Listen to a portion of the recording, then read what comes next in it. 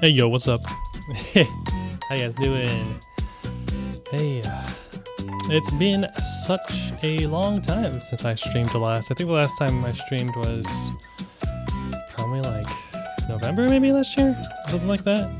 Played some Splatoon, played some Sambaltex. But yeah, I skipped last year's 2022 like year in review type thing. I forget why. But we're back at it again this year. So when I was thinking about it, I was like, damn, I don't think I released that much this year, last year in 2022. And then people started listing some of their favorite tracks and stuff that they liked in my Discord. They said they were doing their own year in review. I'm like, oh shit, I released all this stuff. I completely forgot. But I kind of ventured out a lot in my channel last year. I did a lot more like lo-fi stuff, and I also did a lot of originals. So it was pretty nice. A nice change of pace, I feel like. Yeah, I think this year I kind of want to do even more originals, less lo-fi and less anime remixes. I think like one of the goals I want to set this year is trying to do one remix per month and 2 originals. I think that's what I want to try to do. It is going to be a little bit of a risk, but I'm just kind of in the originals zone right now. You know what I mean? So, okay, hold on. Let's bring up the webcam. Hello, you shall see my face. Peace. How you guys doing? Oh yeah, also drums. I could do a drum stream. I should do that. I was thinking about doing a drum stream yesterday, but I forget what happened. But the thing is with the drum stream, I'm not really that great at the drums, but I do love learning new songs. And I feel like learning music, like learning drum parts, isn't really that like great stream material, if that makes sense. It's going to be a lot of repeating the same parts over and over again, and it's me like, oh shoot, I messed that up, gotta go back. You know what I mean? But I don't know, I guess some people might like that. Who knows? I mean, another thing I could do is I could try to do that one big dude who streams like the 8-bit drummer, I think is his name, where he just like plays to random songs and just like reacts to them while playing to them. But like I am not that good at drums, so I don't know if I could keep up like he does. So honestly, I think I just gotta do a drum stream in general, just kind of like set the baseline of how it'll go, because I don't know. um, well, yes, welcome everyone. How you doing? Let's see. All right, so I guess we should just get started because there's a lot to go through. At least 2 hours of music to go through, so we should just kind of get that going. Hey, look, it's Inception going on. Anyways, I had a whole. Well, I should probably open up the chat on the side so I can look at it on my screen at the same time as looking at this stuff. But yeah, I put everything in a little playlist over here. We got 33 stuff, but not really 33 because a lot of these are re-uploads from the anime lo-fi album I did this year. So I kind of we'll have to see. So yeah, it starts off with an original. I started last year with my first original with the new branding I was doing for Zenpaku, which if you guys haven't heard of my original stuff yet, the whole new branding I'm going to be doing with Zenpaku is rhythm game inspired music. So the first song I released and made for Zenpaku is very much DDR inspired because Dance Dance Revolution has been a huge passion of mine. I think Dance Dance Revolution is my first rhythm game, so it's kind of what started my whole obsession with the whole rhythm game genre. So yeah, I wanted to start with that kind of thing. So let's see. I'm sorry, guys. There we go. Chat is up. We can start now. Super chat from Eric Delgado. Hey, also thanks for supporting me on Patreon as well. I see you. Lo-fi album, a Red Mori lo-fi collab, Blast Plus, amongst other bangers from the year. Chainsaw Blood, Bloody Stream, Life Will Change. What a year. Yes, I really want to do more Persona 5 music. I'm not gonna lie. I've been heavily obsessed with Persona 5. So this year I might be doing more of those. So we'll see. But yes, smart gamer for sure. Let's start. All right.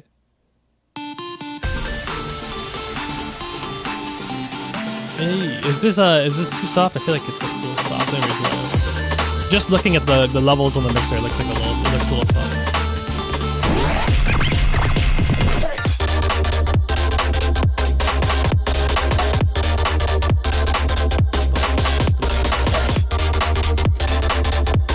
Still carrying into my garage house phase. I still love making that genre of music.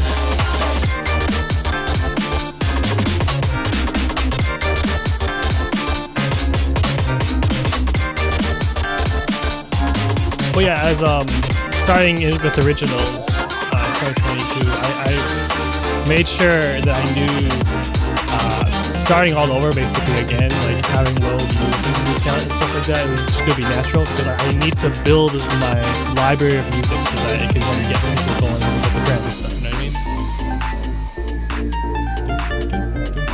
Actually, when I was making this song, it actually started off in one key, and then I started messing around doing weird chords, and it actually turned into another key because it sounded better using the another key with the chords I came up with.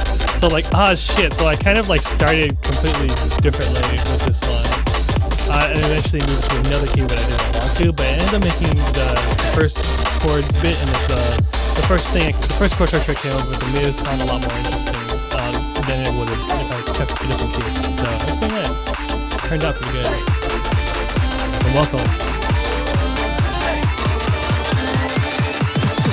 Let's go. Oh wait, I wanted to show you. Oh shit, there was. After this song, I'll show you guys.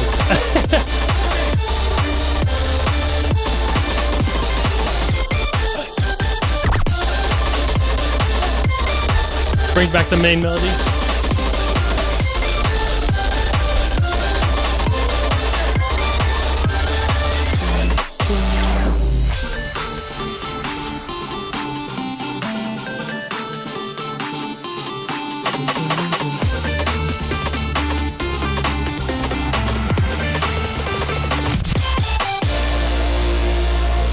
There we go. Nice, cute little short song. Definitely DDR vibes. I tried to go with that one. I'm very happy with how that one turned out.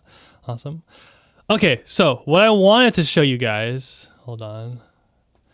What I wanted to show you guys was actually, okay, so I'm going to be releasing a highlight reel of a bunch of my live shows. I actually wanted to open the stream with that, but I completely forgot.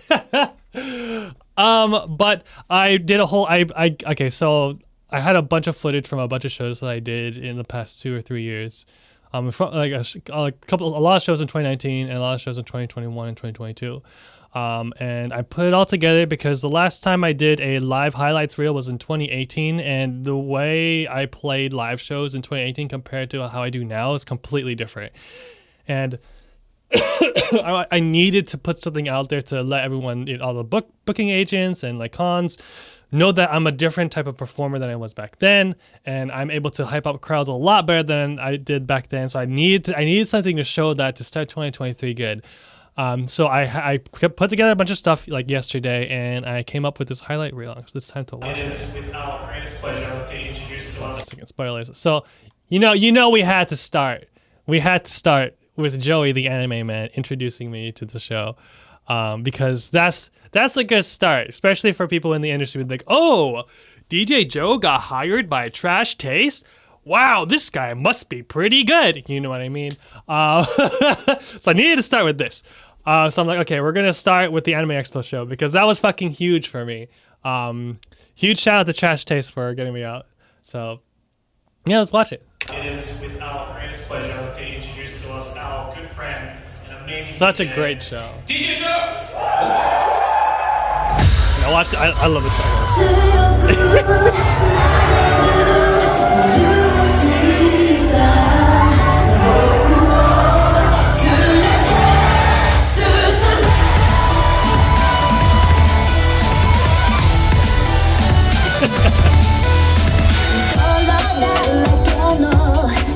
Love Hallmat, my favorite protocol. I mean, it's kind of scuffed management, but it's good now.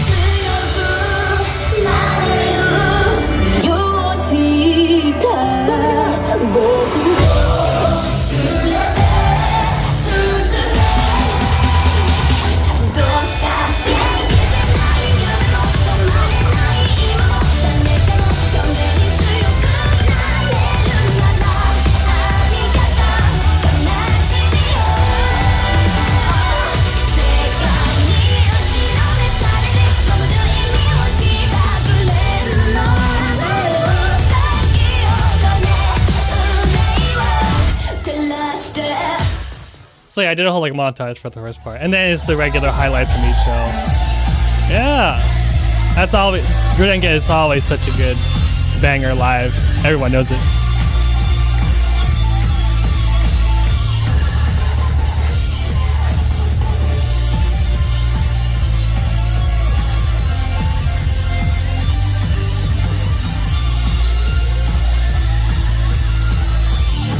Well, yeah, so if you guys haven't seen any footage of me live, I do bring out a guitar and a drum pad. I try to make it more interesting.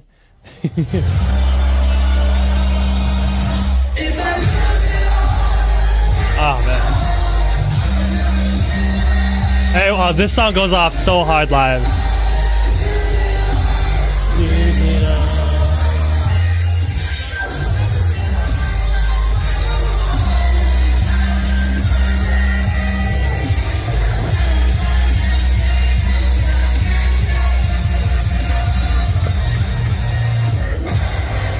So the guitar is actually MIDI. And I'm controlling FL Studio from a laptop, and it's actually Bluetooth MIDI, which is it's a new product. So it's a little sketch sometimes, but it works good enough. Hey.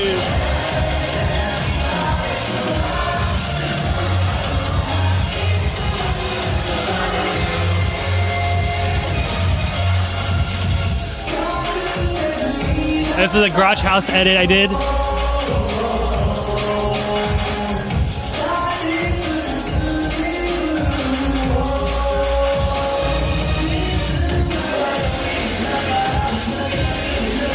actually am advertising seppuku to this channel, but just not as hard as I think I should be. As you can see, you haven't heard about it. It's at the almost at the end of all my videos, and it's actually in the front page of my channel if you click on it.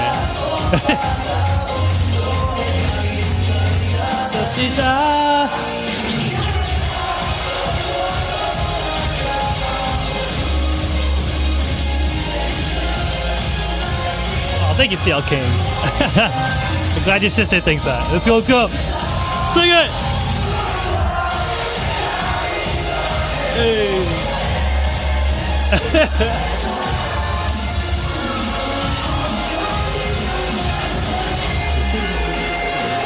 There's a live edit, but one day I'll release it.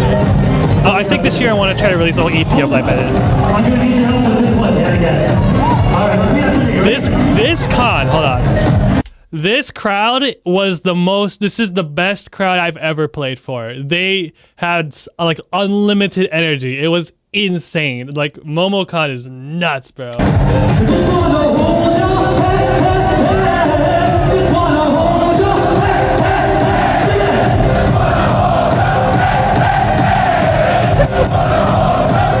Hold on, this guy right here, this guy went so fucking ham the entire show. Like, I had a friend from Orlando come and he recorded the whole show with his which you're seeing right now. He has a little camcorder, and every time it showed this dude, he was going insane. He's going nuts the entire time. Like, oh man, he needed a glass of water.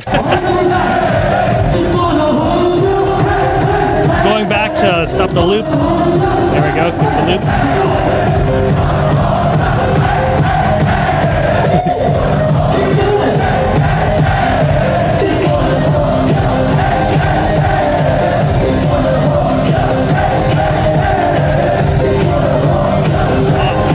Also in 2019, I look so weird on stage because like my stage presence, I wasn't exactly sure how to like do the stuff I do now. Like I do a lot of weird like stage presence stuff as a DJ in 2019, and like I kind of worked the kinks out through that year. And like in 2021, 2022, I figured out more or less of what I want to do on stage. So I can look a little more awkward in the 2019 shots.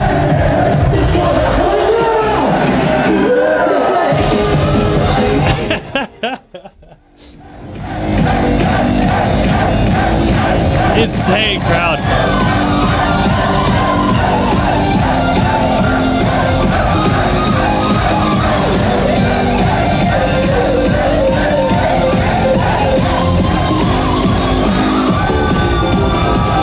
Turn up the reverb, so I went let go, the sounds out, walk back, put it up, and I sang in the next section, but I'm like, I'm not gonna put in I'm not that good at live singing. Let's go!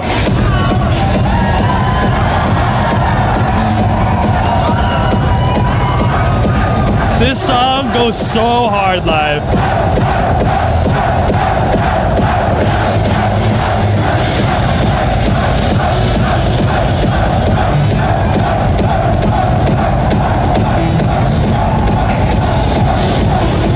Put him up!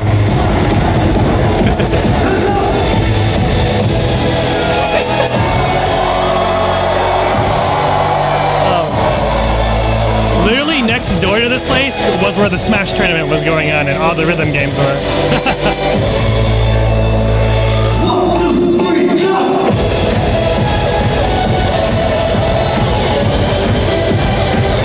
What is that? What are you doing? Why are you doing this? Why are you leaning back? Why are you leaning it back and doing that? Okay, back to 2022.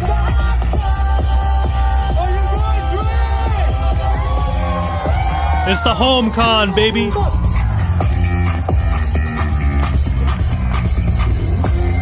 I had a little surprise.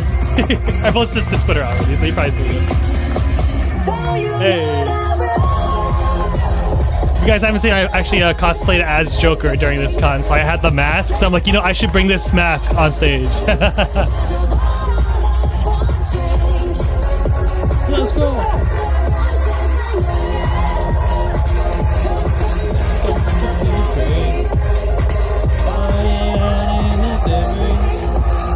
Oh, I'm sorry to hear about Cronus. That sucks. Oh no. Your VST.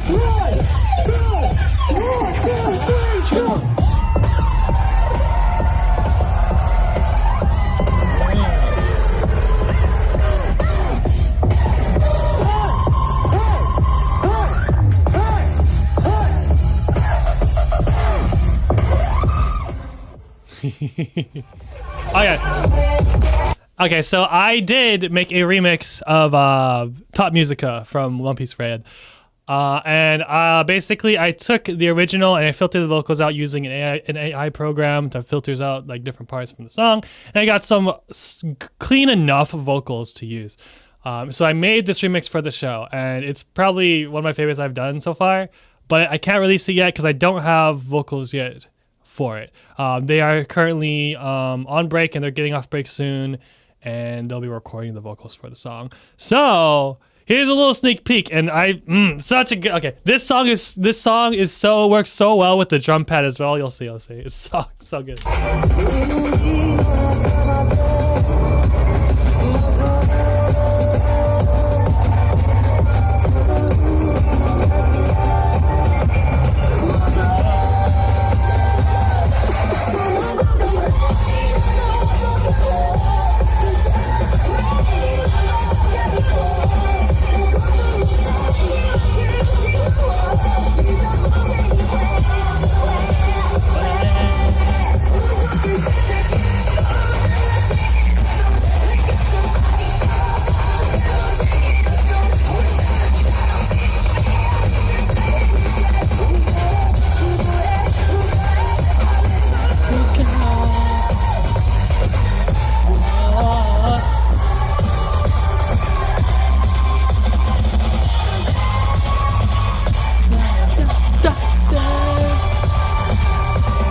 Just drop.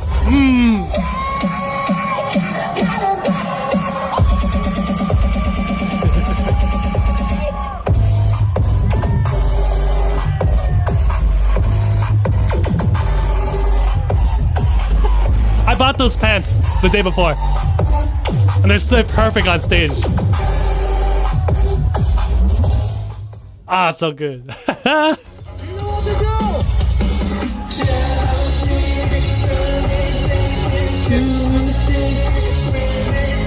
It's coming out this year. I'm getting some art made for it. The Kudo is back. He can. Hey, I fucking it's so good.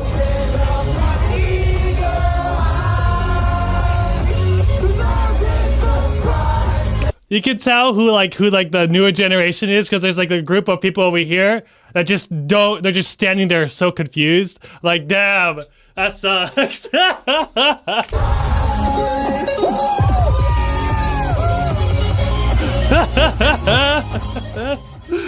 But that song is coming out this year. The guy who I asked to sing it, he's now active again. So now that we could finally release it, get the art done, we can make a little music video, lyric video to it. It'll be good. But yes, that one can finally come out this year as well. And definitely, I'll be releasing that auto song whenever I can get the vocals in and finish up the entire thing. Because I only have the first half of that song done. So yeah, very cool stuff. All right, so moving on. I gotta release that video later today. Alright, so let's go all the way to the Mori collab, guys. Let's go. It's a little backstory. So the Mori collab, let's think. How did this start? I'm trying to remember. I mean, it obviously started with me getting second place in the Mori contest, and then she was like, "Oh shit, we should do something in the future." I'm like, "Hell yeah!" And then after that, the Mori brand and character kind of really blew up. So she got incredibly busy really fast. So a lot of shit just kept getting pushed back and pushed back and pushed back until we were able to finally release this song. And initially, we were supposed to have another artist do the art for it, and then they just never got back to us. So like Mori herself made this art in like a night, like in 24 hours, because we needed to release it. So insane. Mori is her work ethic is absolutely, I don't know how she does it.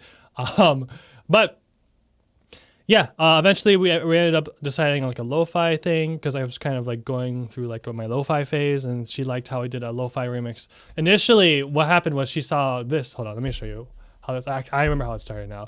So Mori lo-fi remix. Yeah, here we go. Start out with this. So. I released this because I just made it for fun because I thought it'd be a really cool idea. I thought when I listened to Ijimeko Bully, I think is what it is. Ijimeko, I forget what this is. When I listened to it on the EP, I'm like, damn, this could make a good lo-fi song. I'm like, wait a second, no one's really done that yet. So I'm like, I should try it out, and I came up with this. And this was kind of going like, people were like, oh shit, JoJo made a lo-fi remix, and it was, oh shit, it's a Mori thing, and it kind of got popular, and eventually Mori saw it herself, and she's like, oh shit, can I use this song? Like, I want to sing over this song for one of my shows in the future. I'm like, oh shit, you can do that. And then I forget who came up with the idea, if it was her or me, but one of us came up with the idea. I was like, oh, we should make an EP, like a remix EP of the entire album. I'm like, oh shit. And then eventually I got that going, and then she was like, you know what? She brought up the idea of singing over the songs as well. I was like, oh, that's actually a pretty good idea. So she's like, okay, I'm going to sing over them, and then we did that. She sang over this. She got someone else to mix the songs, and then we released them, and that's how it went. But yeah, this was the first song that I made for the EP that I made without having the EP in mind, and then somebody had the idea. One of us had the idea to make the entire EP. It was awesome, and that's how it went. So let's start. Let's start from go. Give it up, give it up. Need some water. Dead beats, we like it rough. Give it up, give it up. It's high noon. So we eat skirts of the yacht seas. A little more wind, we could shoot the breeze. The routine's got me reminiscing back to the start line. Madness indeed, I believe that was part-time. Sick to my stomach, click, click, bit of mischief. Miss hit, fuck this shit, then a bitch quit. Stop, forget that, be an entertainer. Reaper with killer wits, they cannot restrain her. I could be a plain girl, would you like that? Nah, think I'll take it to the forest with a spike bag. Beat you and skin you and make me I love the vibe I was able to make with this one. But it's every day now, I'm sensing a sense. Whenever I make like lo-fi remixes, I try to take the original song and kind of incorporate like some of the instrumentation, some of the current vibes that it was giving, and try to either keep it or make something similar to it, but also like not change it too much, but have a sort of I try to make the soul of the original in it. And I took I decided to add a harpsichord in this one, and it matched perfectly. I'm like, oh shit, the spooky little vibes going around. And when I heard the original song, the vocal sample that's in the original song, I'm like, oh shoot, like, is that Mori saying "ga" or is that just like a sample? So I just took the liberty of just finding a vocal sample because I thought that's what it was at first. But I think it ended up being her saying "ga," but I'm like, I think I could use that as like a drone throughout the entire lo-fi song instead of cool atmosphere, and that's kind of where I went with it. And I took a drum loop, I stretched it out, added a lot of compression, made it cool. And so I can't express how. Eat a light snack, I remain loud. Have a nice laugh all the way down. Who's the one? The loaded gun is always pointed downward. Shooting myself again, the sweetest sound they ever heard. Now let's play a game, shall we go a bit deeper? Who is the best at the roasting the reaper? Give it up, give it up. Haven't we learned anything? Be a force of nature, little agitator. Show you how it's done for fun a little later. Vomit your comments, my range is greater. G to the UH saying give up. Here's a lot of thoughts I can't say outright. Yes, I did. I've got my chords, you've got your keyboard. Both of us got all night. Try again, I'm wishing you well. I thought it was a splice sample too. So that's why I just threw in a sample in there and just called it a day. And it ended up sounding fine.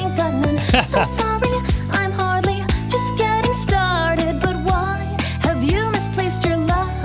I'll help you find it. Just follow my shadow. Guess what I'm on your side. Yeah, I'm glad the Bully remix meant a lot to you, Eric. I'm glad I was able to make something worth it. I really ought to try to be a little less offensive, not to brag though my vocab is quite extensive. Appreciate the support, Here's a mess, not unlike my flow. Got the message, I best stick to what I know. I don't care what they say, self-hate is an art. If you want to compete with me, then get smart. My dog plays games better, pee-pee poo. Geez, look at the size of the brain on you. Coming through, these burns aren't the best in the biz. I'll pretend that my aunties are all just little kids. Were you observing what I just did? Reverse self-serving surprise is a pop quiz. Who's the one who smacks herself for fun without a lick of hesitance? Damn, my content's only decent. I was trying to figure out what else I could add in the second half. Bring out the guitar, baby. Haven't we learned anything? There's a lot of thoughts I can't say it right.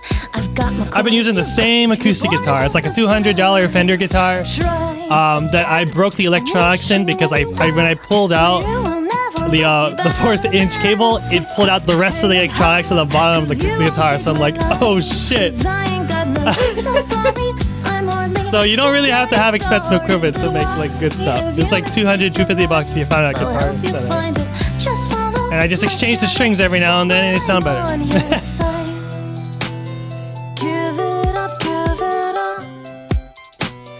Deadbeats, we like it raw. Give it up, give it up. Deadbeats, we like it rough. All right. So, I wanted to say something. I'm trying to remember. What was I gonna say? Ga is probably my personal favorite on the EP, in terms of like production-wise and how it turned out. I'm trying to think. What was I saying? Damn it. Okay, so 18 Echo Bully. So originally when I made this song, I added I think I added a whole like a whole bar extra during the verse, and because I added that bar extra, because I was like doing the whole like 16 bars type per section. It's like the usual type organization of a song. And originally it wasn't 16, it was like 14 or 15. I'm like, oh shoot, I never noticed that. So when it came to this, I had to cut it. And it wasn't too noticeable with the cut, but overall it turned out pretty well. Yep, took out the electronic guitar for this one. I thought it would be perfect match for it. Oh, I remember what I was gonna say. So when it comes to making lo-fi for me, I kind of take like, there's 3 things that I think about when lo-fi. I think of like the whole like chill hop type thing, which is kind of like your 100 beats per minute. So it's kind of like, I think it's like, again, chill hop. Chill hop is 100-ish. So like this is what you would generally listen to like lo-fi chill hop to, like a very popular thing. I always think about that, and then I think about also like the lo-fi trap type stuff. So you have your hip hop elements in there. Sometimes like the whole hi-hat things, but just a lo-fi version, and then you have bossa nova,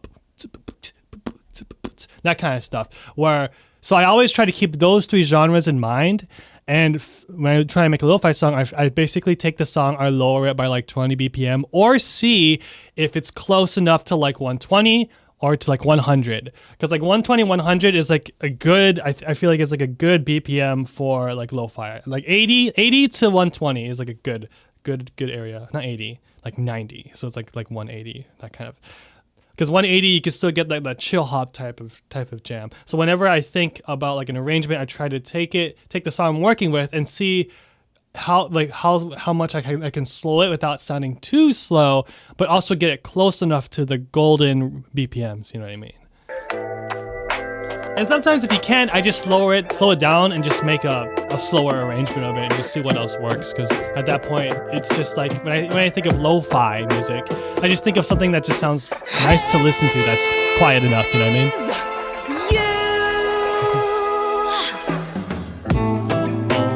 mean? But I try to make my lo-fi more interesting to listen to so that you can still keep it in the background whenever you're working, but then when you just want to listen to it, it's still interesting enough to just listen to it by itself. You know what I mean?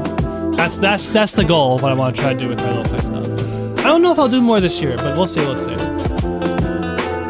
She's dressed Dressed up in diamond dust, a lover of decay.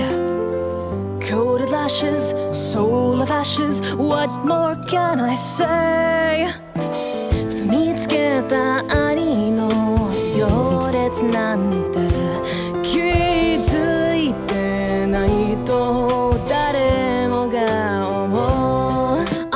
Loving you, killing you, isn't it thrilling you? Sudden enough from those guts you've been spilling through crying. Oh, I haven't heard. Lovely sound. I don't think there were comments here Stick before. around. What I found is a treasure indeed, a friend who can bend to my every need. I'll use and abuse you and never feel bad until suddenly, funnily, you take my hand. Tangle you tight in the yarns that I've spun, and I'll do it again to get what I want. Pretend that I'm harmless Being and actually chilled. alarmless is something charming to anyone. The fact can actually make death on a dime. The one that you love and I'm making you cry, and it's just me after all. I'll give you fire. 心に買う Hello ガロガロうなりかけるまた意地悪な爪をたたた買ってあげる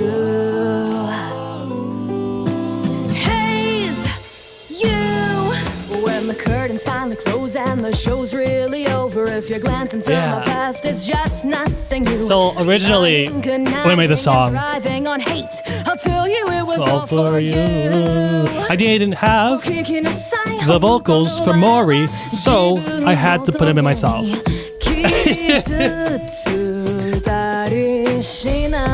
So I just kept them in. It worked out. You know I want you to care, that I want you to stay, so I swear I won't blame you if you turn away. At the end of the day, we'll smile and give in to this burning and vile original sin. Cause hell is the realization you're selfish and drawn to the loving, the soft and the helpless. I can see through that facade that you wear when you're honest and promise you'll fight the despair. And I'll say it again that I know I'm the worst. Then how can you spend so much love on the person that hurts you like I do? Cause inside I can hide that I cannot desert you. And if I'm the world to you, surely you never stood even a chance at all, didn't you? It's me after all. I'm still in there. I'll give you fire. 心に買う Hello ガロガロなりかけるまた意地悪な爪をたたた買ってあげる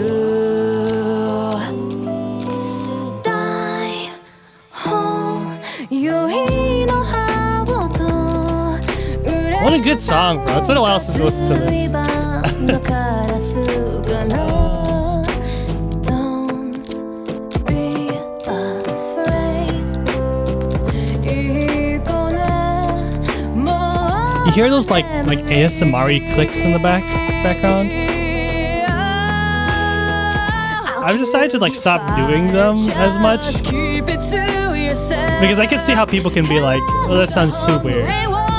I think when it comes to like clicking sounds and stuff, you can't make it too ASMR. I think. I don't know. I'm a seesaw for adding those clicky noises in there. Because basically all I do is just like I get really close to the mic and just like they do stuff like this.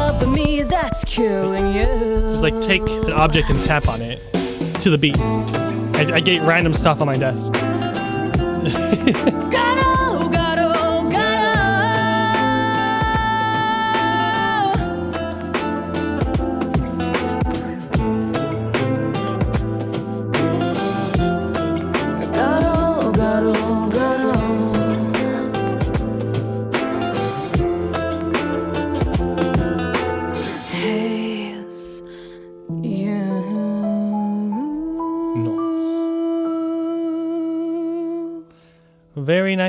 Very nice job, Maury. Great job with the vocals.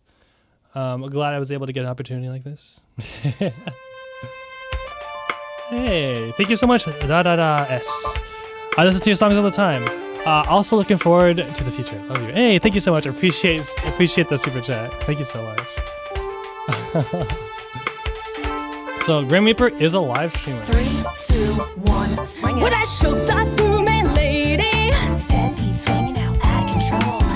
I feel like this one is like less of a lo-fi and just kind of like a chilled out funky song. You know what I mean? You know, cool, cool. Never missing mood.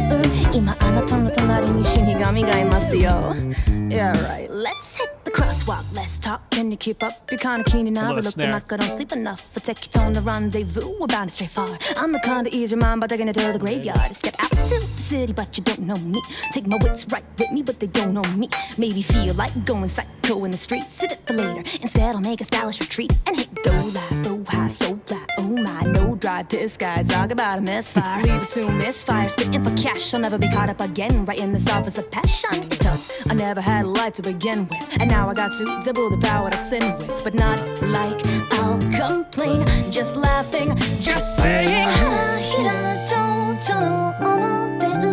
I love this pre-chorus. So good.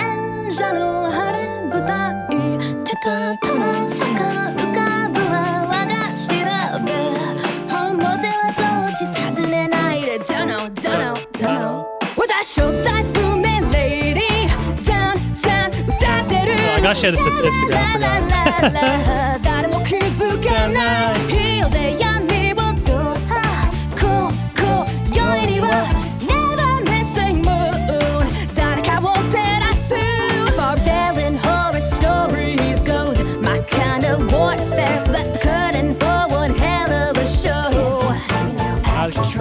Yep. Transmission live before you. Say hi, stream. Just don't forget admission. That soul is still mine. Out on the town again, death in your midst. Right behind you, down below you, listen, you get the gist. Nobody realizing they don't recognize me. Fine by me, it's agonizing, disguising. Live now, broadcasting, only so long lasting. Rather, it's a matter of a right and wrong casting. Fast, son, your seatbelt's fast to breathe and need help. Needing that fresh air, already seen how.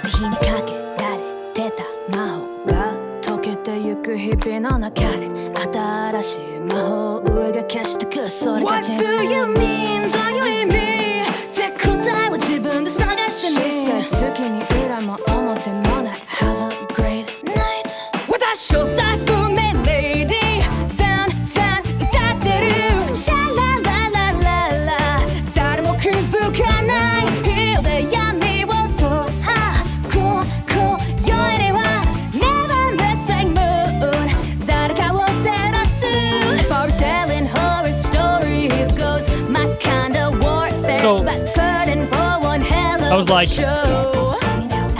what was some grand song? Electronic piano. And then I think back to the music video that came out for this song, like Persona. Let's go. Hey, listen. 今あなたの隣に死神がいますよ。シャラララララ。Hey, hey, もしもし。Whatever. Good one. All right.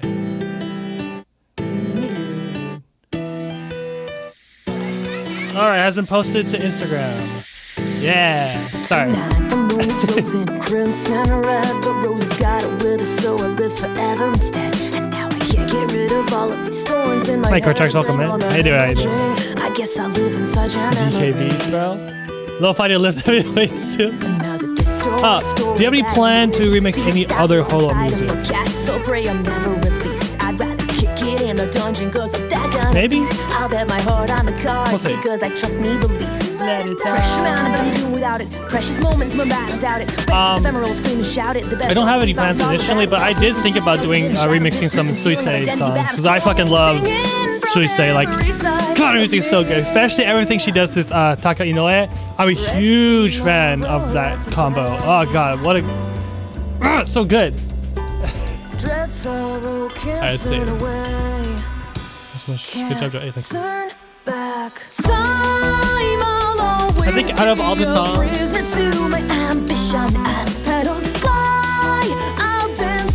the songs, I had the most trouble arranging this one. So I just kind of like started recreating the song and just trying to figure out what worked as I went along. And eventually I found a group and like, okay, this works. It took a little bit to find the right like laughter thing, Every day is to get in there. Next part here. Cannot last, I'll relish it in our Yeah, that laughter thing in there. Try to recreate it from the original. It took a while to find the right sample to recreate it. I stay curious, what comes after it, so mysterious, and yet I exist. Hold on, stay beautiful, stay young. There are blades to be swung, yet rising scenery. Guard the moon, reflected in my crimson sun tonight. Smooth jazz part. Tomorrow, right today. Dread sorrow, can't turn away. Can't turn back. Hey, man. Yeah, do the bangers. Be a prisoner to my ambition as petals fly. I'll dance your tune, but hold your breath. Guess who's owning the throne? So come alive now, once again, so I can chase you down. We're 5 minutes away from the end that's come. Continue slashing forward. I must, or else just fade away.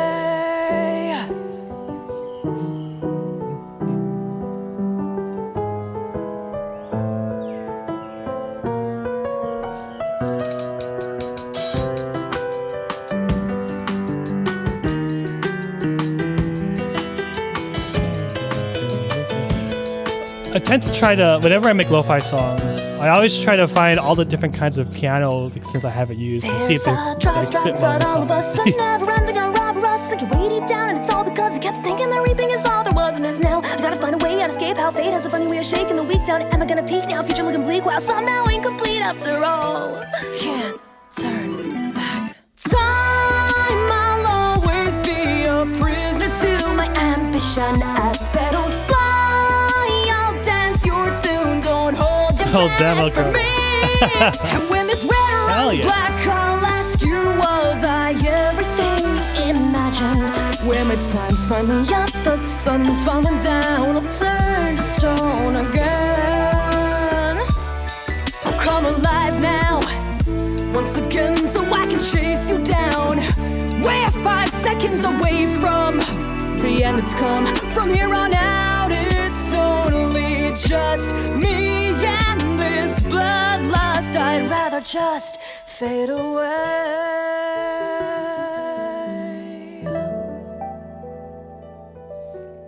Yes, jazz hands. All right, so now let's move on to something more hectic. So we come back with the rumble.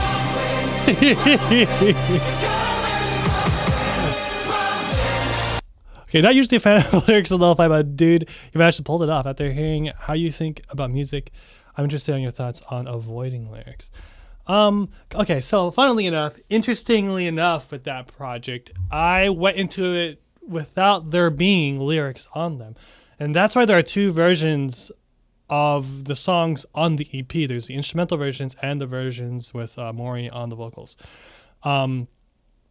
Because actually these songs were technically made to listen to without the vocals. And she managed to record vocals to them that are like fit them. I'm trying to figure out how to say this.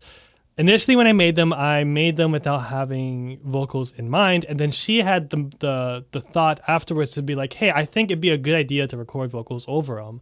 And she went ahead and did it, and it actually sounded great. So I'm like, oh shit, she made it work. So it wasn't necessarily me making it work. It was actually Maury making it work, which is crazy. She, like, again, it's another thing to her work ethic and cool ideas. She can write shit like really fast too. Like, it's nuts. That's a whole nother story. But so the lo-fi stuff, initially I made them without there being vocals in mind. And she ended up making it work. It's awesome. But yes, let's go on to the rumbling.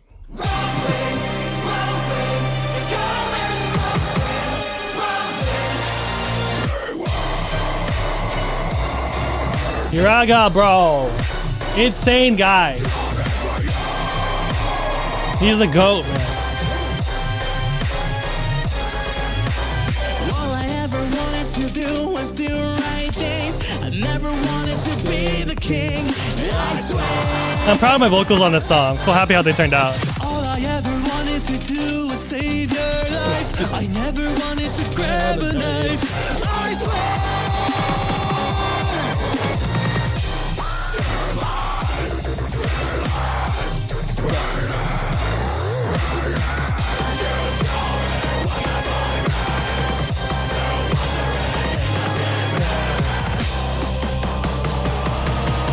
If I lose it all, slip and fall. I had trouble mixing the bass and the kick in this song.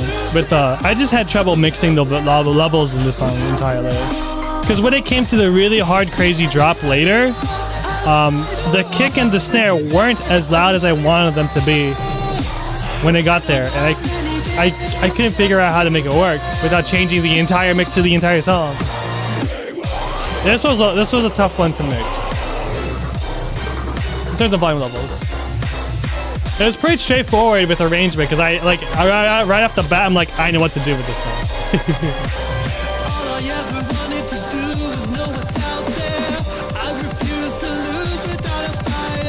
Oh, yeah. The one thing that will bother me till the end of time. Hold on, let me show you.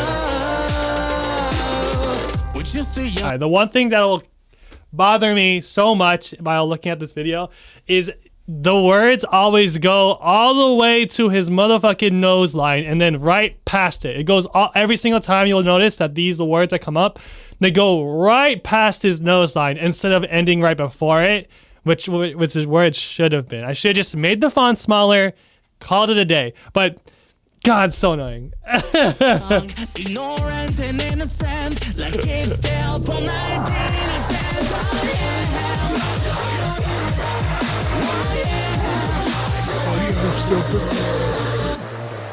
I'm so proud of this drop.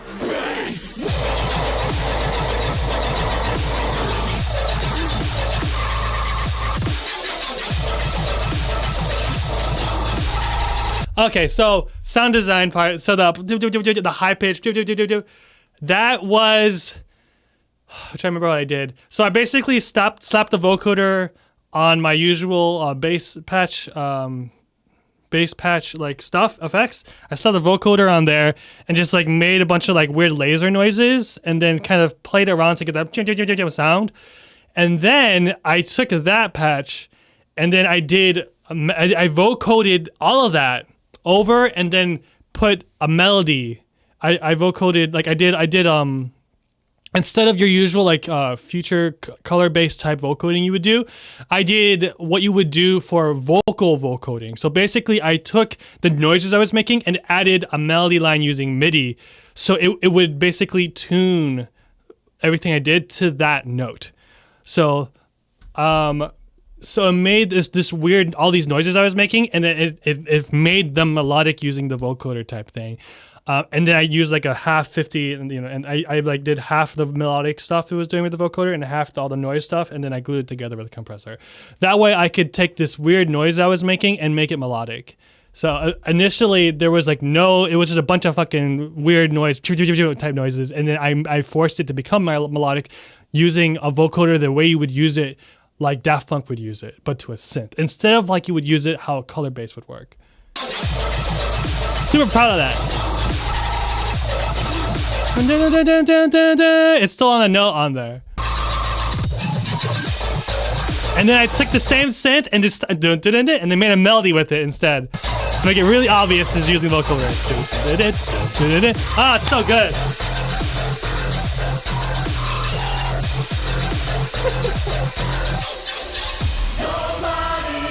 And that last part I took the vocoder off. It's just vocoder off so we could hear what the noise sounded like. So, I'm so happy with how the choirs turned out in this song. I recorded like 50 different lines to make this choir sound good. And it was literally just myself and Hiraga.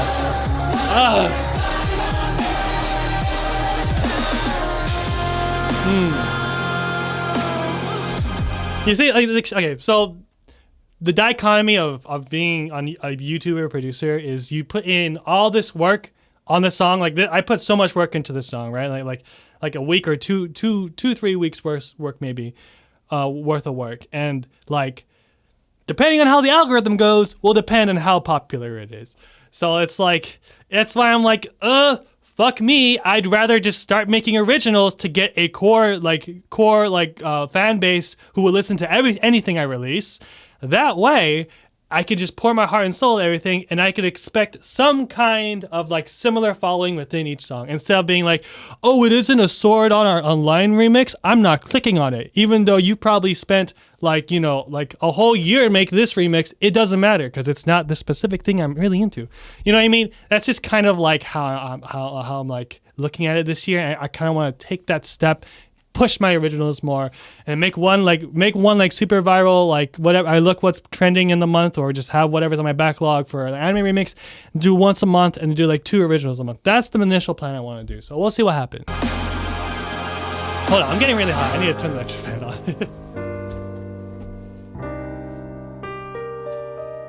If I lose it all, slip and fall, will you laugh at me? If I lose it all, if I lose it all, slip and fall, I will never look away. If I lose it all, I'm so happy with this section too. Okay, so this section, this is your usual color-based type beat, I think. Or I think that's what I did. No, actually, this section, I just used like a Nexus like chord thing, and layered that with the Serum chord thing so we could have more width. And then I vocoded that, and we got wow, wow, wow, wow happening in the background with the chords. And then I used a fruity filter and automated the fruity filter to go the wow, wow, wow sound in there. That's what I did. I love this edeg.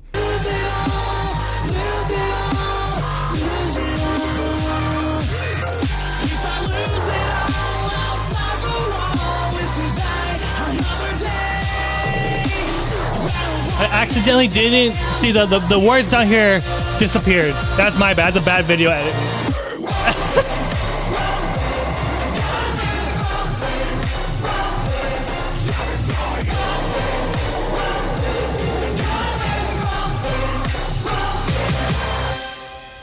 One of my favorite projects of the year.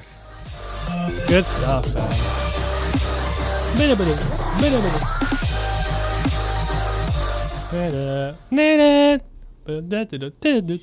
All right, we're going in rhythm games, baby. All right. So technically, this song was the first song I made for Zenpaku's new branding, and I made Mystique. If you didn't hear earlier, I made this song in like a day. So I'm like, I need something quick to upload to Zenpaku because I have a lot of stuff I want to make. This first song, this song, I need this song to be a really big release. I had to make some awesome art for it. But the art wasn't done in time, and I wanted to make the song great, so I had to delay it, and I released Mystique, which I really love Mystique. Don't get me wrong. This song was like a whole day process to make, but initially I wanted this song to be the first song. Because this song is like encompasses like what I wanted to do with like a rhythm game type thing. So like this one is like your Camellia type beat, you know what I mean? Yeah. This is why this is the good shit, boys. The artist did such an amazing job. Tofu Mang is good as hell. I don't know if he's in the comments or not. I don't think so. Oh yes, he is. He's right there. My man, Tofu. Tofu Mang is great. let's go.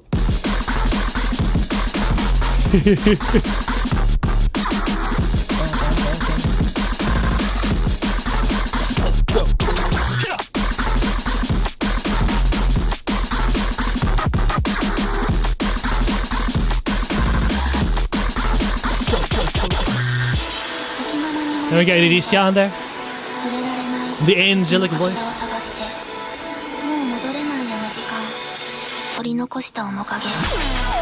Yeah. I approached Iridicia. I'm like, hey, can you like write a poem or something that goes here? I'm not exactly sure what I want, but I want something that would sound like it'd be in a rhythm game. And she's like, okay, got it. And she gave me that, and it was perfect. It was great. Oh man. Hey, what's up? No Ultra? Cortex. By the way, another month will make a return this year. I'm actually planning on it, so yes. Hey, what's up, Jumby?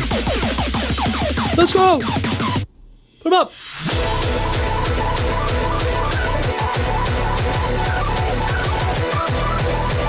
A little secret for you guys, that hardstyle kick is a motherfucking sample, and I didn't make it. And that makes me sad, but I'm like, it sounds good, and I still don't know how to make a hardstyle kick that sounds that good. I've gotten a lot better at it though. I'm a poser.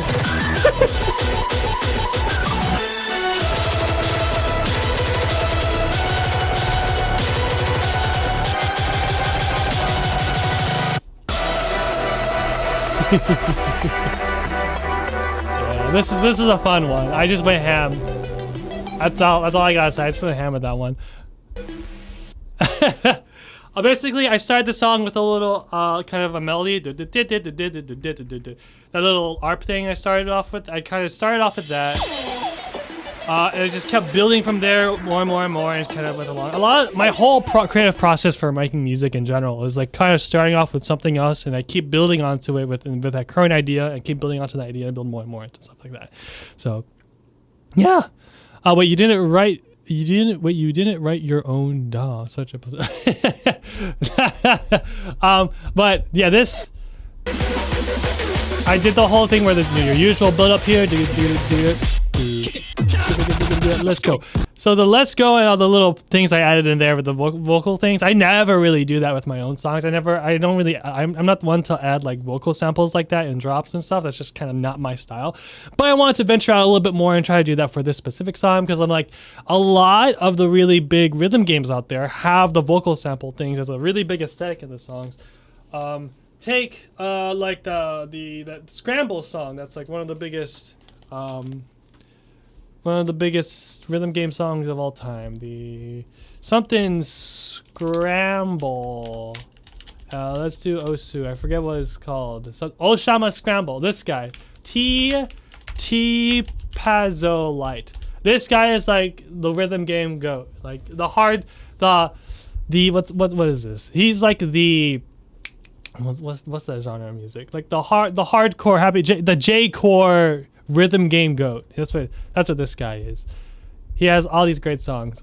And his style revolves around having tons of vocal samples in there for a lot of his more popular songs. So I'm like, damn, I should try that out myself to see how I like it. And even a lot of Camelia's songs, almost all of Camellia like hype songs have a shit ton of vocal samples in there too. It's what makes a Camellia song. So I'm like, I'm gonna try vocal samples. So I recorded my own instead of using some from different packs. I want to try something a little different, and it turned out pretty cool.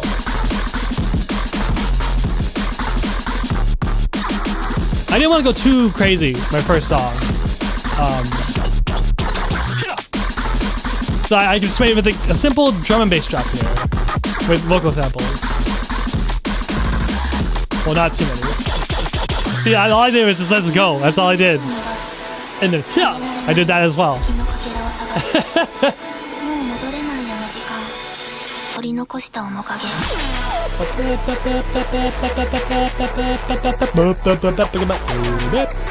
And it, like, I still think there could have been more melodic variation instead of just... You know what I mean? I feel like there could have been more here, but I wasn't exactly sure. Okay, thinking back to it, I think I didn't want to do too much to build it up into the final drop in this section to where the melodies would go insane. And I think it works out. Yeah, it's good. You know, it's fine. The song is fine.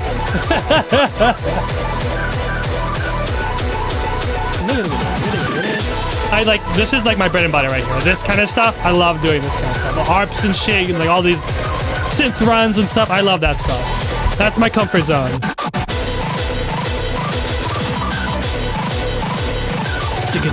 I love that. The triplet runs there. It's all because of this motherfucker. All because of this guy. Where is this guy? Stuff like this. I don't think Essential to Habit has it in it. But let's see. Halcyon definitely has it. This song. I grew up on this fucking song.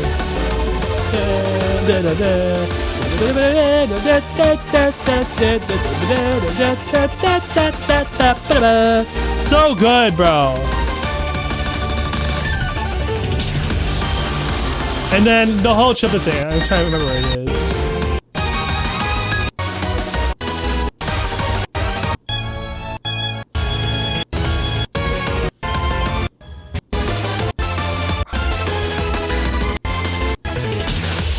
Maybe it isn't this one. But there's this thing that XI does where he does like big triplet, like dun, dun, dun, dun, dun, dun, dun. He does that a lot in a couple of his songs on this album. I'm trying to remember where it is.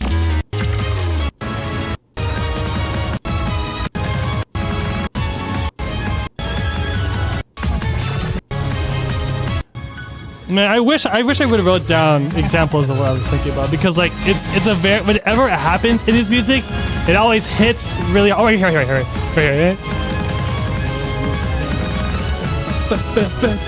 There you go. And like it's because the rest of the song is just it's straight stuff, and then that change there, and it's always straight triplet notes, and it's like that hits hard.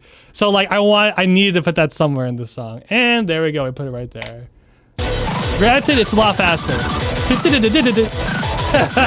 But in effect, I wanted to add that kind of effect in some of the song. You know what I mean?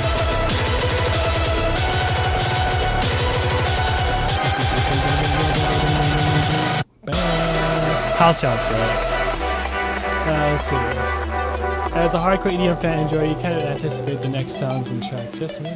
No, I get you when you listen to a lot of that kind of stuff. All right, so we're at a big not little. We got a big compilation here. So, some backstory. This first song.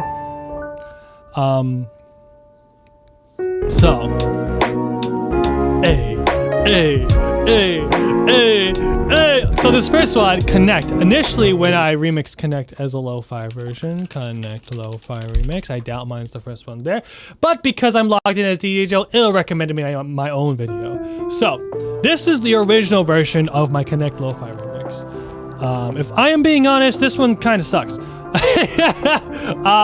Compared to my other lo-fi remixes, when I made this song, this was like, I feel like this was my very first lo-fi remix. It could have been my first or second one, but this is definitely in like one of my first lo-fi remixes I've ever made. So when I was making it, I wasn't exactly sure what I was doing, so I thought doing 120 BPM halftime would be a good idea. It's all right. This remix is okay, but definitely I could do a lot better. So when I went and tried to make an album version of it, I was like, let's recreate this from the bottom up. I want to remix it all over again, different tempo, brand new. So this isn't that bad. Right? You got the lo-fi anime gif in the background. It's going hard. But when I went and tried to remix it again, I was like, I know what to do now. I'm used to remixing a lot more lo-fi remixes. I found that like 160, 150 range and doing it swung sounds great. So I was like, I should have done that to begin with instead of slowing it down super slow like I did with that other remix.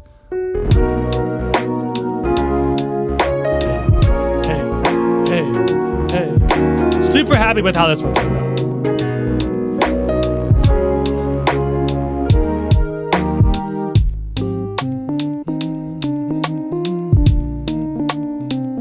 See, this this arrangement is more in line of what you would hear a lo-fi remix would be.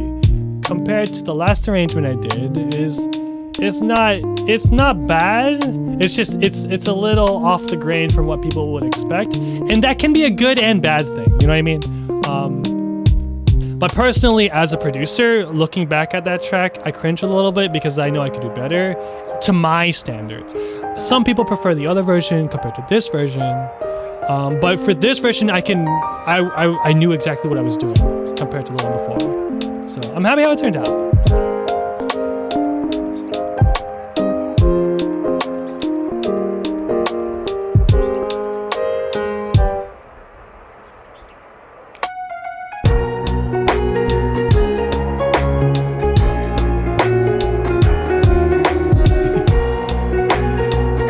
limited. This is the only really big remake in the album. The rest of them are just kind of remasters of what I did. Remasters of what I did originally, and I added like the bridge or extended it a little bit longer. This is a complete remake.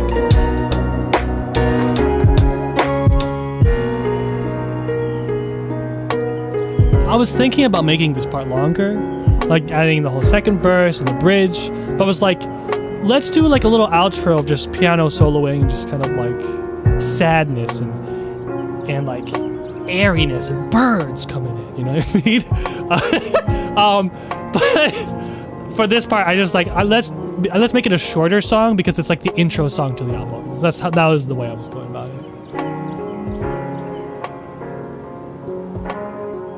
Oh yes, the art. So this guy, the guy who made this art, goated guy, Seer Light. He asked me to use. Okay, let me show you what started Seer Light and I.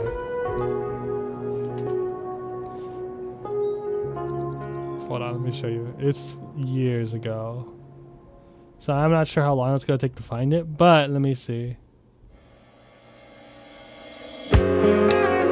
Hey, the classic. I knew I had to put this up first.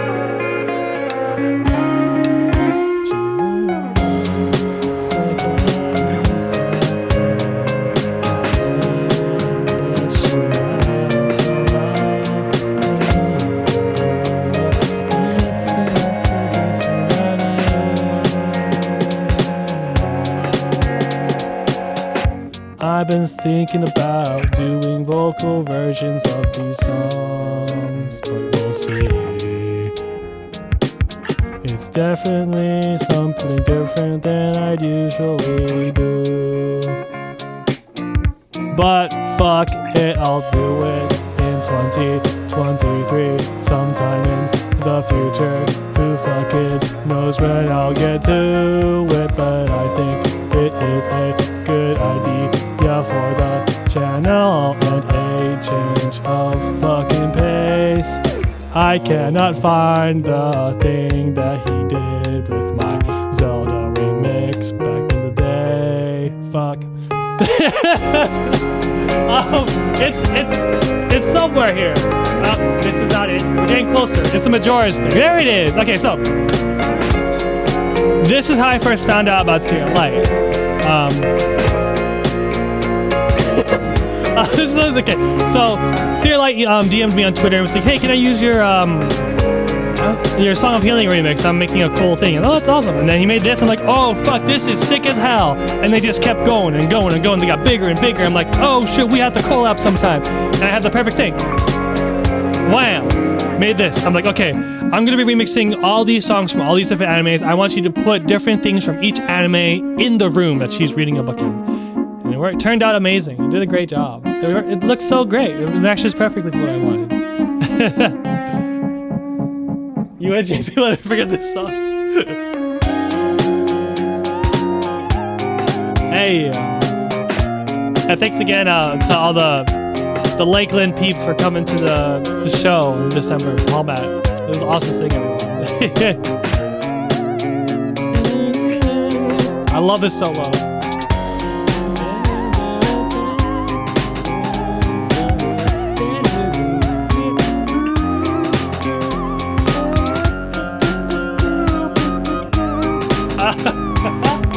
I enjoy my lo-fi songs a little too much, I think.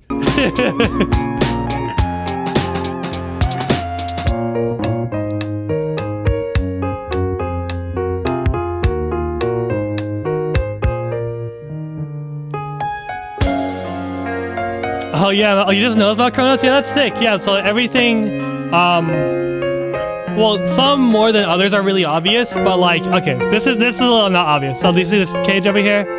That's for Bluebird.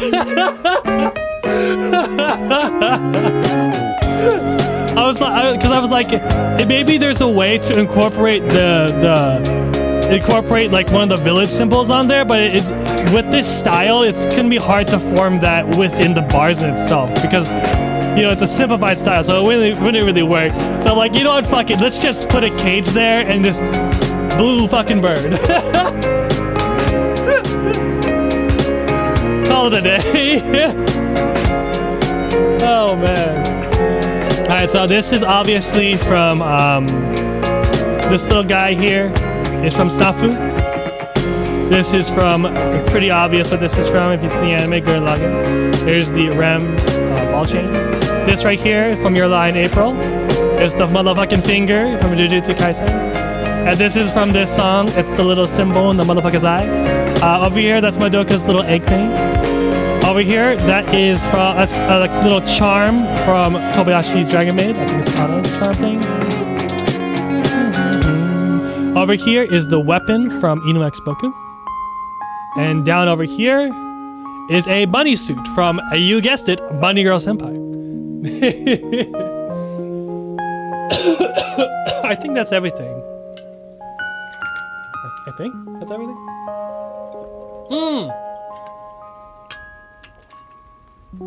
There is one thing that we don't have in here from, because it's too specific. It's too like a normal of an anime to have something from it. And that is Rent a Girlfriend. Originally, there was a phone here that said Rent Girlfriend, Rent GF on it. I'm like, I think that's pushing it. Like, I think I asked them to do that, but after seeing it in like concept, I'm like, I think it looks too like, haha, I'm from Rent a Girlfriend, you know what I mean? So it's decided, because Rent a Girlfriend is very much just people, you know what I mean? There's no like crazy like items in the game, in the anime.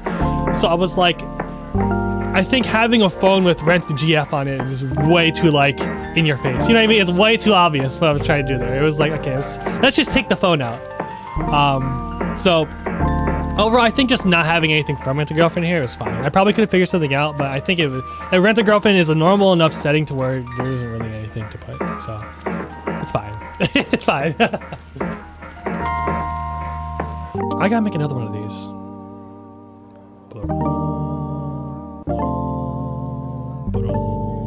Yeah, I think making another one would be fun.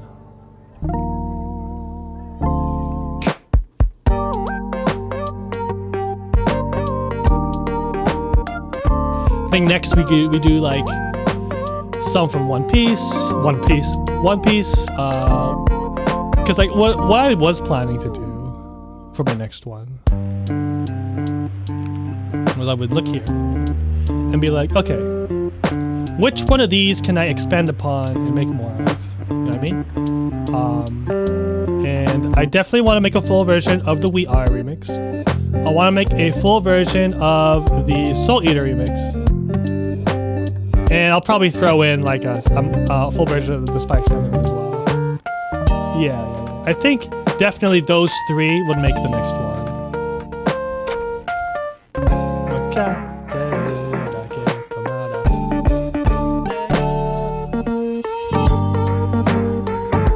Oh shit, you're right. I could have had a fucking tissue box.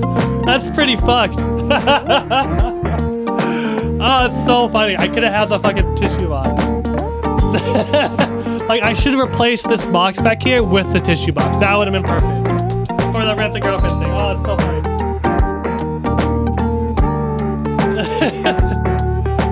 He sure did.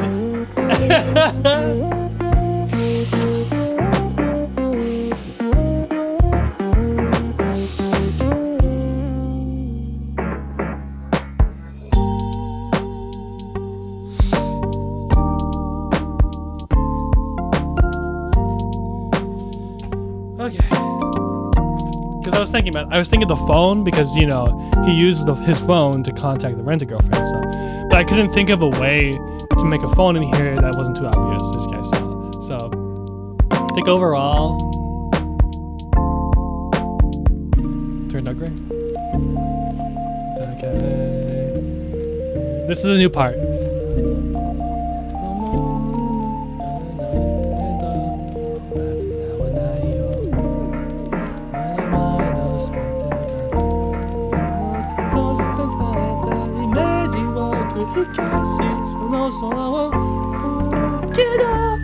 This song goes way out of my range when I sang it, but like I'm still happy with how it turned out. I do halftime in the second half.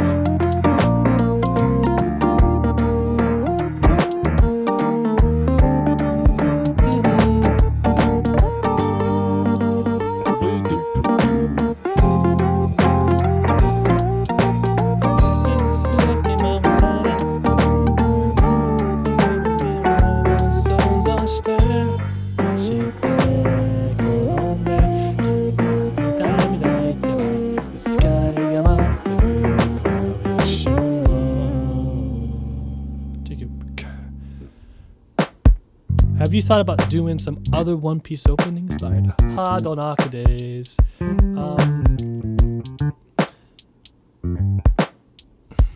Yes. I've thought about doing a One Piece lo-fi album. Yeah. Like a bunch of classic opening and endings for the first half, and then the second half is a bunch of the newer opening and endings. But that would take a lot of time, but I think it would still be fine. I should probably try to look into my schedule and put it in some... I can't. I don't have bars. I should probably try to put it into my schedule this year. I think it'd be a good idea. I don't know if strictly doing like all one specific anime. I think that would be awesome though. I think because there's one thing of doing an anime lo-fi album where it's a bunch of different animes, and it's another thing where it's doing a very specific anime. With the whole specific anime thing, it makes it a good idea for people to try to get into it who are already in the fandom, and it's like all themed well. So that's why I was thinking about doing that, because it's a great theming thing and it plays well with marketing. So I'm like, maybe I should do that. I don't know. But then again, I want to kind of redo the whole, not redo, but continue the JoJo Volume 2. You know what I mean? That'd be sick. But we'll see. Yeah. I'm proud of this one. This is a good arrange.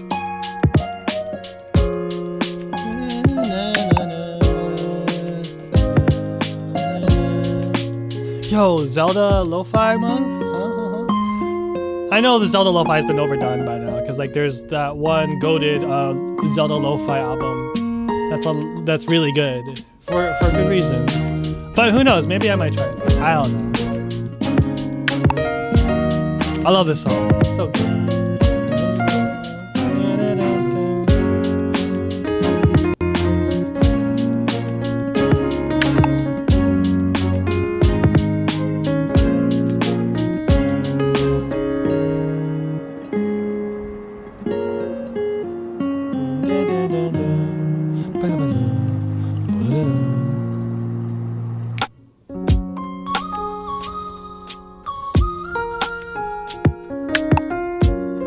The little tick-took noises. I try whenever I make lo-fi. I try to add something in there that makes it a little bit different and kind of stick out. So either random sound effects or just a weird choice of synth. But I need these like lo-fi songs to have their own identity, and it's hard when you're making a lot of them and there's a lot of things that people have done already. So I'm always trying to figure out what else can I put in there.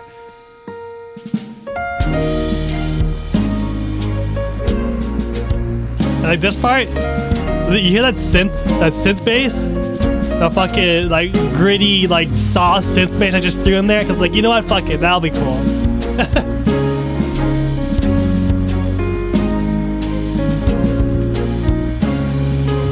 It's subtle though, you know what I mean? But if you take off all the effects I add on there, it's like a brr, brr, it's hilarious.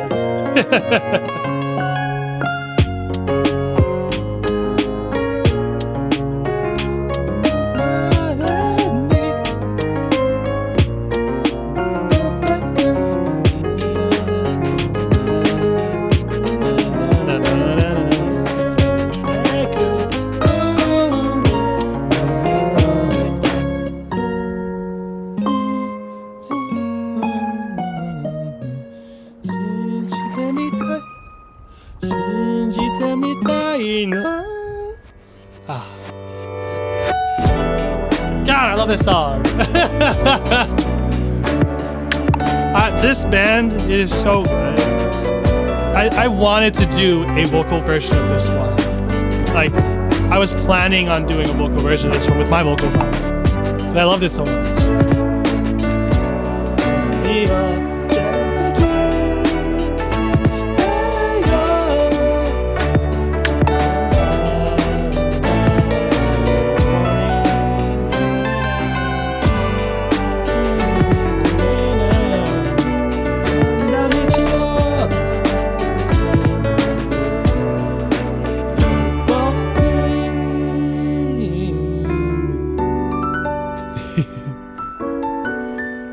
What a good show. Are you guys ready to cry in this? I think it's in the summer when this anime comes out.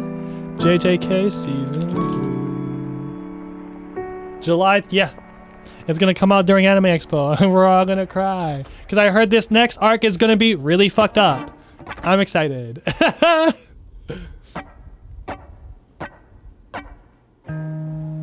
The classic. I knew I had to do this one because this is a very iconic opening. So I'm like, I need to do it. I need to do it. And this whole show has a lot of really vibey, chill moments to it. So I'm like, yes, this works. This works. Initially, I was actually planning to also do the ending song for this album, but the plans fell through. And the time that I wanted to release it was coming, and like, okay, I needed to cut some songs, so I had to kind of like pick and choose. For this version of it, I really pulled back on the mixing because in the original version of this remix when I did, it was like a little too energetic for a lo-fi song in my opinion. There was like a little too much happening, so I made sure I cut down a lot of the high frequencies on the guitars and some of the drums and stuff like that to kind of pull back the energy with this arrangement. I'm extremely happy with how it turned out. And if you compare it directly by listening to the version of this album and the version I released on YouTube, is a big difference.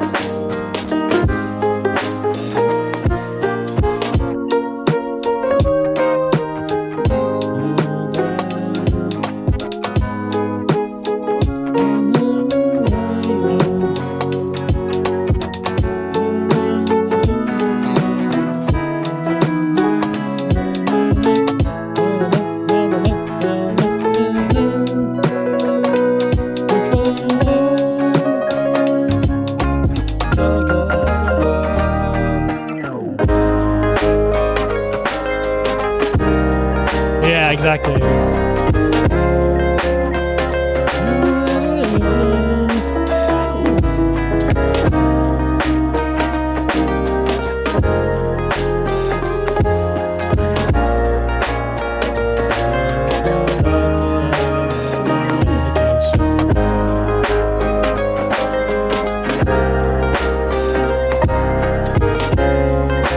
Some of the the things that were kind of pushing the energy level was the EQing of the piano and the guitars, and the guitar was really coming through at some parts, so I had to really pull it back with the guitar, especially this part. I remember new part.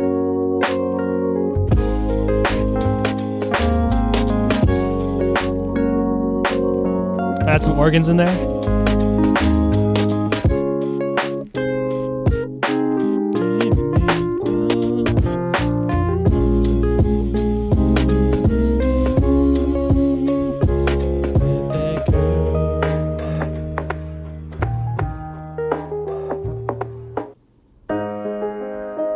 Change the chords here? Hell yeah. Again? Got that chord.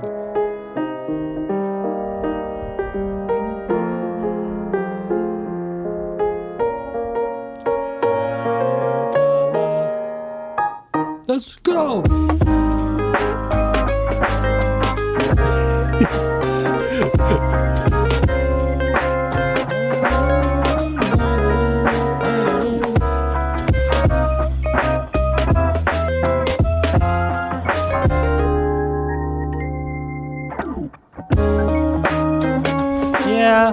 I think I should. I thought, okay. I hope I have enough time per month this year to do what I want. Because if I want to start doing more originals and also get out a lo-fi album, I think I could do it. I just gotta make sure I keep to a schedule. I love this guitar solo. This is my favorite guitar solo that I've done in 2022. All time, because I haven't really done a lot, so I love it.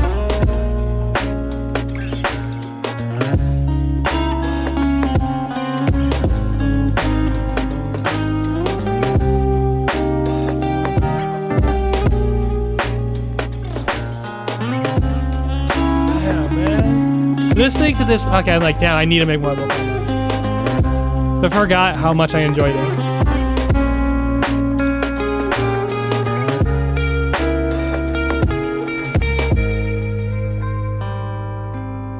Damn. Yeah, I definitely need to make more. I would love to invest in a new guitar actually to have a different sound, but that's a lot of money. So we'll see.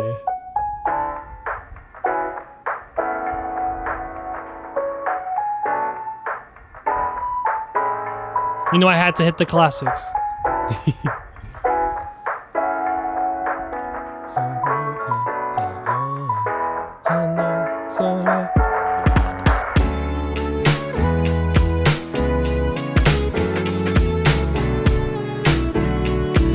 Choo choo. It's right next.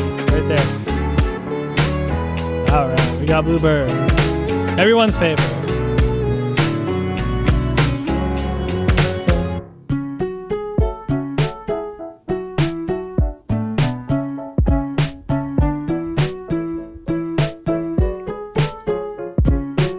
I love doing the I love that song. It's one of my favorite songs. Like it's one of my go-to, like, you want a calm section, just do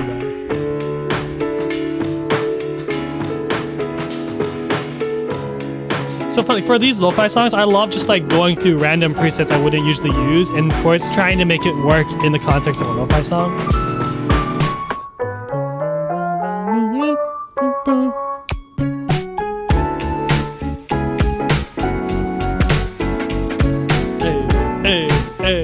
I would love to like host a panel at a con, and it would just be me playing the main melodies and stuff to my lo-fi songs and having like a lo-fi concert. Hey yo, that would only really work with these kind of arrangements, because a lot of these arrangements are more jazzier than others, so I'm able to like solo make it different per concert. Yo!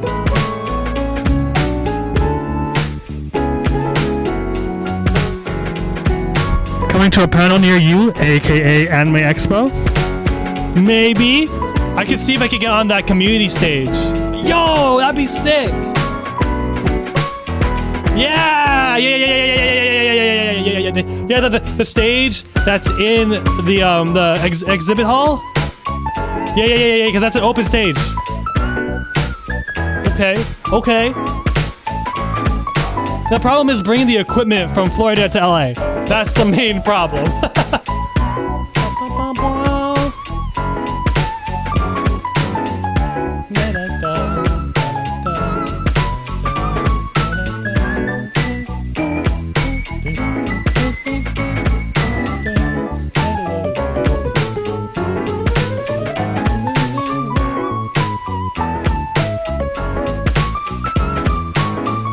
I love this part. So good. It's so weird me getting excited over parts that are like literally two things are happening. But you know what I mean? It turned out so well.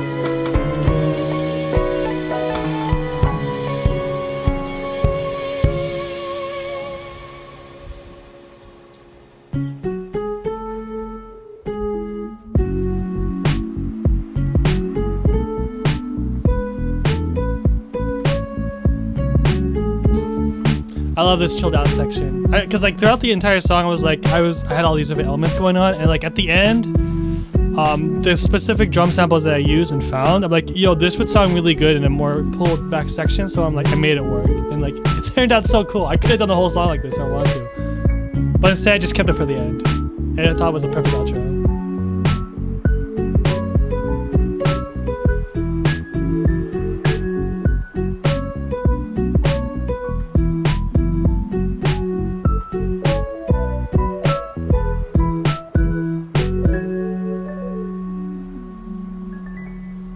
Nice.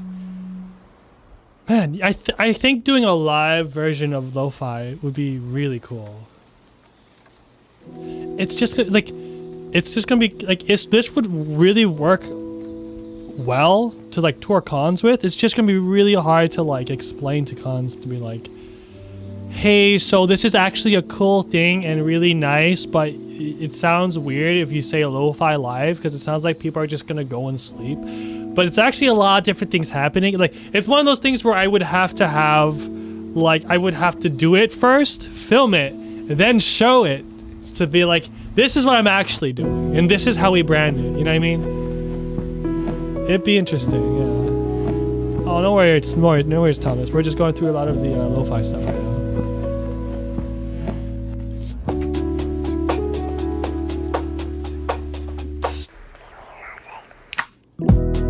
Alright, so Kimi no Se. This was the one that started it all. This is the one that fucking blew up back in the day, and it kind of propelled me forward to be like, oh shit, I could do this. I also made this, if you guys remember. I think I made this on stream like 3 years ago, 3 or 4 years. No, further than that, 4 or 5 years ago. And I had Manu and Himari give me some whispering of saying Kimi no Se, and I just threw it in there. Yeah, that's what started it all. Good morning!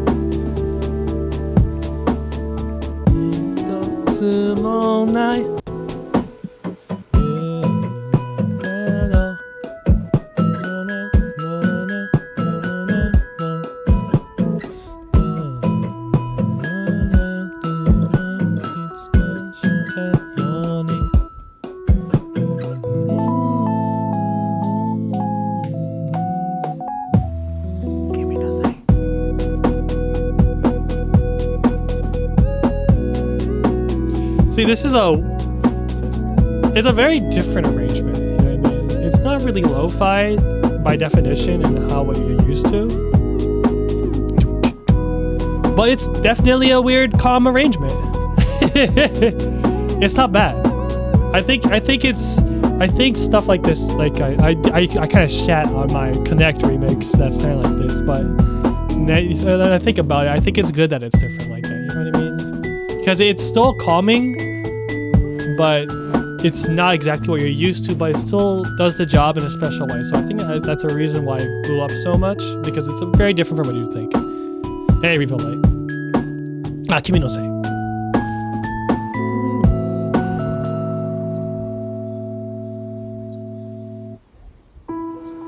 New part.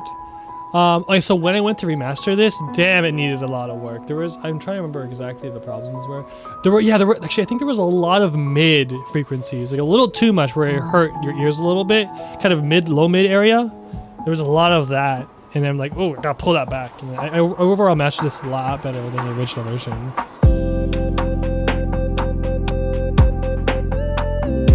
Changed it up in this section. Halftime with giving those trap drums.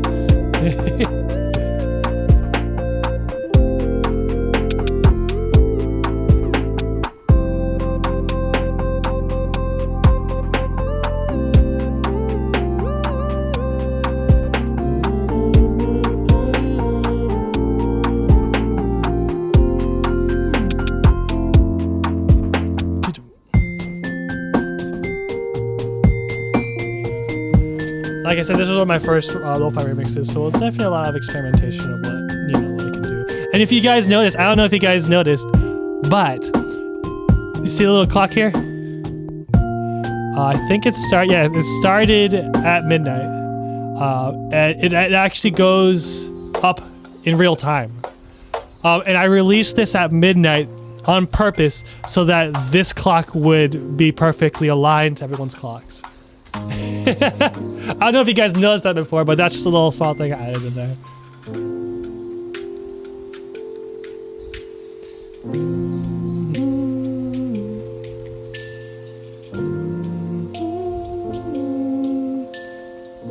Big brain, let's go. Alright, so next one. Man, I am excited for the Bunny Senpai movies that'll be coming out in the not near future, but sometime in the future. When we get to the lo-fi anthem, as I call it. Fugashigi no Karute. So, what more is to say about this? This is that classic.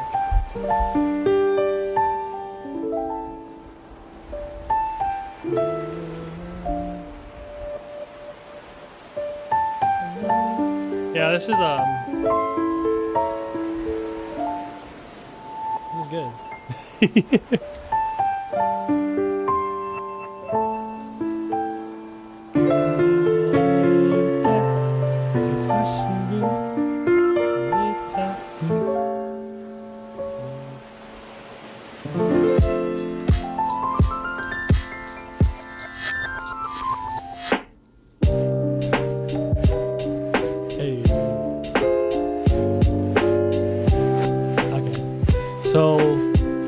I made this one, when I made this one, I did a lot of research because there were a lot of remixes of this song, a lot of lo-fi remixes of this song. So I was like, okay, I need to do something a little different. So I'm like, okay, I know what to do. Let's make this a city pop type beat. Let's bring in that guitar with the strip filter strings, you know, make it the whole 9 yards. Make it super dramatic. I love being dramatic. You know me. That's my brand.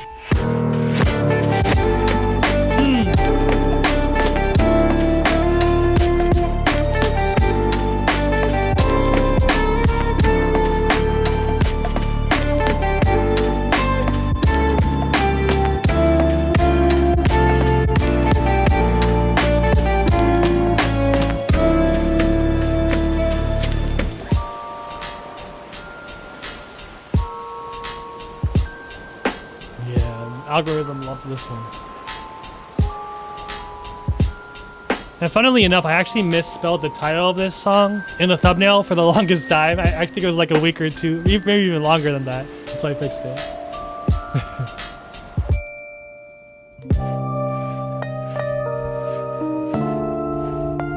Let's go.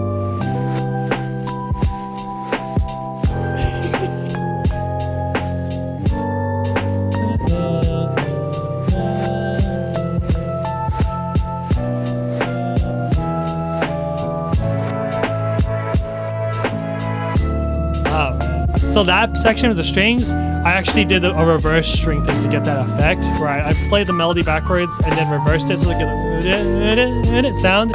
Turned out perfectly. Oh god. Piano runs.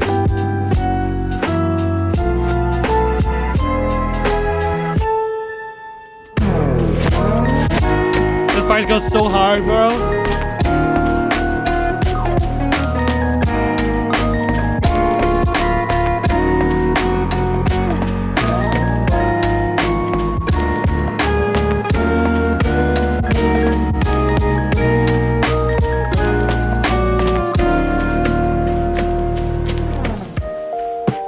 Section.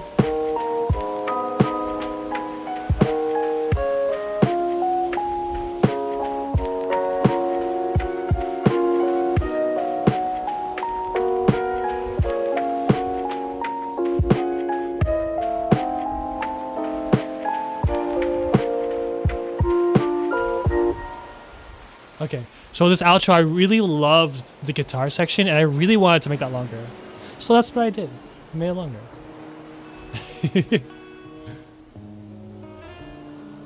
And we needed more screen time for Mai. You know what I mean? With the if I would make another music video for this, Mai would have a lot more screen time now.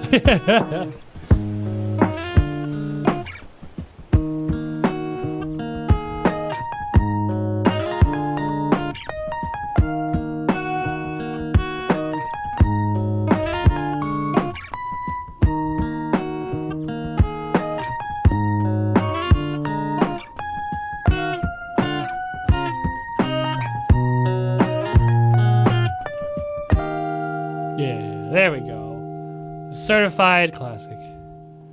The good old Bunny Girl Senpai. Alright, here we go. Nirvana. It was my girlfriend's favorite manga series. Great anime too. Expert. It's great. Good song. Good show. Good show.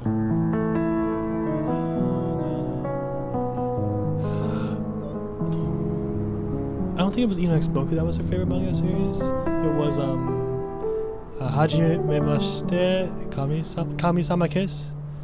That was her favorite manga. That's just crazy. The anime kind of did it dirty.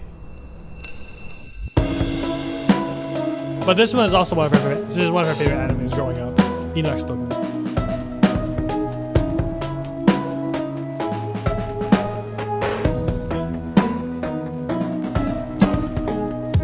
I also made this one the same time period I made the Kibi no Sei and the Connect lo-fi remix. So this has a very kind of similar feel to the others, and that's the reason why, because I kind of made it around the same time. So yeah, this was an old one. I did some remastering.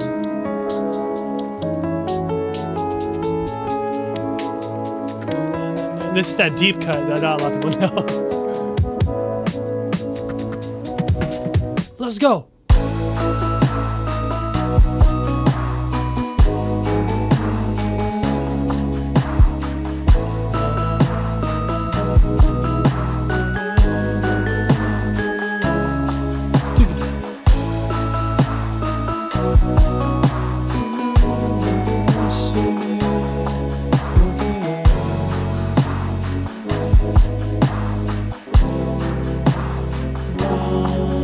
Yeah.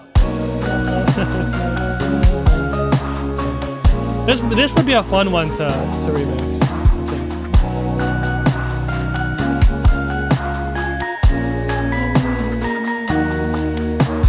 Like EDM remix, I think this would be a fun one.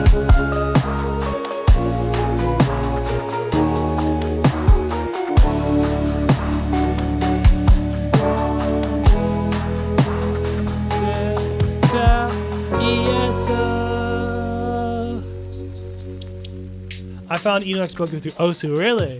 Oh shit. This song would go great as an Osu beat map. Damn, you're right. One of the ending songs went really viral. It's the one with I can't remember her name. The girl who likes sweets and stuff, and the cakes and stuff. I'm trying to remember the song. Only ever heard the song through you. Oh yeah, no worries. I knew this was gonna be a deep cut. It's not one of those. I don't think it was one of those super popular shows back in the day. And it's an older one. Yeah, Carol. I think I know what you're talking about. That song was really popular. I don't remember what it's called though. All right, we get the Depression on a piano show. Depression in the month of April. Which I actually never finished. I got like halfway through it before apparently all the shit hits the fan, and I think it's been out long enough to where I got spoiled on what the fuck happens at the end. Unfortunately, I kind of wish I didn't know, but I kind of saw it coming from a mile away. Yeah, Sweets Parade though. There it goes. That's the one. Yeah. I wish I would have experienced this organically.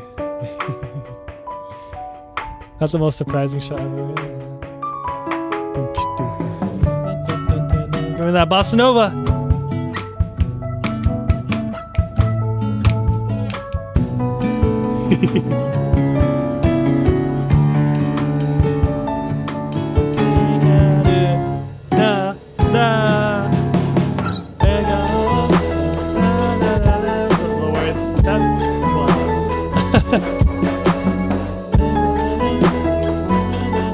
This was a pretty straightforward arrangement I wanted to do.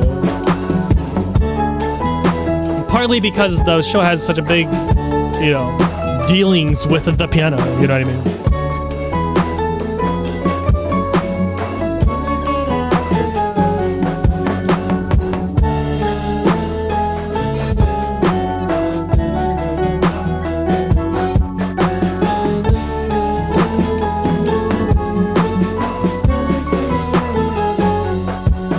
It's a banger.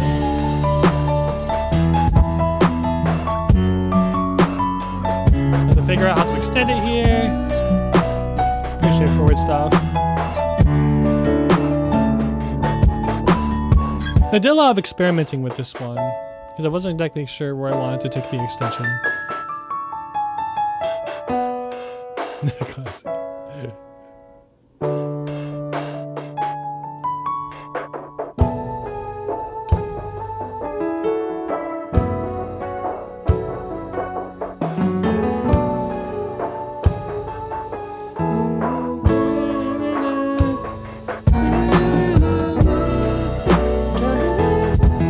This is a great bridge. I love this bridge in the song.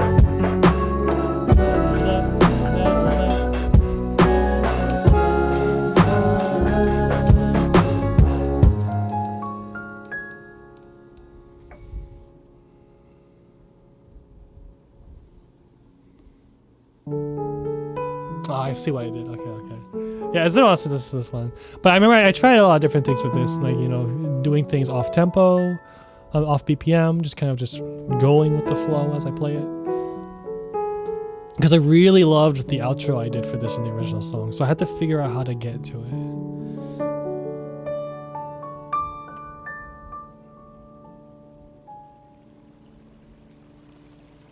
Here it is. The water comes in and then like starts it. This part is so cool. So, fun fact, this entire outro, no BPM grid. I just played the drums like on a drum pad thing on the piano actually, and just kind of felt the tempo myself.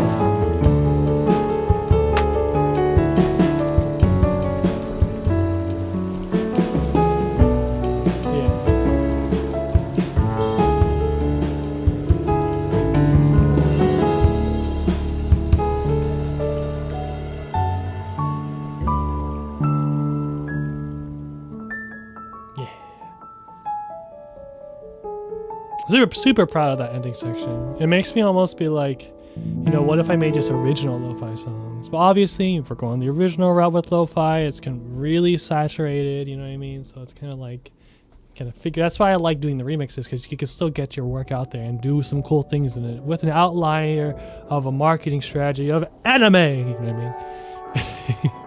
Plus, I fucking love all these shows, so like, it just works. I took this lo-fi remix a completely different direction than I usually do. I wanted to kind of expand more on these arrangements. So as you can see, it's very original.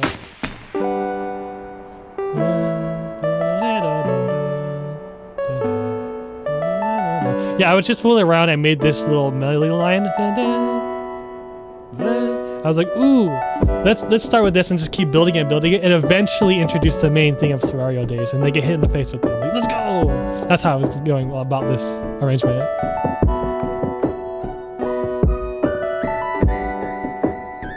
Oh, I love that synth.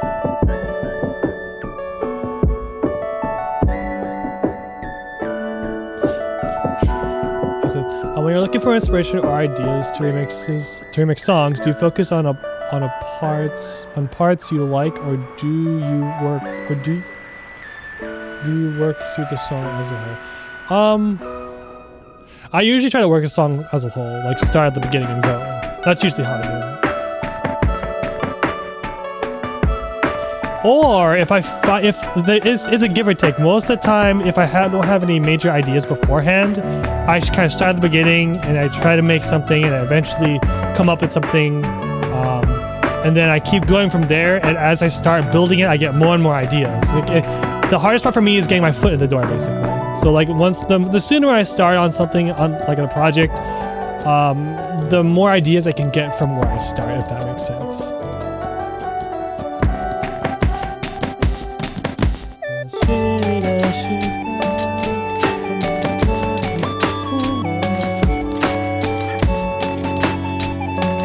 Love that synth I made with it. I forgot how I made that though. Boop sound, like the blip sounds with it. I think it was like an LFO with like a curved beginning or something. Yeah, that's what it sounds like.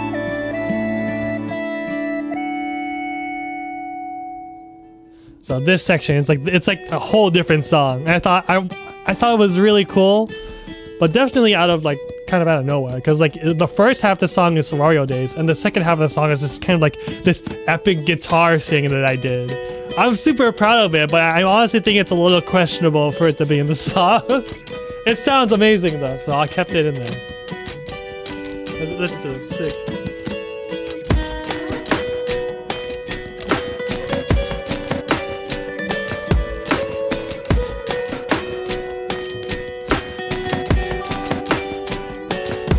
Let's go!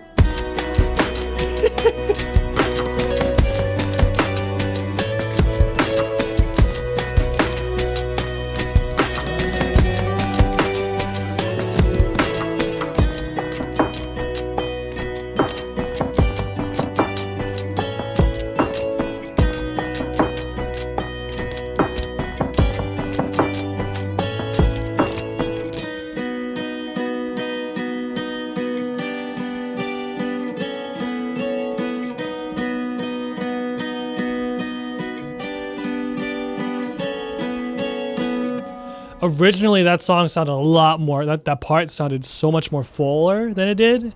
But I'm like, yo, I got to pull back. It's a lo-fi. I always get ahead of myself whenever I make songs like these. I'm like, oh, yo, I got to pull back. I remember, people are trying to sleep to this. It's like the strings were a lot louder in that section. It was so good. I'm not saying it's bad now, but I knew I had to pull it back since we're dealing with lo-fi. So we got another a good certified hood classic. No. We got Centimeter from Rent a Girlfriend. This is a banger.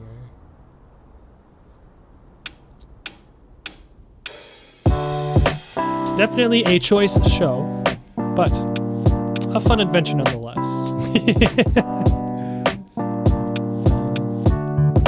I think this one turned out great.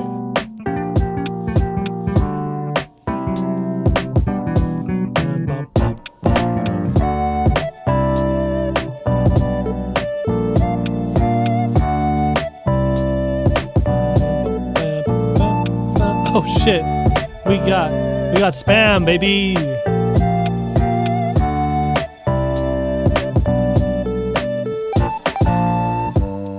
Damn, they're all different accounts. That's nuts.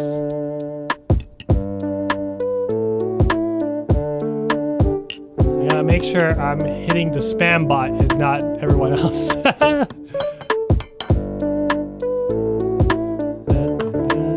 Let's go.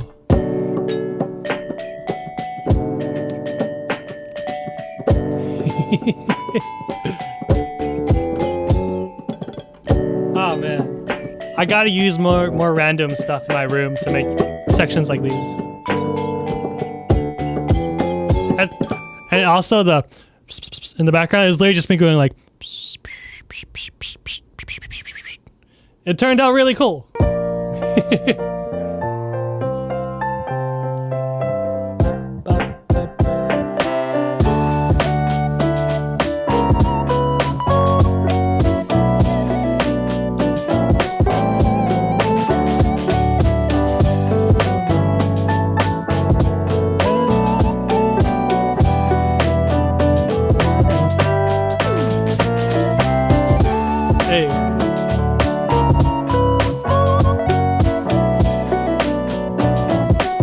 So, a big difference from the mixing on this one compared to the one I released on YouTube is the snare on YouTube is very bright, very ear-piercing at some frequencies. So I had to curve the top end of that snare, and so it fits better in the mix. A lot better in the mix of this one than it does with the YouTube one.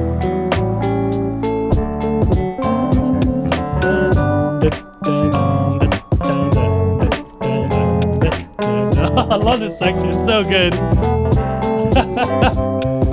Oh yeah, let's run that back. Let's run that back. It kind of reminds me of Zelda.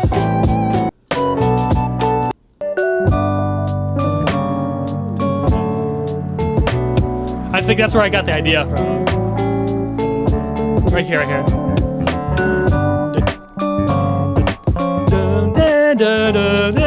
That's definitely a Zelda influence.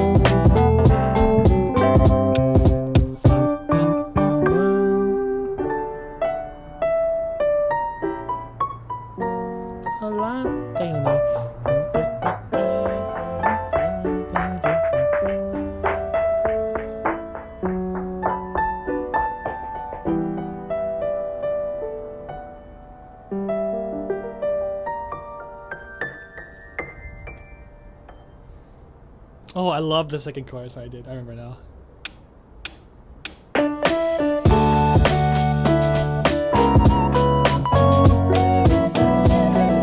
Hey, Reaper Light. Thanks for coming around, man. Appreciate you. Got soup for the stream, man. It's all good, man. Peace. See ya, man. Let's go. So that's ready. Hey. Hey.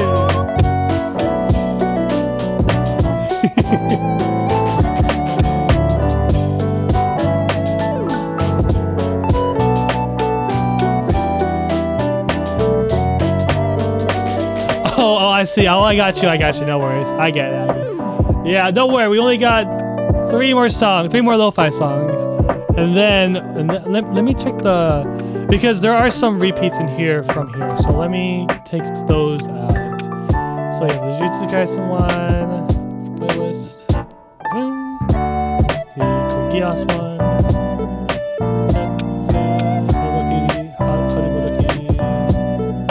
Bluebird. So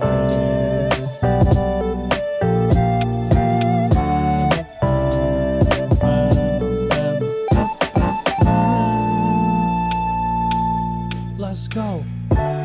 Oh wait, I didn't have to remove that one. Let me put that one back. Oops.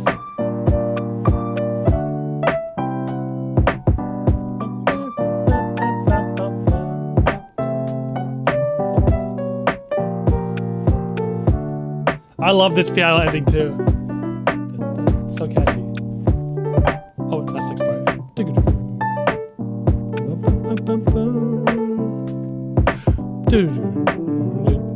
Oh, that's part, ready?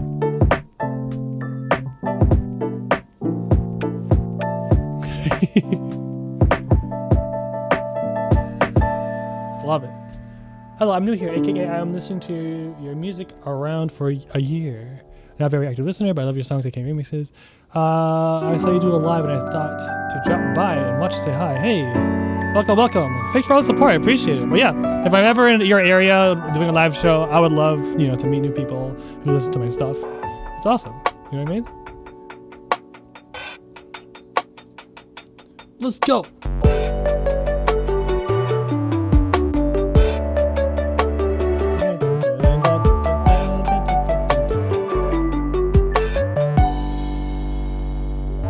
This is a classic.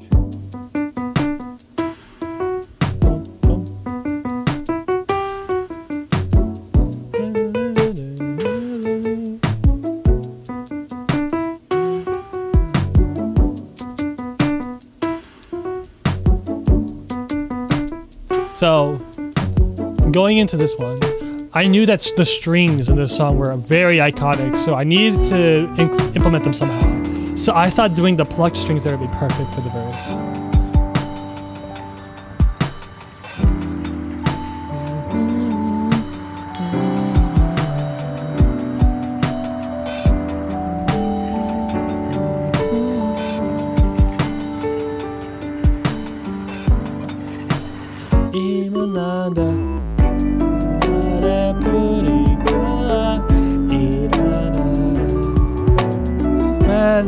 This show is so good, bro. It might be my nostalgia talking, saying it's good, but like, that shit was good. Did that pay off at the end? Mwah. I watch shows for payoff, baby. They even went on a motherfucking boba date, bro. That shit is goated.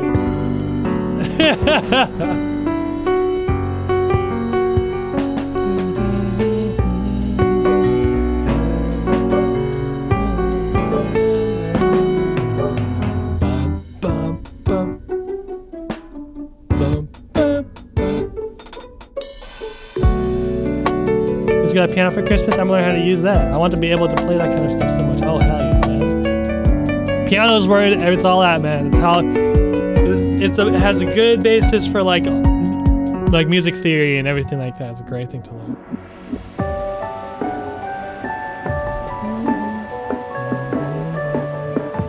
I love this section because in this section, in the original song, it had those saw chords there. So I want to implement them in the lo-fi version, but make them that they're there, but not too overbearing as, saw chords are, in EDM music. It turned out really cool.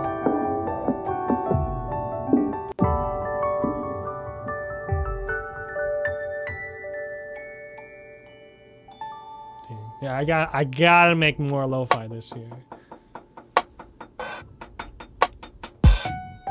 Let's go.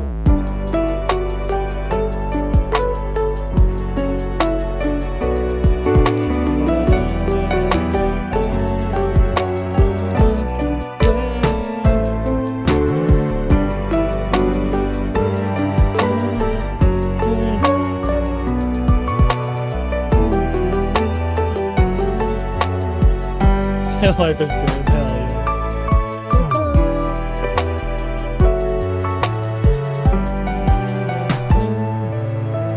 I I love this outro melody. Oh. That's some good shit.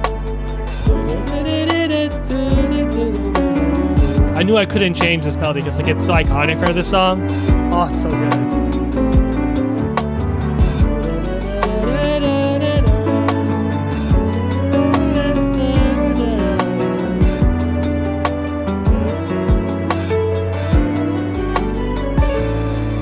I actually put this melody in like an EDM remix I did. I forget which one I put it in, but like it's in there. Like I like throwing in old melodies from different songs and stuff in my remixes, just for fun. Just throw them in there. Hey yo, I love Memento.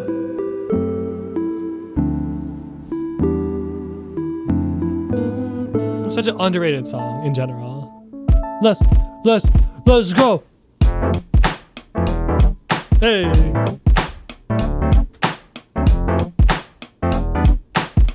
This song is so good. Not even just as a lo-fi remix, it's just like as a funky song, you know what I mean?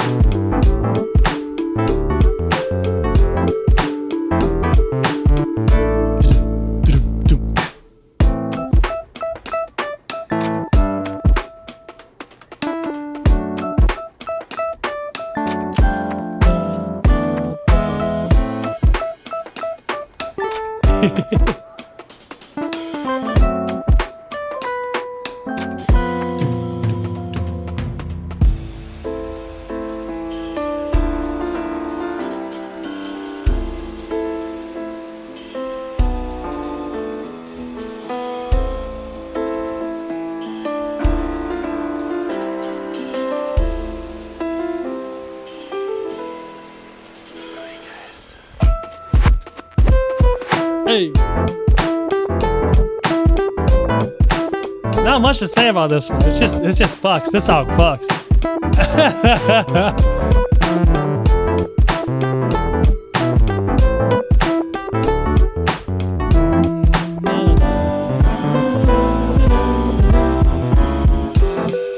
Yeah, instead of going to that long ass solo, we get the little the bridge breakdown now. Going in.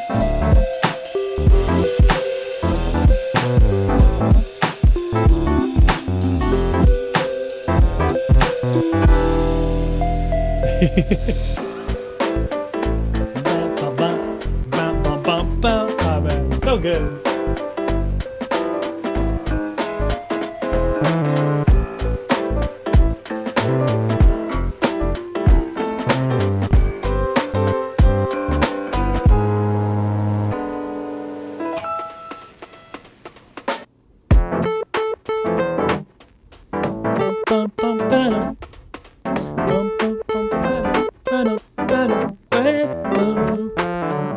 Even the full version ended up making a great ended up making a great conversion into a jazz hop remix. Put your heads together.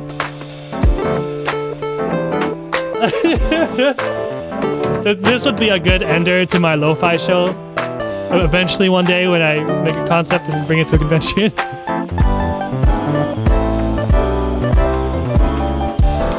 Hey, hey, hey.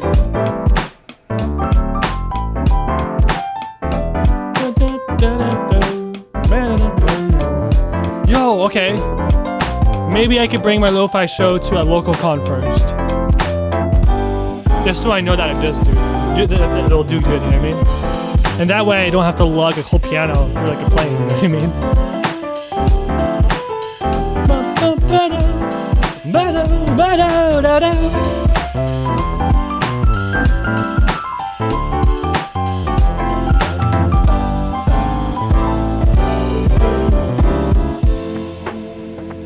Yeah, a Lounge 21 version would be so good at this. Yeah, I should just apply for Lounge 21 with this.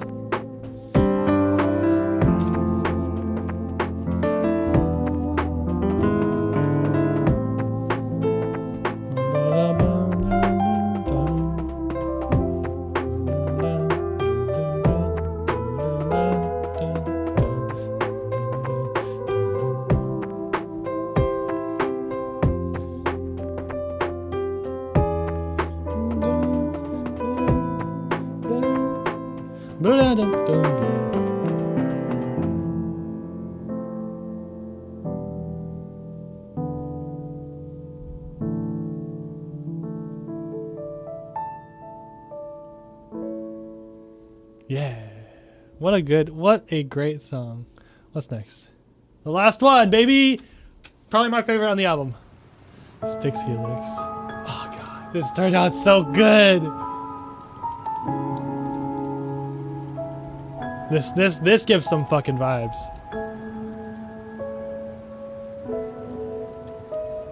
I've seen lo-fi DJs. Those are really cool because they do a lot of different effects and beat cutting and shit. That's really cool.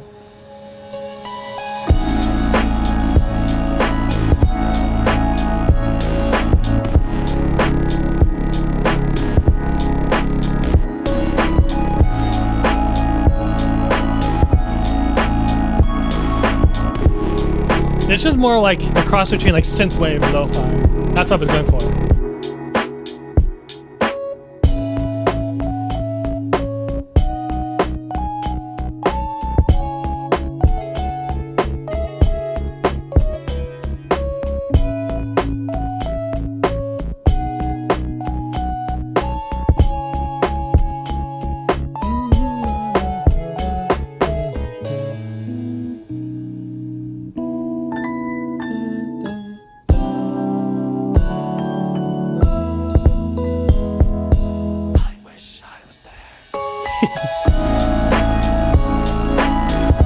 I probably should have got someone, like a girl, to say that, but I was like, I don't have time, you know, I'm too lazy. I just do it myself.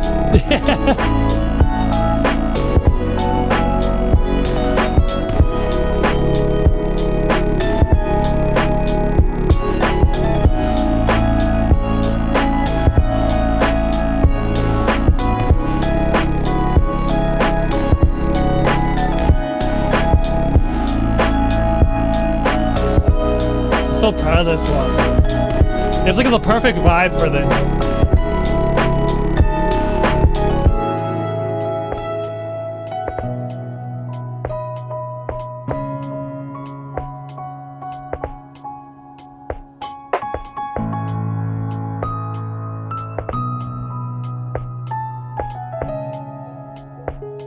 I love this. I love jumps here.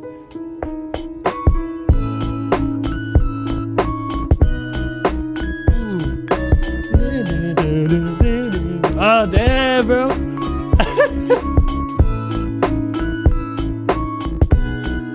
Yes, this is really a DJ Joe remix.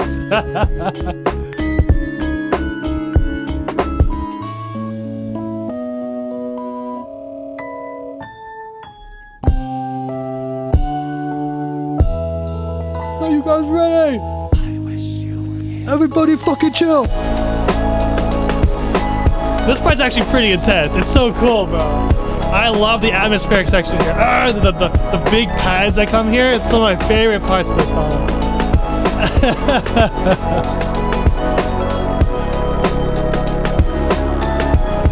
Oh, man.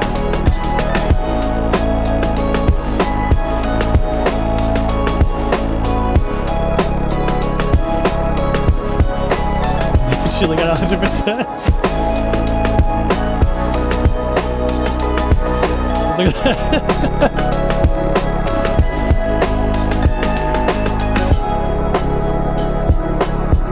This is the best part.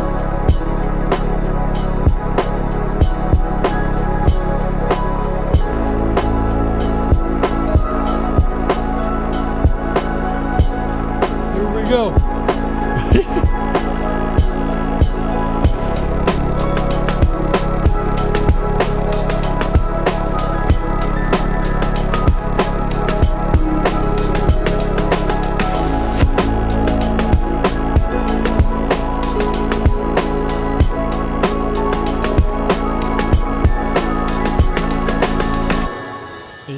Good. Got the fireplace going. And you bring the very first time, is it? Do I use a fucking toy box? I don't think I do it in any of these songs. No, I do. I think in Centimeter I do. But I think I use the toy box sound like very. I try not to abuse that because like it's such a generic sound for lo-fi. You know what I mean? I think I'd have to really use it sparingly. You know.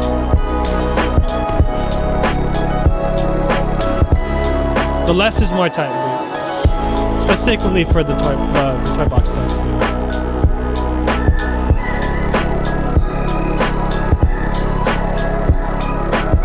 Yeah. So my thought process using that synth was like,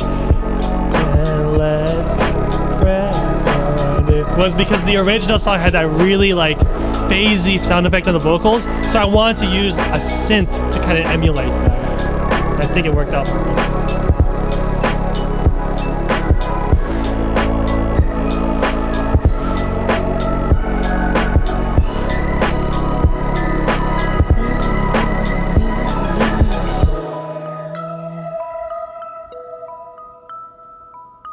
Nice.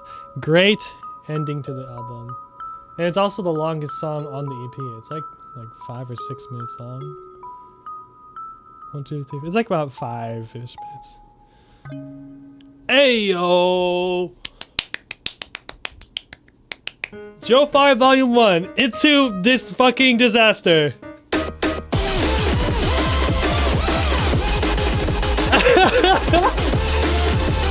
Oh my god.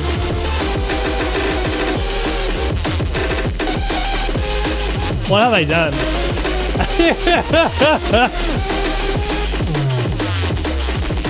Go!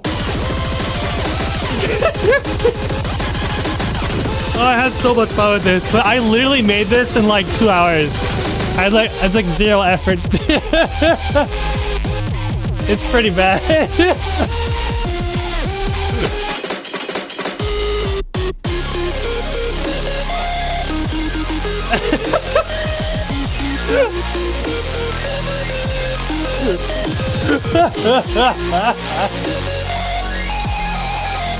Oh god. My favorite part is this next section though. Hands down, this part turned out so good. Camellia.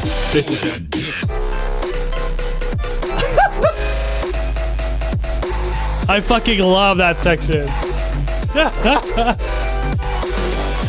I bullshitted this part. I needed something else to do here, so I just did this.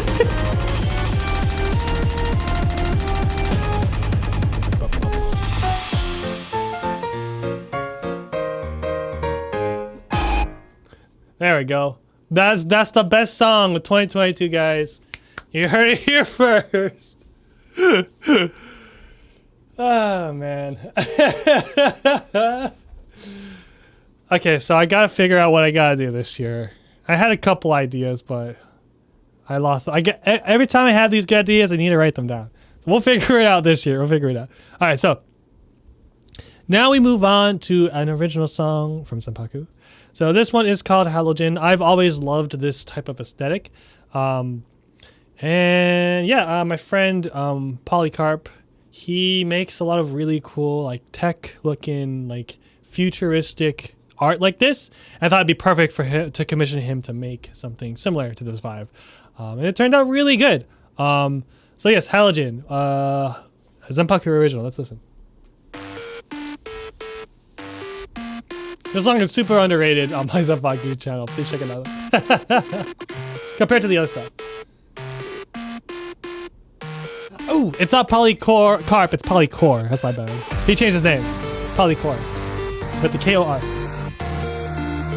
I forgot about that. Girlfriend messaged me about it. I think she's watching it. Or probably hears me from the other room.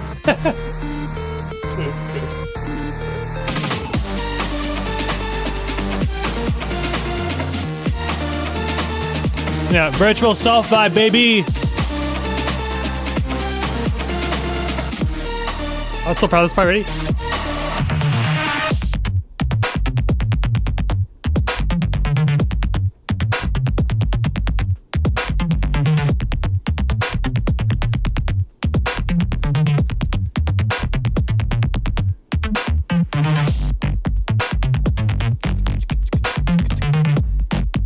I like minimal stuff like that. It's so cool.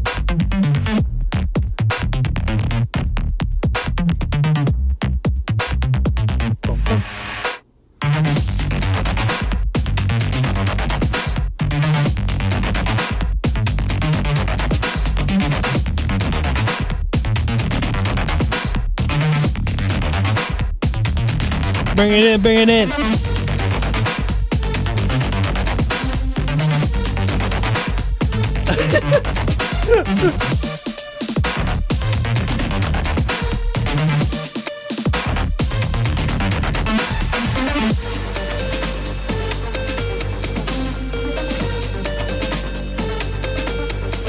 Oh yeah, you're right, Apple Studio. Let's go, let's go.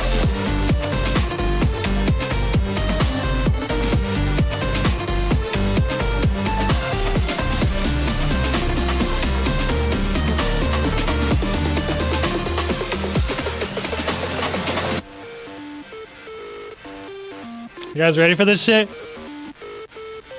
Initiate stabilization.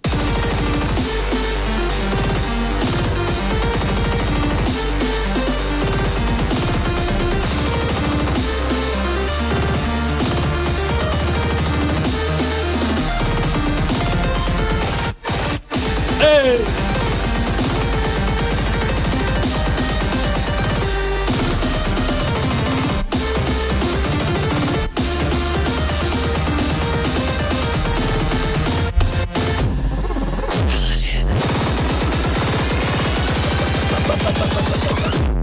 Hey!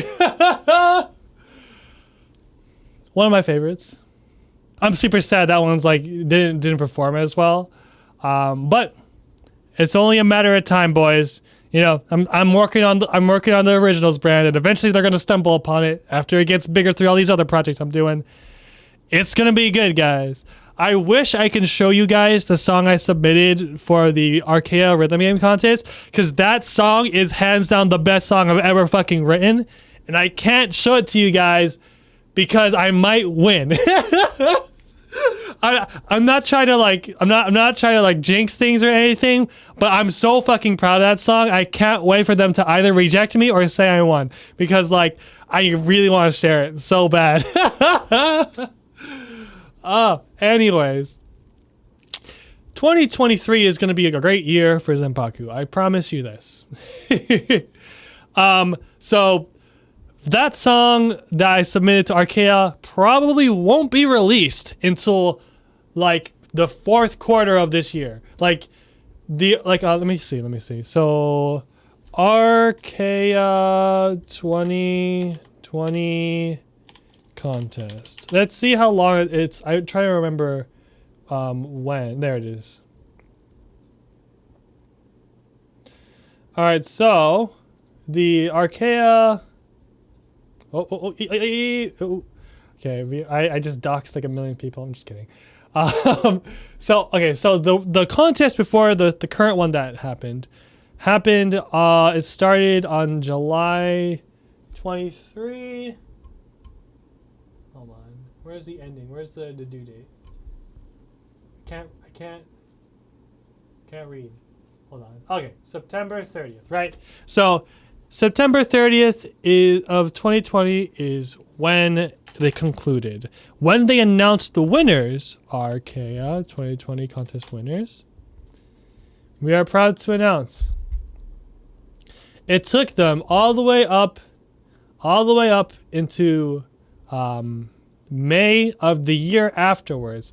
So September, October, November, December, January, February, March, September, September, October, November, December, January, February, March, May. It took them seven months to choose and announce the winners.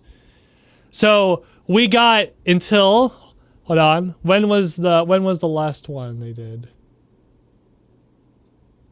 Bing chilling. Right here. So it was December, right? Due dates the 14th of December, right? So 7 months after December. January, February, March, April, May, June, July. We got until July, approximately. Until we may or may not be able to hear that song. So we got a little bit of time, guys. We got until Anime Expo, basically. So I am insanely excited to show you guys that song. Unfortunately, I won't be able to show it to you anytime soon. But I'm just saying, it's probably the best song I've ever made. Anyways, let's move on. So I'm going to try to make 2 original songs per month this year for Zenpaku. And I'm going to be trying to venture out all these different genres I haven't done. I'm going to be trying to do a lot more happier rhythm game music stuff. So I'm going to try to do those like super kawaii, like J-core type stuff as well. I want to step my foot into that kind of genre and just make a lot more cool art core type stuff as well. That's what I kind of want to do. So we'll figure it out when I am able to get to the original stuff, but it's going to be sick. Yeah, I'm excited. I don't know if I'll be able to get 2 songs this month since I had a late start of the month. I only got like 3 weeks, so I could probably do 1 original. We'll see. But I'm also still waiting on some art, so we'll have to wait. So we'll see. Okay. Anyways, let's go. Akuma no Ko. So this song, is extremely proud of how this one turned out. Very concept heavy on my end. I wanted to make it sound like a excuse me. Junko, what's her name again? Hold on. I try to make it. Oh yeah, yes. I try to make the sound very similar to Sewer Sluts music. They have a very iconic sound, and they're kind of really popular within that type of breakcore. I want to do something similar, and I loved how this turned out, especially that ending section where Flamian. I love the ending section of this. So let's experience it together. Oh, this turned out so good. 鉄の玉が正義の証明貫けば英雄に血がついたその目を閉じて触れてみれば同じ形同じ太陽の悪魔僕はダメであいつはいいのそこに壁があっただけなのに生まれてしまった定めなげくな僕らはみんな自由なんだから鳥のように羽が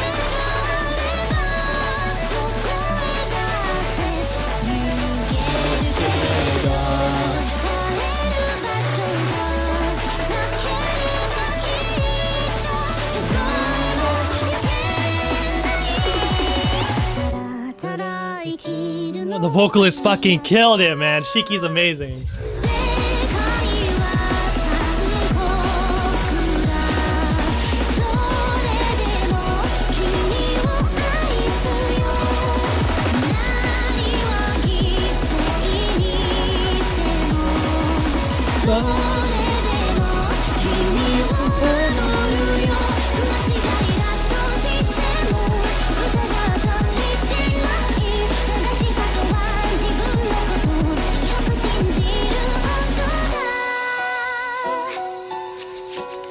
Hey, yo. I love how the bass design turned. Like, I figured it out. I'm like, let's go!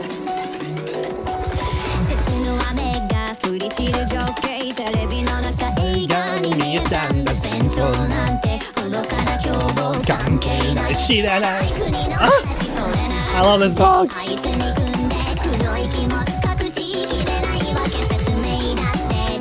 Are you guys ready? Let me see those hands.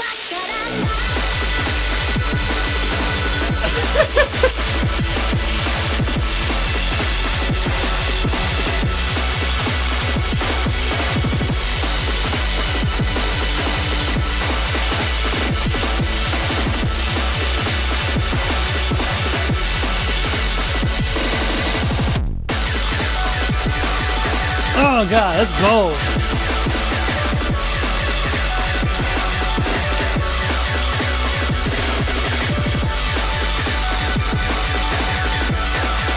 Hey man, see you later. Thank you so much, Eric Delgado, for coming out. I really appreciate the support, man. See ya.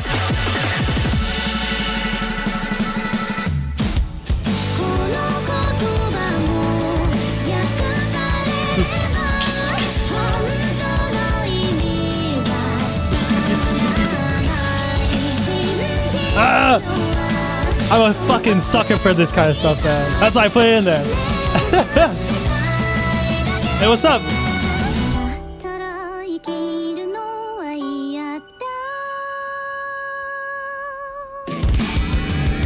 Let's go, let's go, let's go.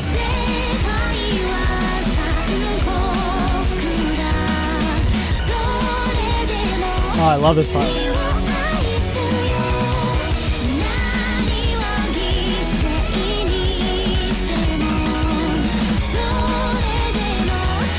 This is my my tail part.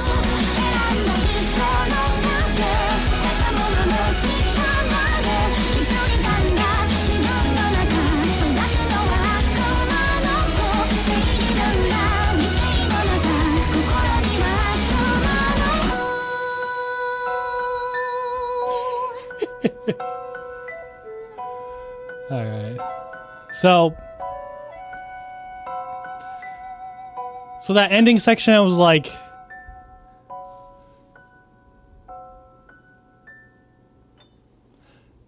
hold on. So after this drop, I wanted to bring in the drum set. I wasn't exactly sure how I wanted to bring in the natural drums there, but I wanted this next section to have it. And then I'm like, yo, we should just like straight up just make it like the original song, but just add intense drums here. And then the guitars. I can't get over how well this song turned out. I could do the entire song like this and it'd be sick.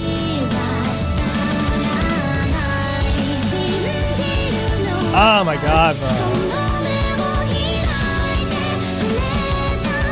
Hey, thank you, Copa. I'm glad she likes it.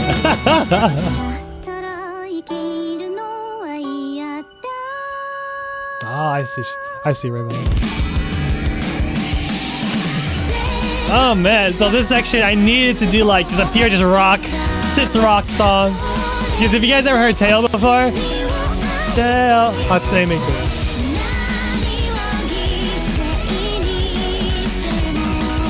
So the inspiration for this part kind of ripped off this song. This song's definitely gonna get like copyrighted now. This stream, just because of this song, I'm sure. I'll figure out how to take it out. But like, this is the main inspiration for this song, for that ending section I did. Da, da, da.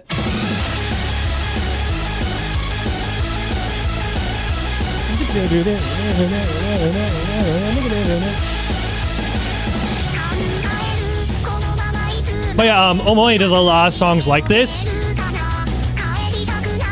Yeah, this song. You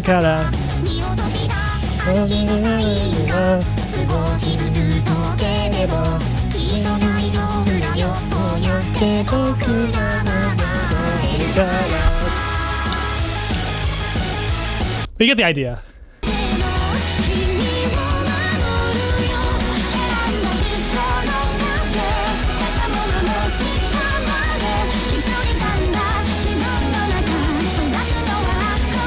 Hello, Beat Savers.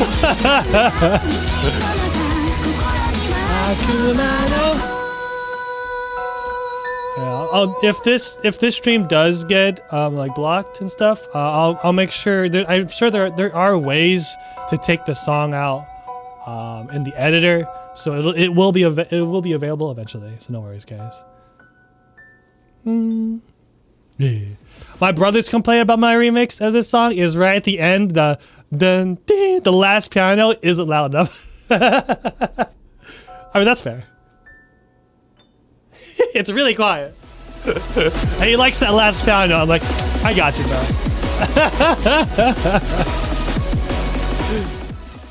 Anyways, one of my favorite remixes I've ever done. Let's go. Now this one, Mixed Nuts, turned out to be a great lo-fi song. This one popped off 120k, guys. That's fucking sick. This song's also really loud. Okay, so the reason why there's volume differences a lot of the times in my videos, especially when you listen to like a lo-fi remix and then like EDM remix of mine. Also, one thing that will always fucking kill me is that whenever I made this video in After Effects, I think I'm partially colorblind to like reds and stuff. so it's hard for me to see differences, slight differences in white and like tans. And as you can probably see, if you aren't colorblind with the same kind of color blindness, you can tell that this color here is different from this color, and I can hardly see the difference. I'm sure a lot of you can, but me, I can hardly see that difference until I really look hard at it. And it's so annoying because it's so obvious now that I see it, and it's so bad. As an editor, like a video editor, like these are two different colors. This here and this here. It adds character. Fuck off. Oh well. But I thought this was perfect to catch the vibe. You know what I mean?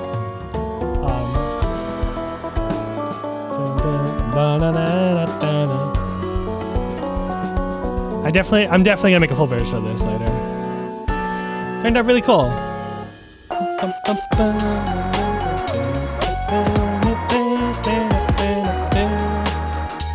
little happy little lo-fi remix going on, you know?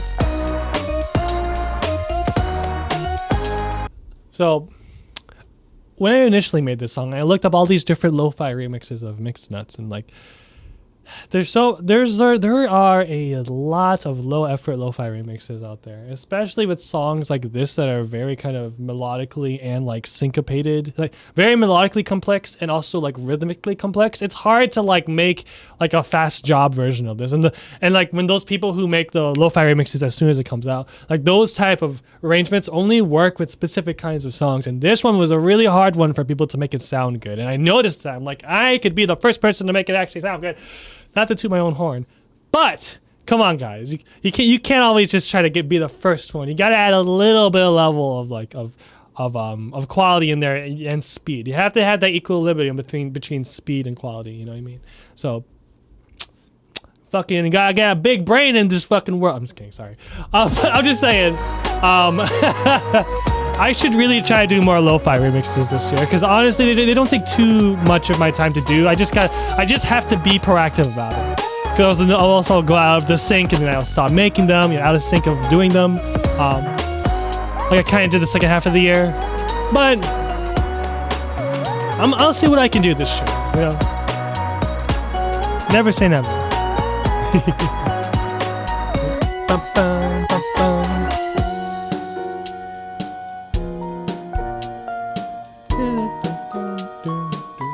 Oh, I finally upgraded. Hold on. I probably showed this in the last, like another stream of mine. I gotta make sure I don't dox myself. Alright, no one can steal it. Nice. Yeah, I'm sure I showed you guys in a stream before, but I finally bought Complete 13 Ultimate. I've had like Complete like 10 or something, regular, and I upgraded to Ultimate, and it's the 13 version. So now I have so much more different things to work with to make more awesome lo-fi songs for you guys. I'm really excited for it. Alright, so for the arrangement of this one, anything interesting I did? I'm trying to think. I'm trying to remember what I did with this. Oh, okay. So this first part, if you remember the original song, this whole intro is like like a bunch of shit, like crazy chaotic stuff, and then the drum fill, and then it goes calm. So like, I was like, how am I gonna translate that into lo-fi? You know what I mean? So I just made this one big chord and just did a bunch of stuff on the piano. I'm like, that works. I'm like, yes. Do a little bit of random like cymbal stuff. I probably could have made that drum fill better. And I had to do an extended intro, just kind of bring them more into the song, bring the groove in. You know, I don't want to just go right into it.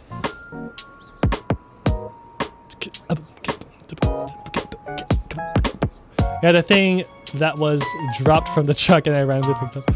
Yeah, but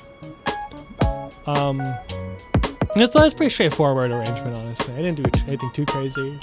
I think I was pressed for time when I mixed this. I think because I knew I was on a time limit. Because everyone was like bringing it out. Like, okay, I gotta try to get this one out. You know what I mean? I tried to find some art. I lucked out. I found this really nice picture. It worked out perfectly. I'm like, awesome. Let's go.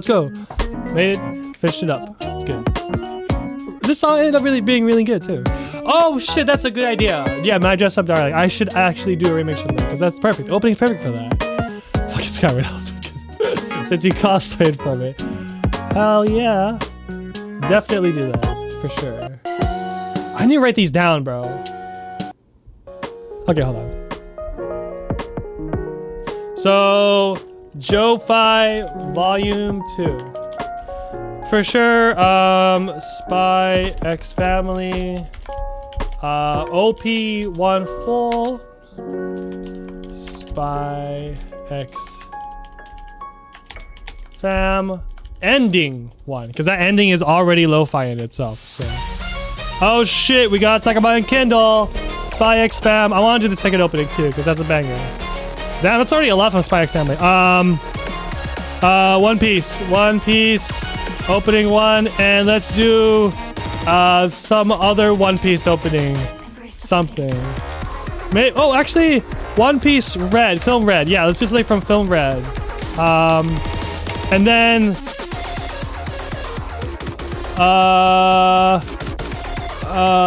what else? I'm trying to remember what else I did and what I talked about earlier. Hold on. Okay.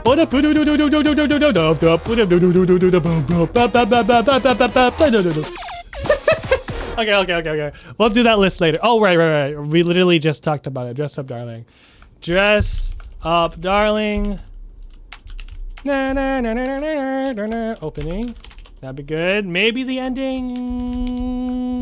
We'll just do the opening. I have to listen to the ending again because ending was okay. Ending was okay. This is already a good list. Spy X Family out the ass. We fucking gotta do Demon Slayer. We haven't done that yet. Why haven't I done Demon Slayer yet? That shit's easy. Demon Slayer OP1 and let's do Demon Slayer.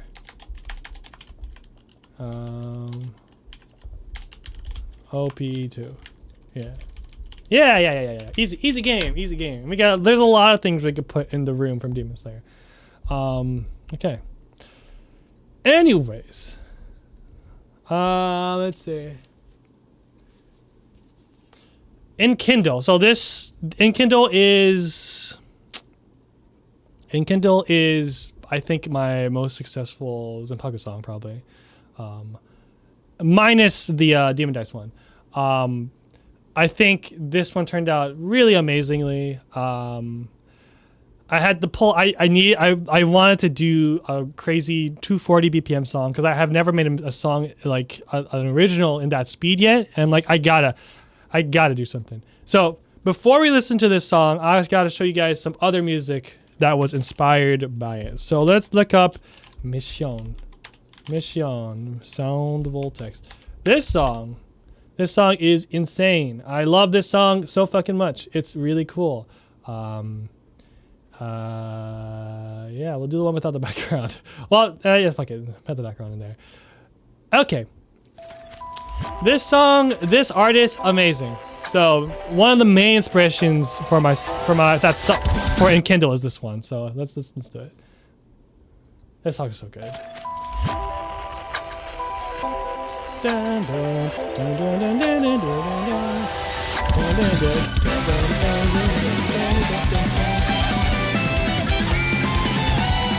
So good.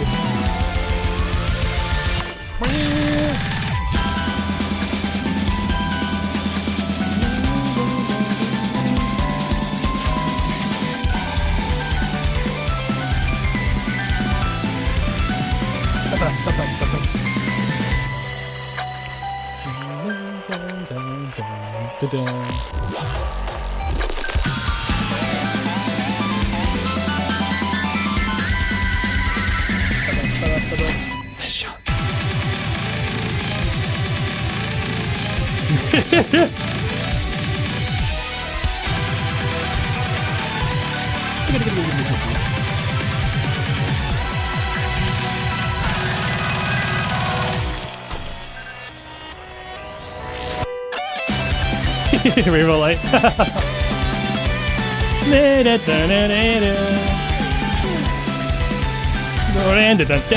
That's so good, man.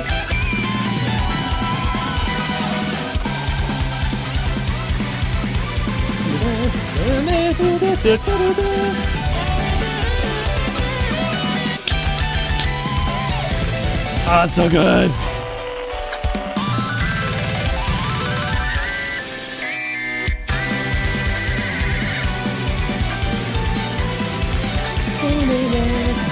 Let's go. Bam, bam, bam, bam.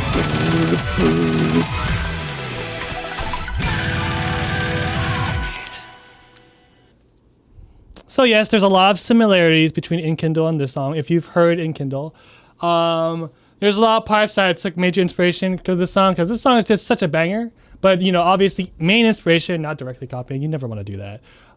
So there's this song, right? And then there is also, I wrote it down here too. Yeah, this one. And then this song. And you'll hear what I'm talking about. This song's so good. It's such a classic.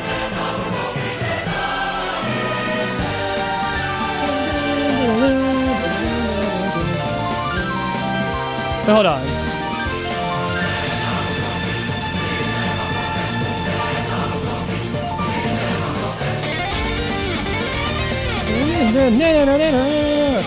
This actually isn't the song I meant to put in the description. It's actually a different one. I was thinking of this one. This is the one I was supposed to put in the description. This is the one that was supposed to...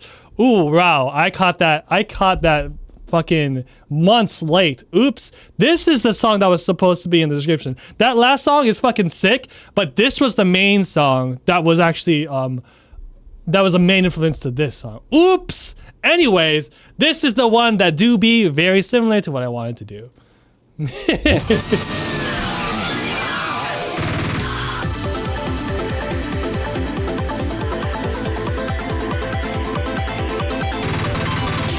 Oh yeah, that last one was from, it recently got to DDR Ace. You probably heard it from there.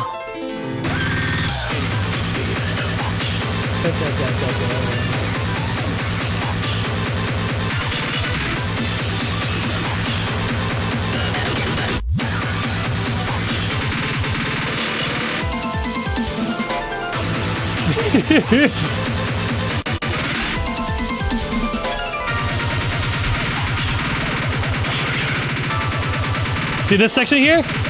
Recognize it. Remember it. Remember it.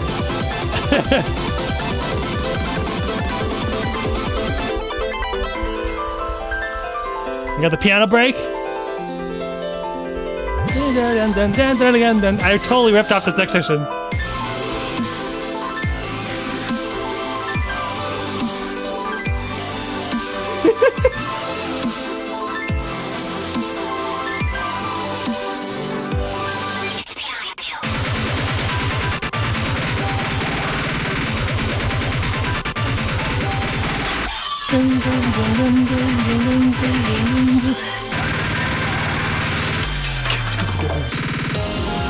You can structurally, I did a lot of similar things to this song structurally, but I kind of placed it in like my own versions of it. But I feel like I feel like structurally it's a little too close sometimes.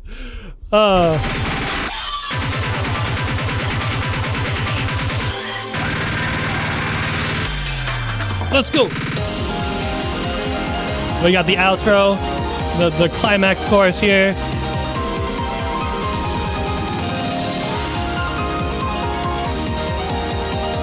All good, Thomas? Have a good walk. Oh, it's behind you? Yo, I just saw that comment.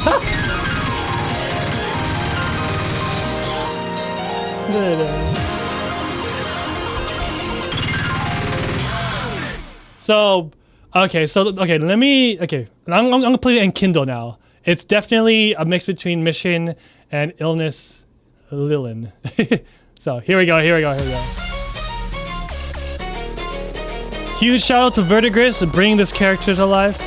I literally just showed them this song, and be like, okay, here's the song I made, and here are the other two songs that are inspired by it, and here's a bunch of sound voltics, like cover arts and stuff, and make something similar.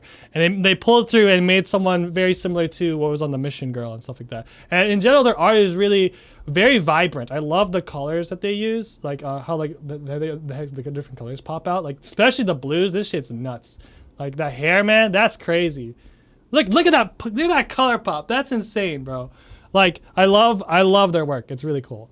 But But yeah, I really love their use of colors, and I thought it was really unique in that way. So I thought I that's why one of the main reasons why I wanted to commission them for it, because I just love their use of colors. So yeah, they pulled through. All right, here we go. Here we go.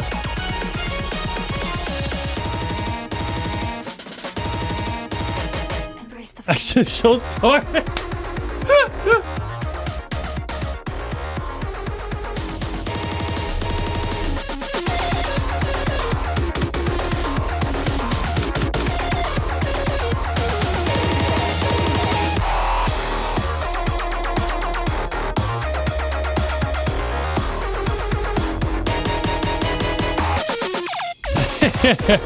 Yeah, the Osa beat map is pretty hard for this song.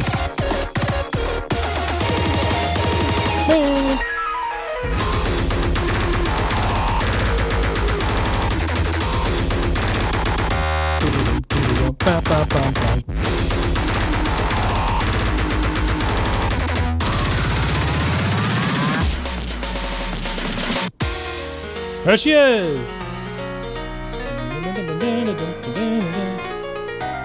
Stockfire, let's fucking go, bro! You already know what it is!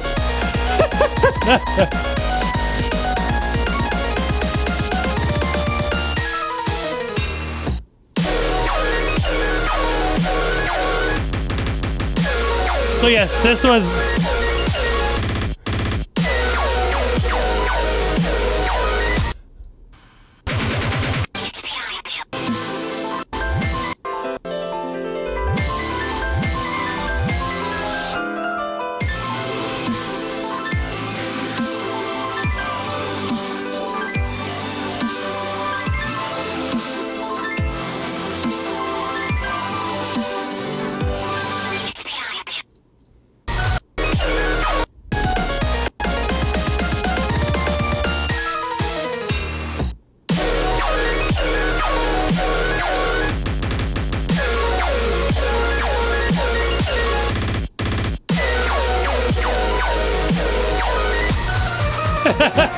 Okay, it isn't exactly a ripoff, but like I took the concept and then like worked it into, you know, my way I would do it. But it does look a mighty bit sus, you know what I mean? It's not like an exact copy, but now you see it. You know, at least I'm the one that showed it to you.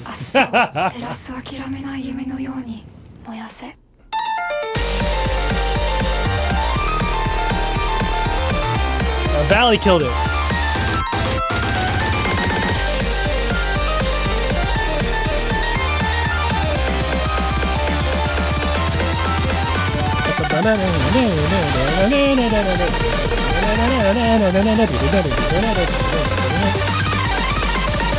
Exactly, Femio. That's exactly what I mean.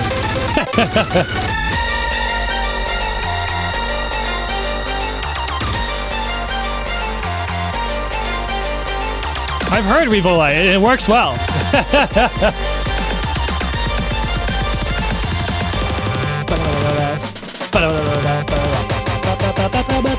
Give me strength.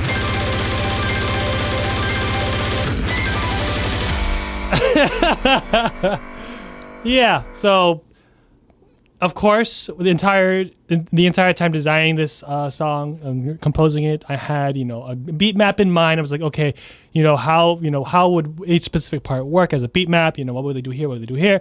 And of course, I wanted to recreate some parts of songs that I really liked, like the Lilin song, and then the fucking Mission song as well.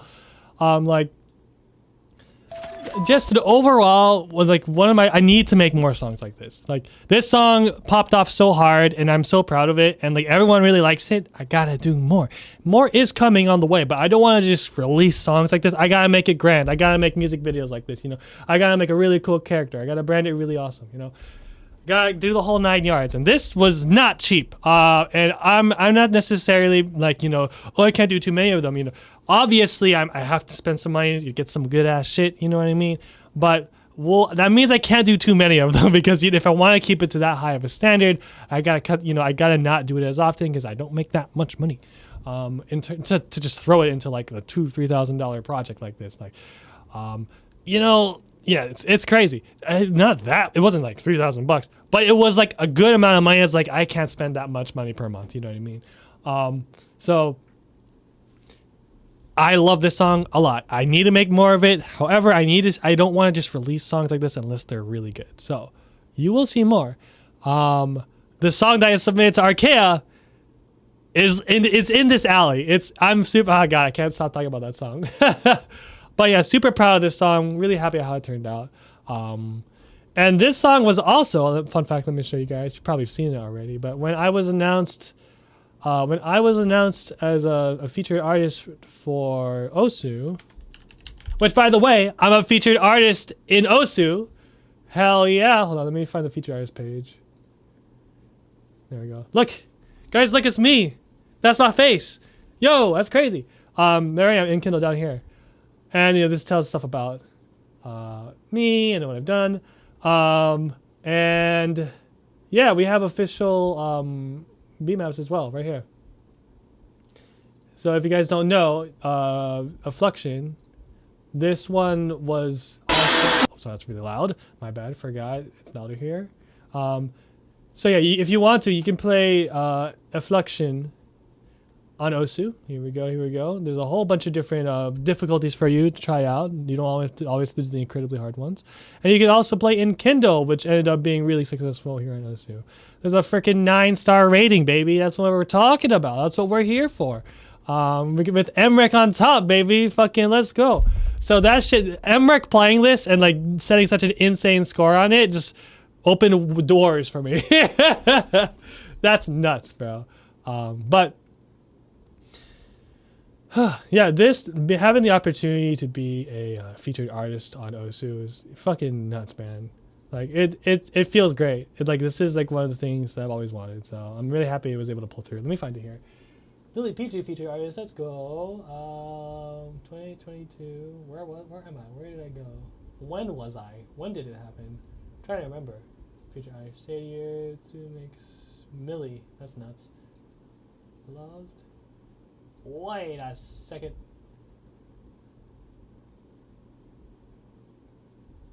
When did I? Oh, this is the month. Oh, I thought it was the entire year. Oh, never mind. We're good. It should be November. Was it? Hold on. Here we go. October. There we are. Here I am. Here it is. So this is the featured artist page that got announced. And this is the video they used.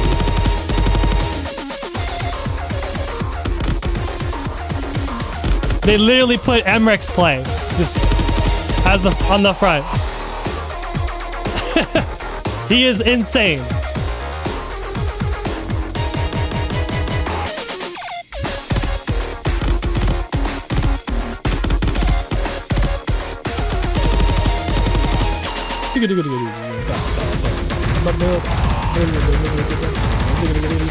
Huge shout out, by the way, to Reform. This guy.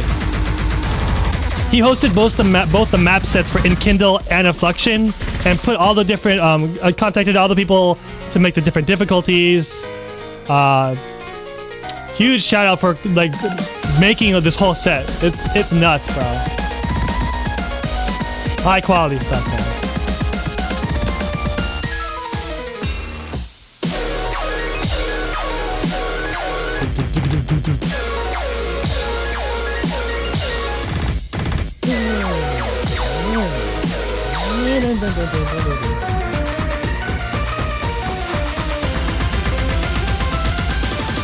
Yeah, he choked the very last pattern. It's hilarious. This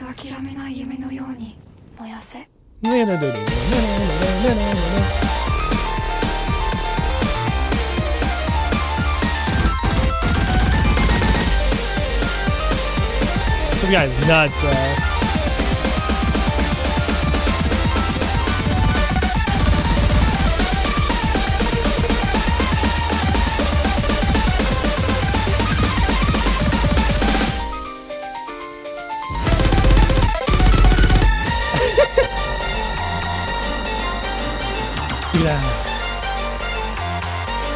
Oh, the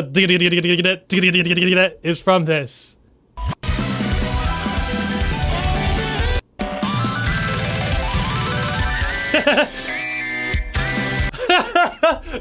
It's almost the same.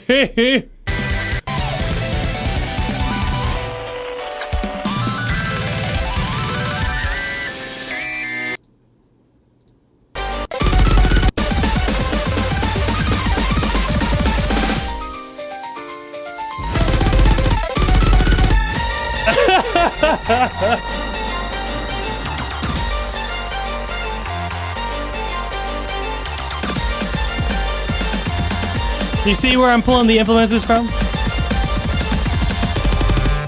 But it's still like a whole experience in itself, so I'm not like completely copying it. That's what I'm proud of.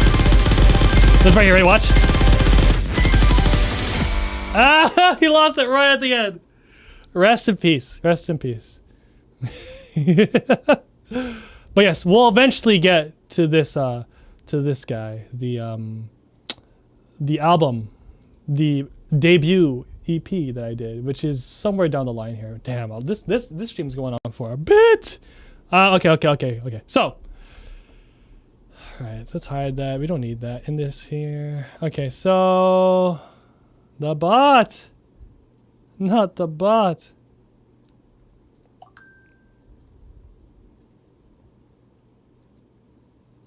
Okay, so let's move on. Damn, this is taking a long time. All right, guys, we're here. This is where Persona 5 started to slowly take over my life. I really wanted to do this video well. Like, I worked really hard on this video.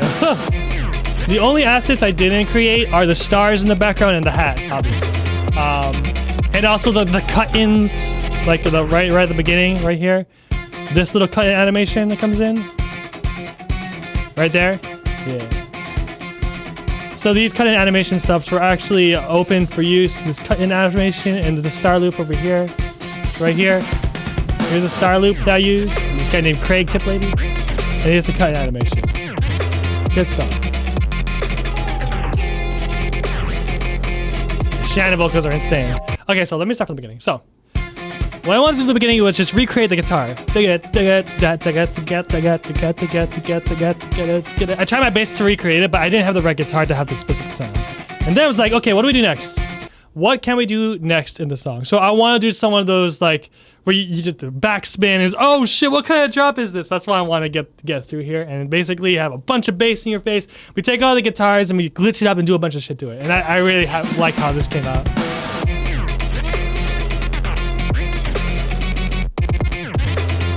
Yeah. Shannon really pulled through these vocals. Like, she has such an amazing, aggressive voice. Really killed it. Too bad she's like retired. Graduate.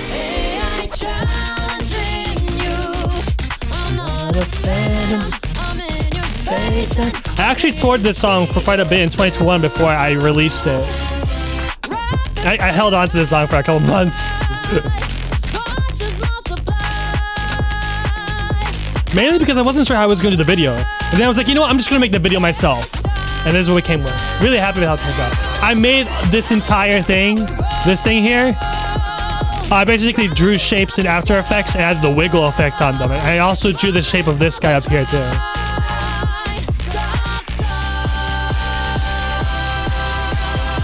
So happy with this song. This is like my favorite remix of 2022 probably. It's hard because this is like right up there with Akuma no Ko. So you know that we're out there. Oh, it's so good.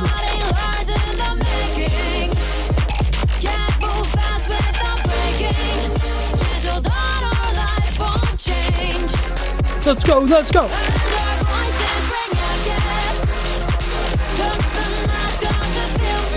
I'm so happy with how the mixing turned out on this song. Like the mixing on this song is so fucking good.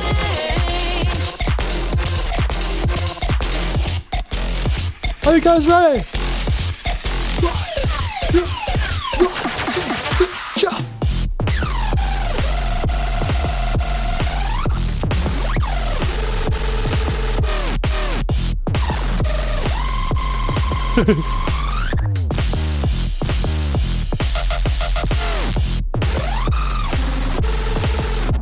Hey, thank you so much, Revo. Bow, bow. Okay, let's break this down. So,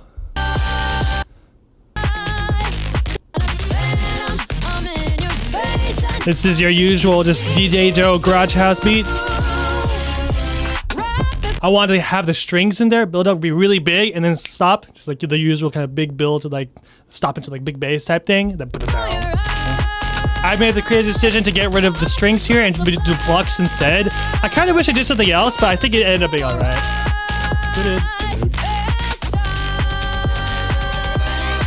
Layer with saws and strings, building up.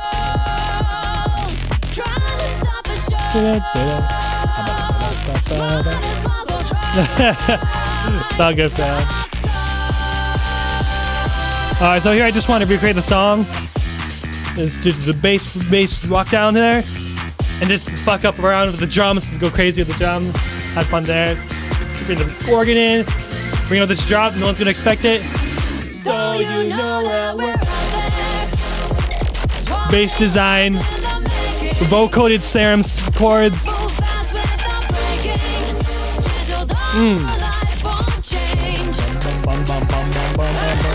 Let's go! Oh my god, I'm so proud of this song, man. Like everything about it, like the mixing, the volume levels, everything. Oh man. And this drop, it hits hard live with a big laser beam. Love that stuff. Let's go, let's go!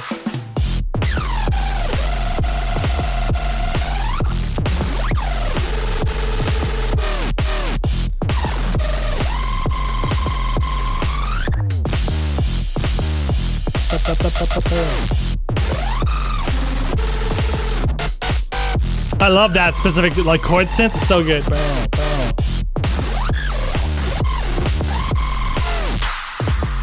All right. Originally, that boom, doom, doom, doom, doom, doom, doom, that would loop over and over and over again, and then that little beat I did there would be what I would use to mix into the next song. But I was like, okay, how am I going to continue the rest? And that's like, and that's where it would end usually, and then I would mix it to another song. So I've had this like 2-minute, 30-second version of the song for like months and months and months. I was trying to figure out how to extend it. So like, okay, let's take that beat and just add the vocals over it and fade in the rest of the synths into the next verse. I'm like, okay, that'll work perfectly. Doom Slayer. I'm not a figment of your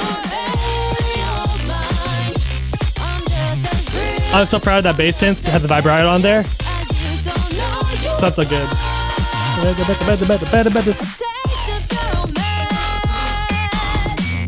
Halftime.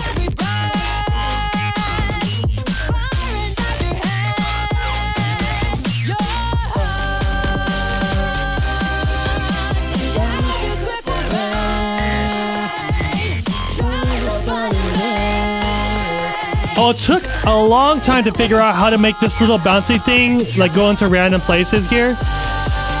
I had to look up scripts and shit and how to script it. It took forever. Alright, here we go, here we go. This part's fucking sick. 1, 2.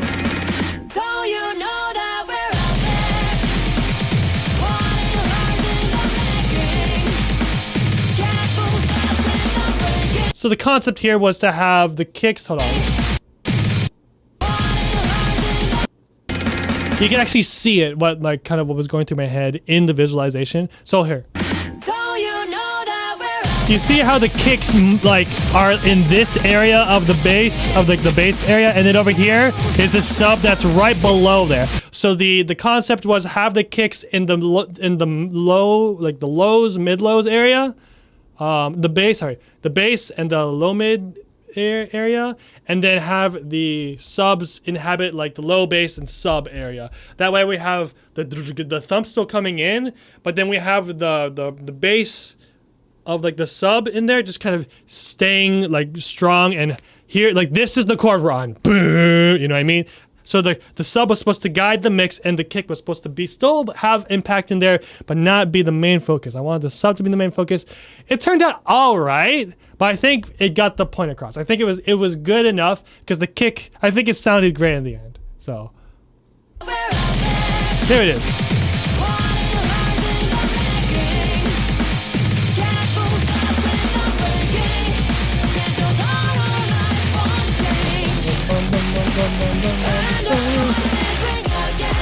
And bringing the kick back in. All the elements come together at the end. And then organ solo, baby! Let's go, let's go!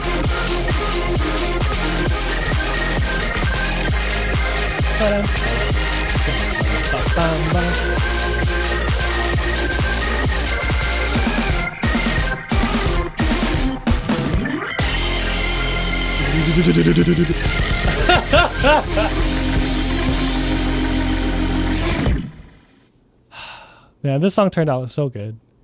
That ending, the big rock ending. I love it. Yeah, so yeah, life will change. I need to do more from Persona because like this was such a blast to make. Probably my favorite house remix I've done in 2022.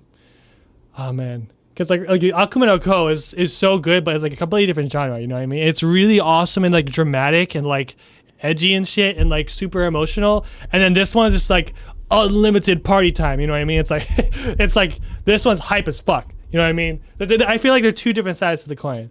But I love this song. It's so good. It's great. It's great. Speaking of which, Long Shot. Okay, I'm incredibly proud of this one as well. Oh man, mixing and everything, sound design, the vocals. Hey yo.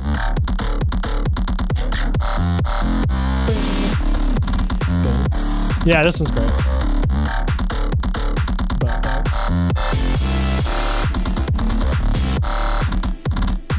Thank you guys so much, man. I love this project as well. Like, so the sound design, how everything fits together, the mixing on it, everything's perfect. Damn, man. I mean, I ended up going in later and actually increasing the kick and lowering the sub at some specific parts, but like, for the most part, this song is like flawless. Like, I love how it turned out. The fucking whoop, whoop. I love the sound design in this section.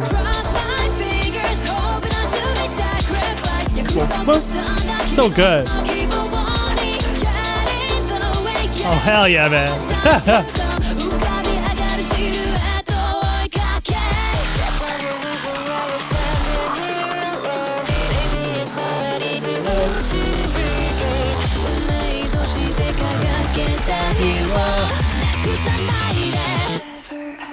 What if I could run my wrongs and save you from the fate? It's not enough. It's not enough for me to break the rule of all these wars. I am never gonna leave you. Going to the internship, yo, I do that all the time. Like, oh, Love Live songs remind me of Doom. Like OG Doom 2.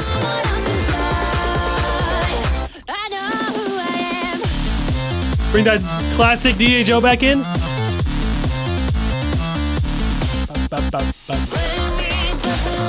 Oh, I love this part.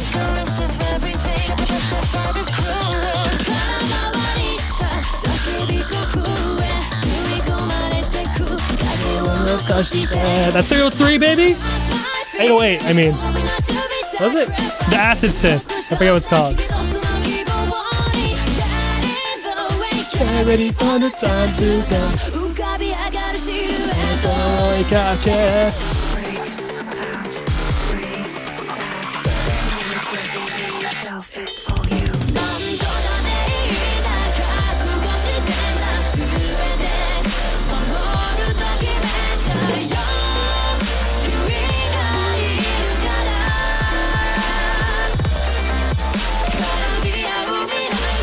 This part I try to do a lot with the vocoded synths, like delayed synth here. I like it a lot, but I feel like I could have done it better, but that's all right. I think it sounds like a really cool. I think the mixing could have been better though. to get the impact of the in the background. But overall, it's a success. Negata. I love this part. Sit solo, baby. That snare.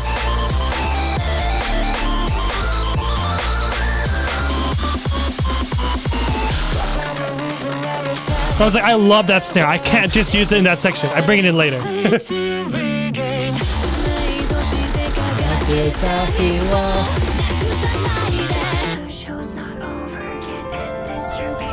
if I could let my voice save you from the pain? It's not enough.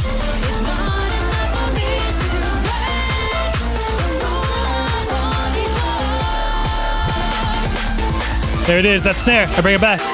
This part is so nice CPU because I introduce all the reverbs on top of the pianos as well as all the serum stuff going on. And when serum has a lot of voice hits, it fucks my computer. Love this section. It takes the first chorus and adds a bunch of stuff to it. Basically, like it brings everything together, baby.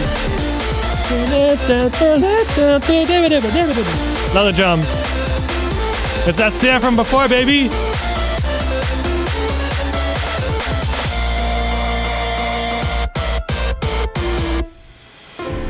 Hey, yeah, that's a great project. Yeah, bring this part back.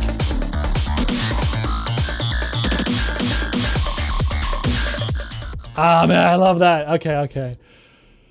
Whew. Yep, that's a good one. That's some goated shit right there.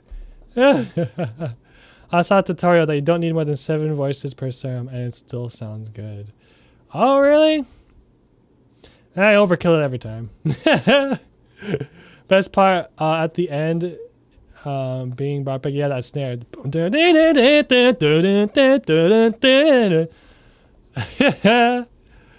Oh man, but I'm screaming right now. Hell yeah, brother. Oh man, so yeah, I love. There's a lot. This song is great. Arrangement, the drop in the beginning, the synth solo over there. It's like there's a lot. Oh god, this is a great one. This one's great. Oh, man. Damn, that's a good one. Shit. All right. So this is 7 months ago in June. I think there's probably a big break between this one and the JoJo song. Let's see. 5 months. Yeah, like 2 months. 2-month break. I'm trying to remember what went on there. Oh, this was directly after Anime Expo. Those 2 months between that, I think I was prepping for the show. Yeah, I was prepping for the show. I was making this song and the Ya Boy Kong Ming and a bunch of other edits. Yeah, the 2 months I was just making a bunch of different edits and stuff, getting together for the Anime Expo show. Yes, which there are a bunch of edits I haven't released. The plan originally was to create Atarashi, the second, not Atarashi, that DJ Joe Volume 1 Sekai album thing. I was going to do a Volume 2 and have like the edits as the Volume 2 as like an extra thing. But I don't know. We'll see. That was like the current plan for them. But I wanted to release the edits in like an album or something like that. But we're here. My first JoJo remix.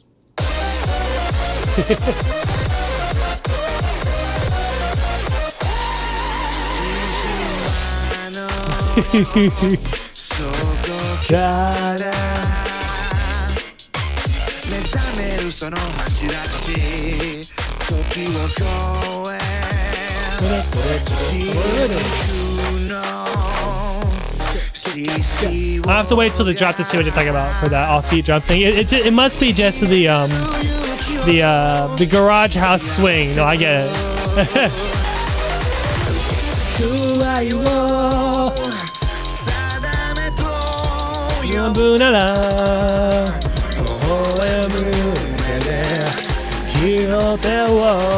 Let's go. Oh, excuse me.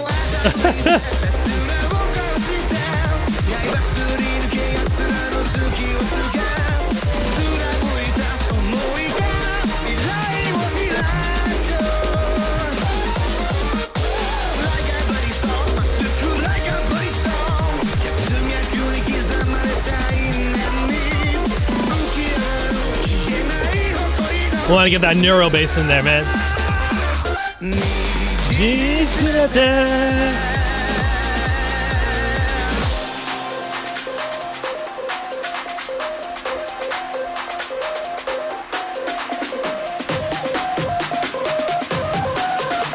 Let's go, let's go, let's go, let's go.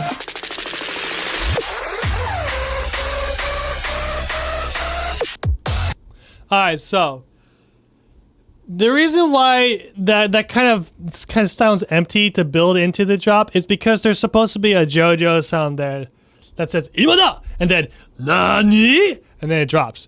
Obviously I can't put that on Spotify. So I just kind of left it empty. Supposed to be like Imada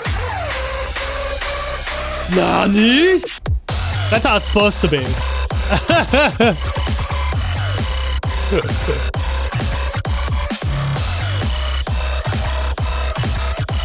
This song goes off live, man. This drop is great live.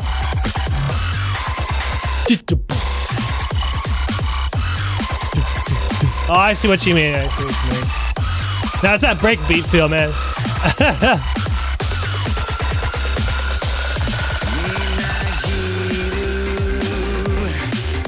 So this section is actually interesting because let me show you something really fast. So let me find it.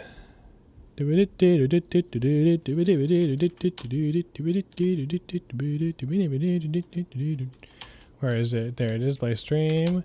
All right, so originally, oh, this might be a little loud. Okay, it's gonna be loud. All right, so this is the version I DJ. So it has a long, extended intro here. Keeps going, and then it breaks down. It goes all the way up to this build up, and then. So yeah, as you can tell, that probably goes off pretty live. They hear the JoJo's voice and they go in. It's the same. Okay, here's what I'm talking about. This is a different part right here. There it is.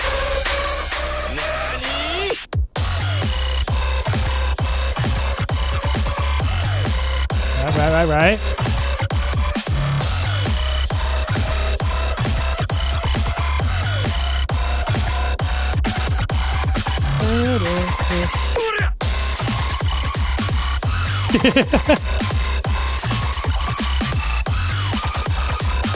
So now listen to what I did. So listen to the melody.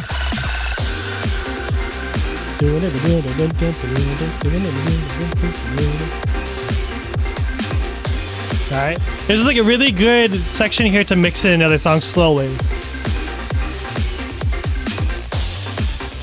Let me go back to this one. It's even slower, yeah. Even less things happening, so you can really mix the next song. So now what I did basically from that, I turned it into this. So I took the and put it in the verse.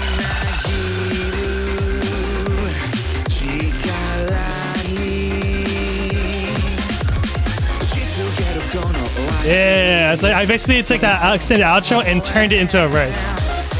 I'm proud of that.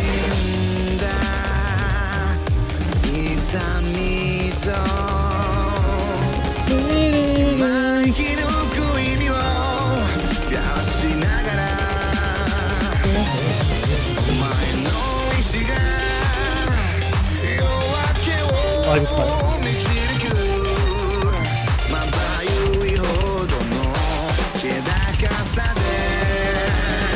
Oh, this part. Ah! I always wanted to do that there.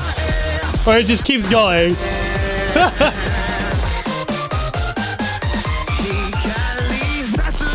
I love that.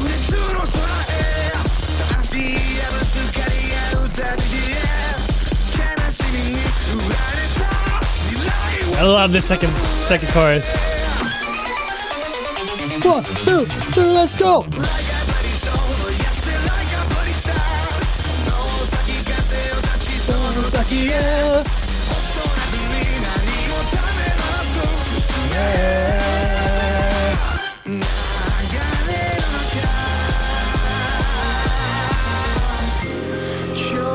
Broken had the idea to do these oohs here. So good.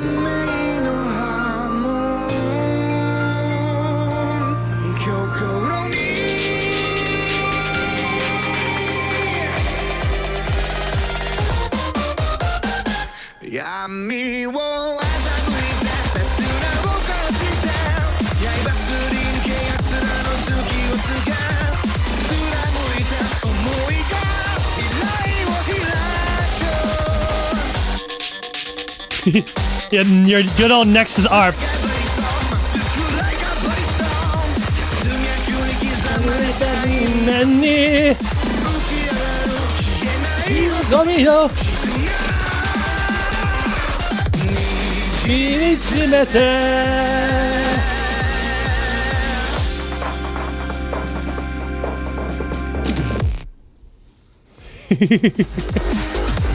Love it. As my first JoJo remix, I think I hit it out of the park. I need to do more. I am now finished with part 5. I think part 5 is Giorno's arc. I am not finished with part 5. That shit was goated as fuck. So many different turns I didn't see coming. Fucking JoJo is really good. That ending though, fucking OP as shit. Requiem, baby. But it's really good. It was really good. Very good parts. Part 5 is really good. I'd probably say part 5 is my favorite part. Most likely, yeah. Compared to everything else, part 5 is good. Pacing wise is a lot better too, compared to the other parts. Yeah, JoJo remixes. There's so many good music. So many good openings from JoJo. Like, I want to do the fucking Crazy Bizarre Town. That's a great one. I gotta do Golden Wind, you know what I mean? That's the banger, bro. Then Giorno's theme. We'll see. But let's move on to the next one. So yeah, this JoJo one I saved to release until after Anime Expo, since I debuted it there. And then I also debuted this song there too. Damn. This one turned out really cool. 1, 2, 3, let's go. I was trying some stuff with vocal mixing in the song.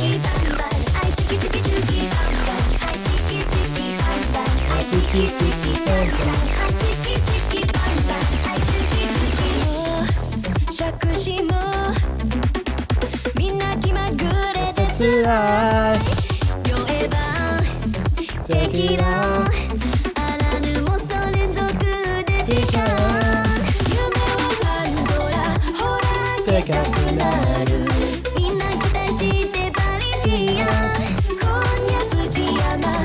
The spicy remix there, what a bad thumbnail.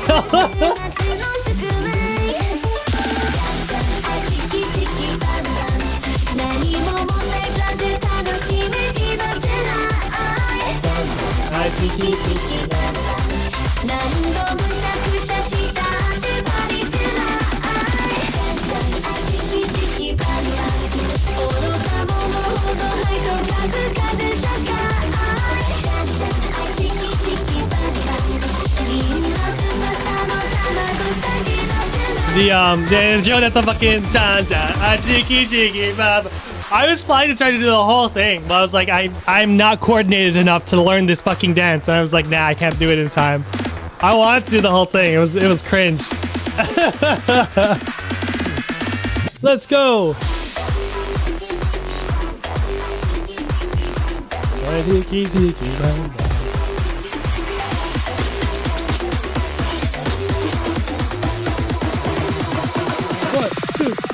Jump!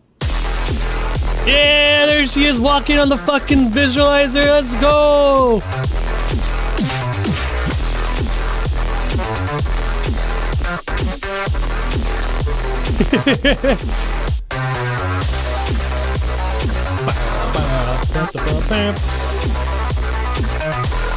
This drop was really interesting because basically you just have the brrr at the bottom, and then you basically have another synth on top of that. Doesn't have a lot of bass in it, but it resides in your mids, and it kind of just does whatever the fuck it wants. But just the build up to it and then the emptiness, the snap, then boom, that shit just hits.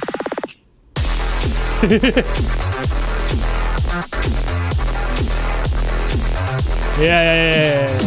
And the main reason for me to put such a big drop in this song is because I was gonna play it live. So I probably should have done like a live version and then just a regular version, you know what I mean? That didn't have an intense drop as it does. But the main reason it's this intense is because it's the live version. And I just repurpose it and just like, you know what? The live version is fine. I'll just make it the full version. But yeah, no, I get it. I play this live on the drum pad. It's so fun. I've gotten a lot better at doing it because like when I first attempted doing this at Anime Expo, it was bad.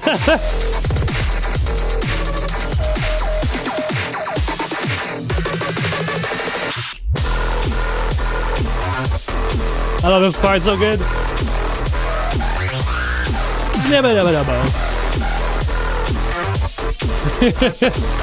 Neural activation.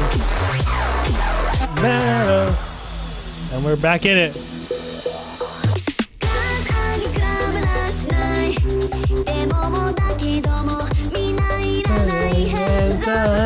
Hey, Ventilator. Hey, gonna head out. Hope your 2023 is even crazier than the Hyper Brian 2022. Hey, man, I appreciate the words. Thanks for the support, bro. I hope you have a good day as well. See ya.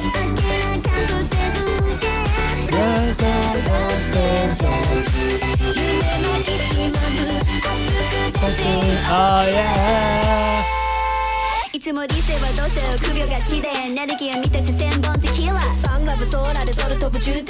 This part's good.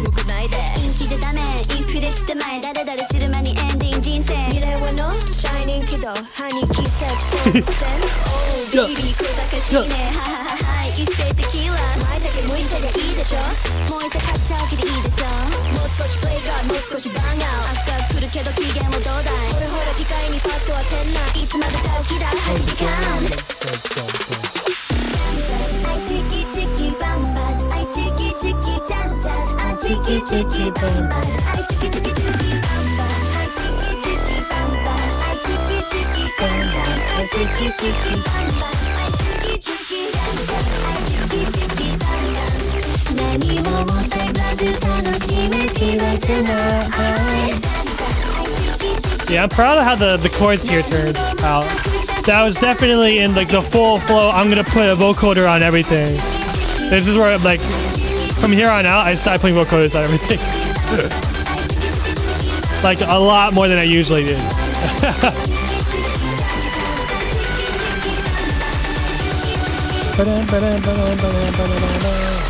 Hey, yo. Wasn't this already inspired by... Oh, yeah. So, this was inspired by Spice. You can hear the obvious similarities of what I wanted to do in the chorus. So basically, this song is like the modern version of what I would do if I remixed Spice again.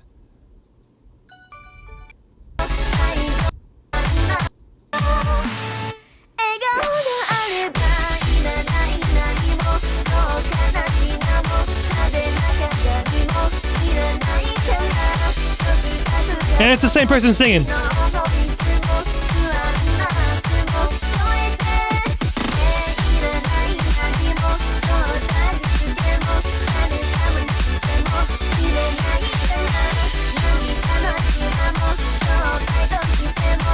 I also did the harmonies on this. Soda gas spice.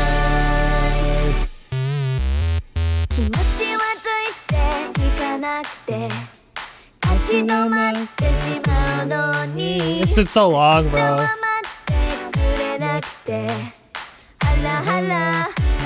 Yeah, rip in audio. It was like, oh, whoa, it's back? No way.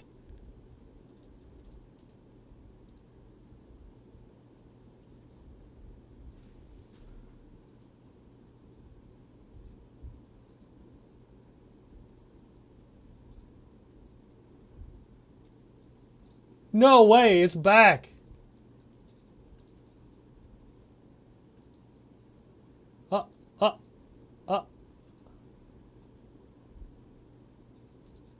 Okay.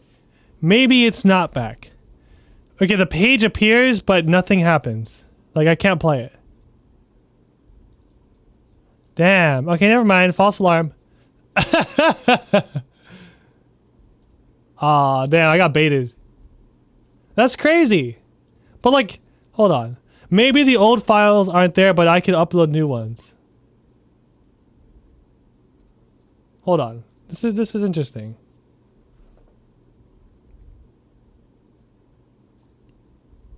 Oh, I've been made aware that InstAudio appears to be back. I let the domain name expire, but someone registered it, and it is now running a clone of the site. I have absolutely no involvement in this, and whoever is running this now is unrelated to the original InstAudio. Do not enter your old InstAudio login details on the website now that is instaudio.io. Your old account has been deleted, and you'd be giving your info to an unknown actor. If you already have, change your password, and if you've used it elsewhere. Yikes.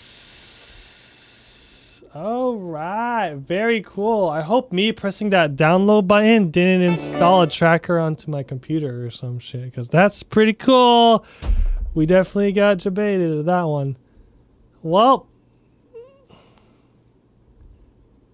that's interesting. Pin up? The fuck? Oh!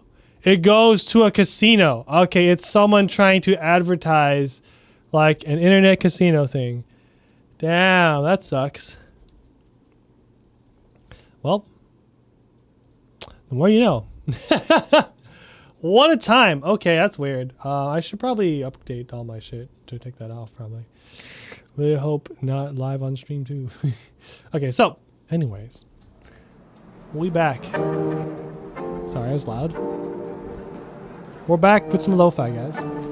Rent a Girlfriend Season 2 came out, and the opening is alright. The dance they were doing on the opening isn't as cool as the first opening, but you can always, you know, you can always have everything. But yeah, this one,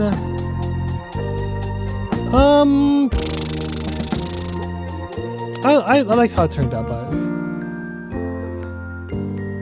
yeah, the song didn't blow up as much as I thought it would. You know, like, assuming how the first opening was really cool, but that's fine. That's fine. You win some, you lose some.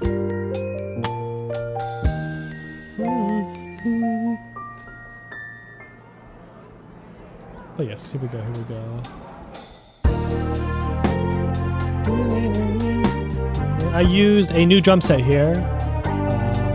From a VST I rarely use, and now I use it quite a bit because they have some pretty good samples in it. I'm trying to remember what it was. I think it's called Drum Lab. This is a Drum Lab drum set. It's good. We're almost to the end, guys. Yeah, it's been a long stream.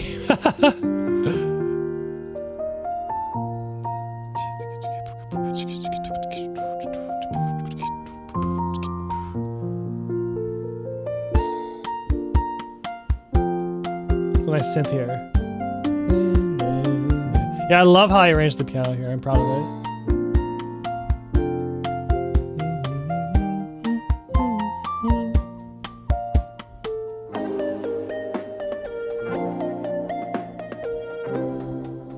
Yeah, Kanokari is pretty popular in Japan. From what I've heard. I haven't read any of the manga, so I don't know if the shit show has been going on. Like, you know, all this shit that everyone's been leaking about. Like, all the dumb shit's been happening. I heard it's pretty controversial or whatever. But, who knows? No spoilers, though, because eventually I won't. I'm curious of where it ends up.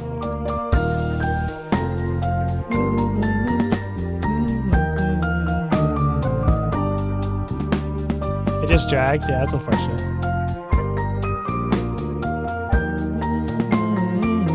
Yeah, I heard about the NT Archives Diversity as well, and then I looked into it, and it's not really anything different that they've done, I think. But like, I don't know. I didn't want to look too much into it, because if that ended up being actually true, that's kind of fucked. But like, I think when I found out that it didn't actually happen. It was one of those things where it's like, the whole thing that he always thinks of shit, you know what I mean? I think that's what I ended up saying. And if that's not the case, then that's pretty fucked.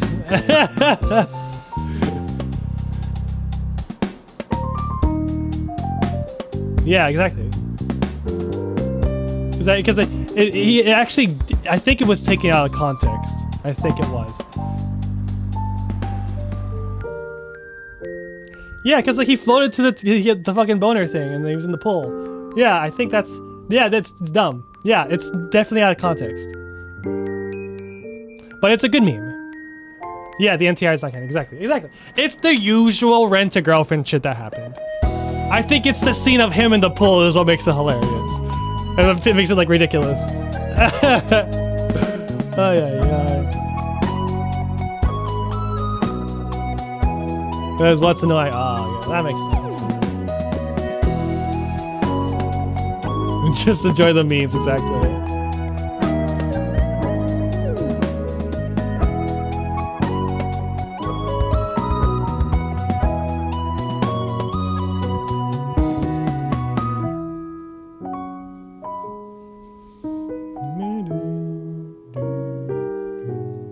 So yeah, this remix,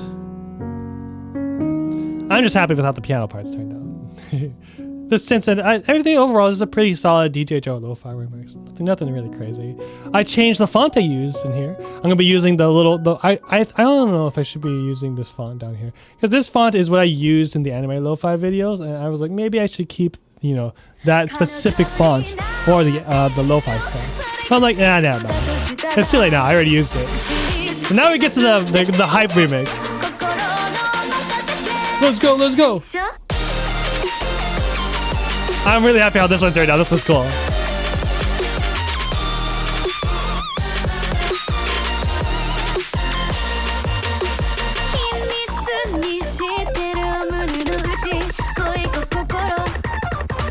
So, cool story about Yumemi. When I was at Anime Expo, I heard her singing on stage while we were in the exhibit room, and she sounded really good. I'm like, oh shit, I have to collab with this girl. And this is it. The collab. Turned out really cool.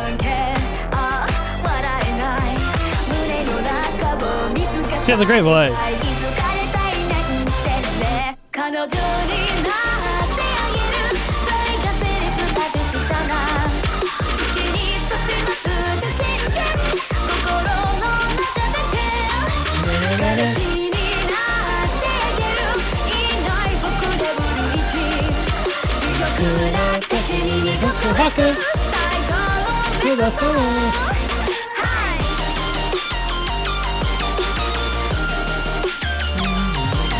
I think around this time is when I started to like, okay, I want to try to stick to like not too many genre changes in my remixes.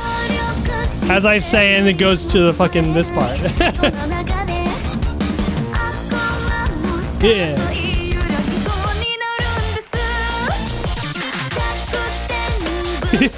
Fast garage house here.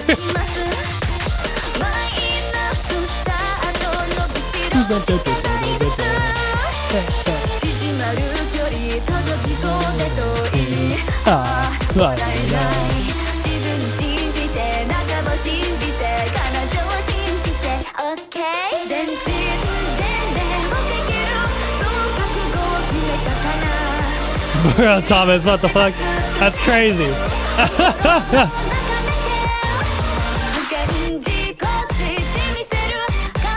Hey yo, Jersey Club. So I bring the breakbeat there for the Jersey Club part, and then I kept it in the next part. Like, you know what? Let's keep using this breakbeat because it's a great break beat. And then I just wanted to fuck him and say, you know what? Let's go, Saikui style.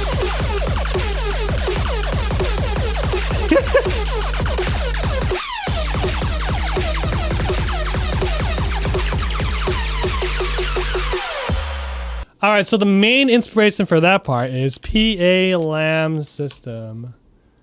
And this crazy song. So this is the main inspiration for that section. If you guys heard this song before.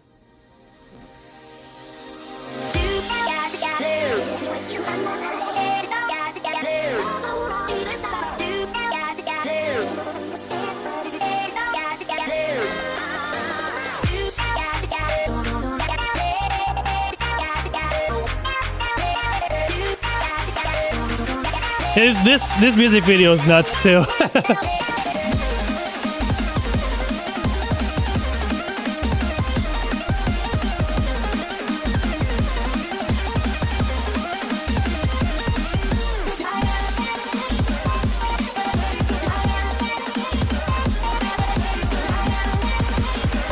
guys ready?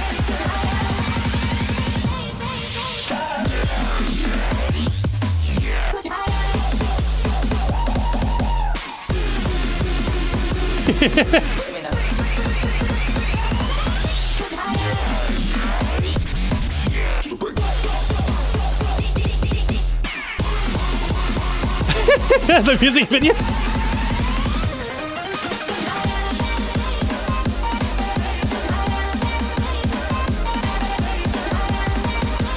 So this, I think this is the part. You'll hear, it's really obvious. Yeah.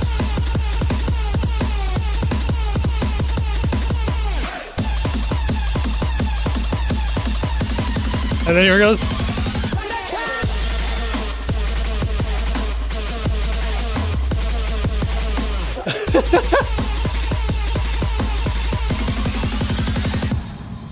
Anyways, so yes, as you get, there's some pretty obvious influences there.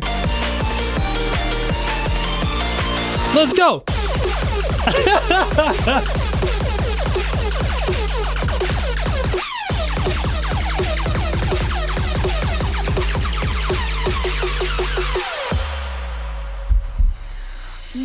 I wanted to try my hand at doing it. It was really fun, so I don't regret it. It was really cool. Seems a bit random, out of context, but that's what makes it great, you know what I mean? Yes.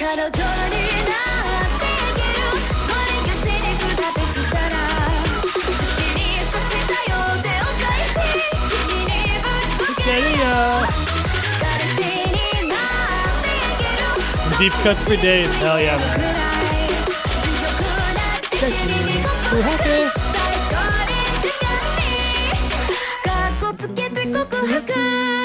Let's go! Yeah.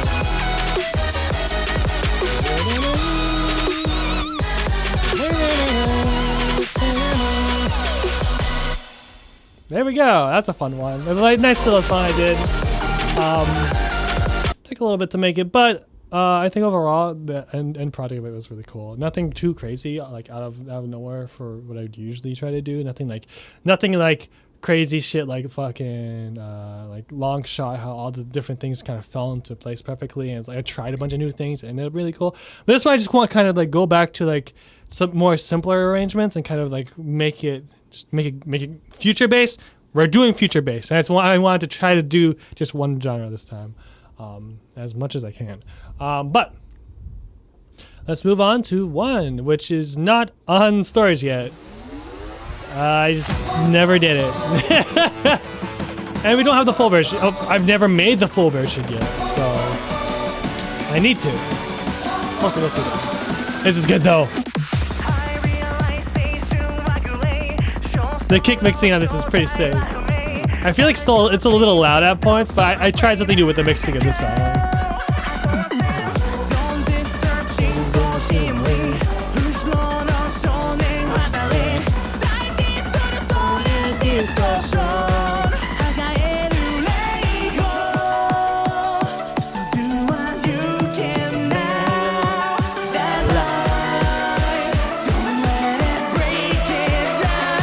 Let's go!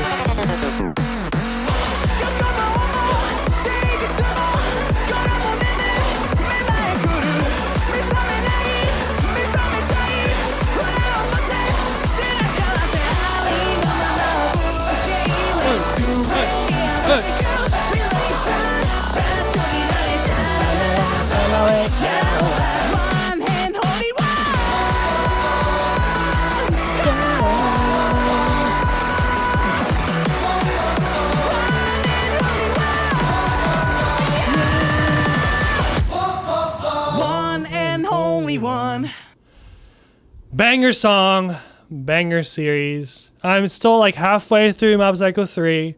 Mob Psycho 100, third part. I'm still halfway through it, so I don't know how it ends yet. It's really good. Love the show. I recently caught up to it. I think last year. Last year I recently caught up to where it is. So pretty sick. I'm super excited where it's going. Goated music. I'm also working on the first and second opening remixes. I should probably finish the third one first, but we'll see where life takes me. Super proud of this one. I want to just go straight side chance at this and make the chorus sound super like, rhythm gamey, and it turned out really nice. The kick, the drum mixing is what I tried differently in this song. And I feel like maybe they're a little too loud, but I don't know. Overall, I think it's definitely a drum and vocal forward song, and I'm still trying things. So I'm trying to make it so that my vocals now are like mixed in better. That's what my main thing I'm trying to work on is now. And we move on to the Demon Slayer opening. One of my favorite remixes. I feel like it stepped on a little bit. The Valley killed it for this.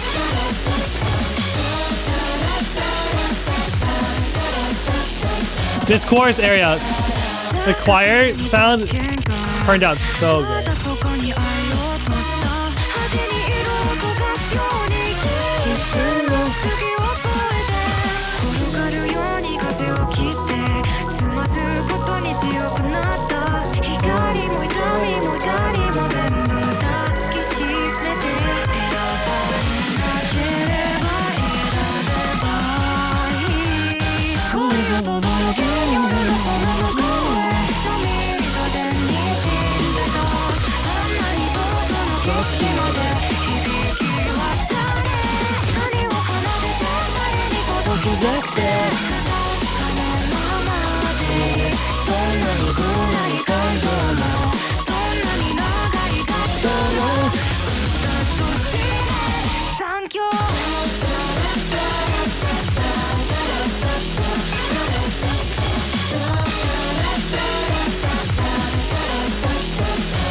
Yeah, I tried to use different snare, like snare here. I think it ended up sounding pretty cool.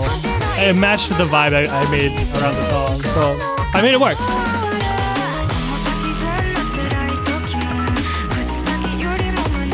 I'm proud of the sound design here.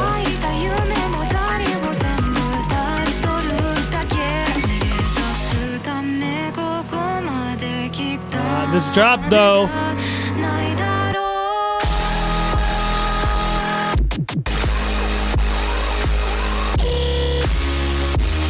It's like the modern version of what I used to do.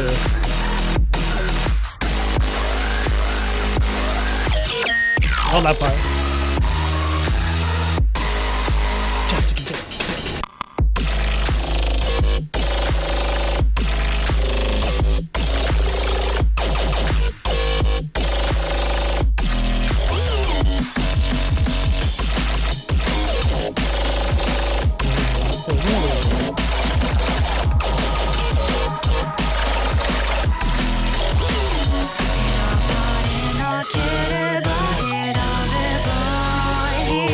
Yeah, I was trying to experiment a bit more with the sound design here.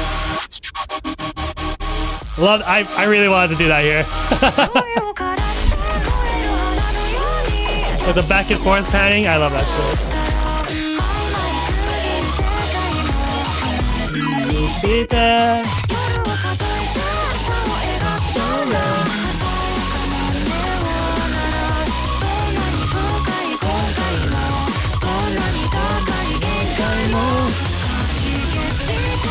Sing it!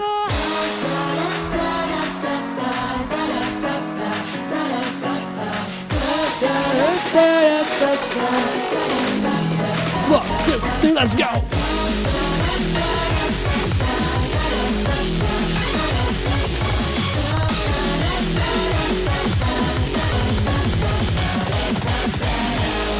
Hey, love the way you ended it, just going back. Oh man, but proud of this one. This one was good.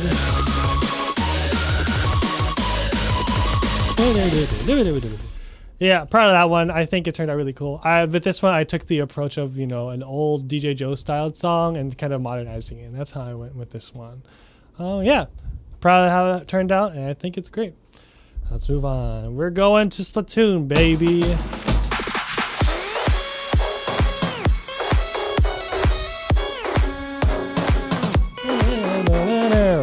So this one, huge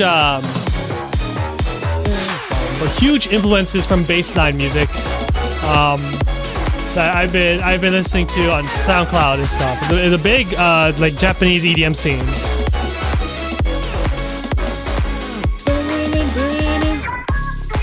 And of course, we have to bring in the Vocaloids for that squid singing. Happy with how it turned out. I'm really happy with how it turned out. Yep, I'm still playing Splatoon. Going ham.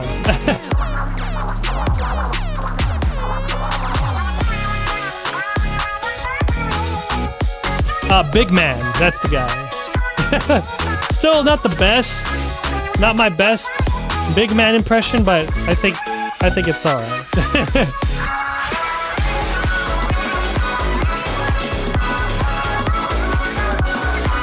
Hey yo, thank you so much, man. Good job, I know, right?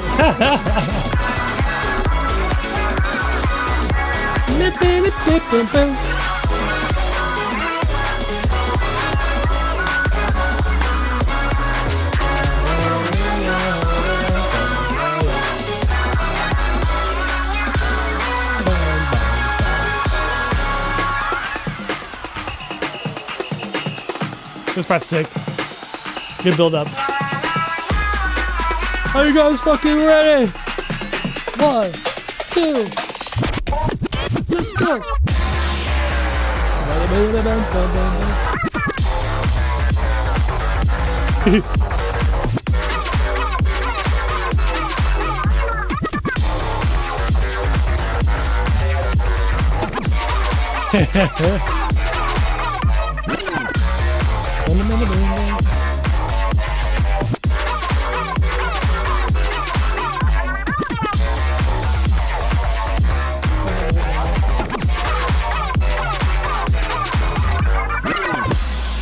Yeah, I'm proud of this one. This one turned out so good.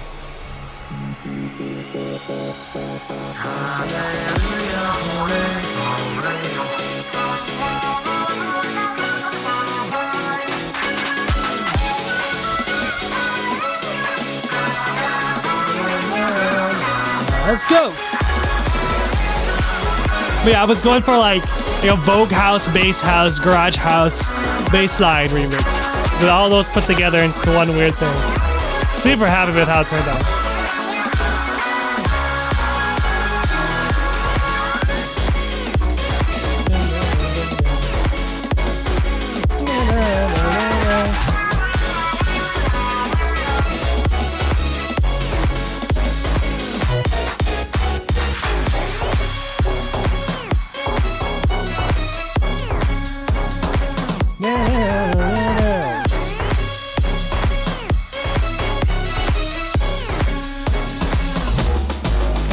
Hey. So yeah, I did figure out a way to try to put this on Spotify and all that stuff. And basically you have to buy a custom license from Nintendo for the song specifically, because this song isn't out on like other music distributors and stuff like that.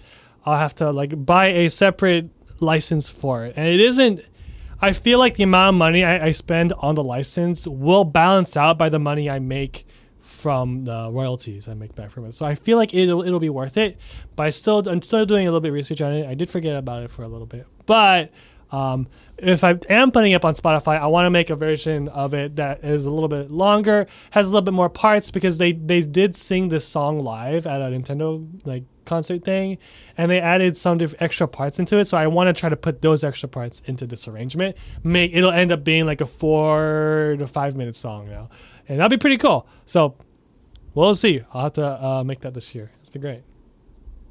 So yes, we move on to Call the Night. Nice change from what I usually do.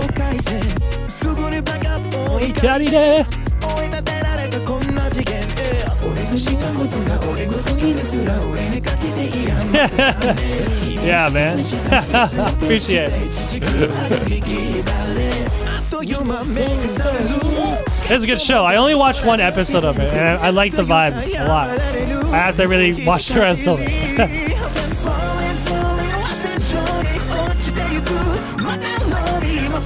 But yeah, I highly suggest watching this one. It's really fun. It's really cool.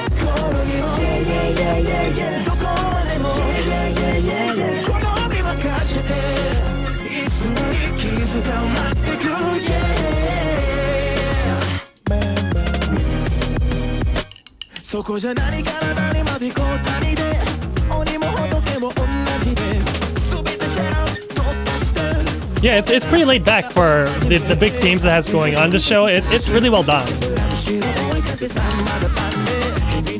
Yeah, but this one, simple is more for me. A little more laid back, but still energetic.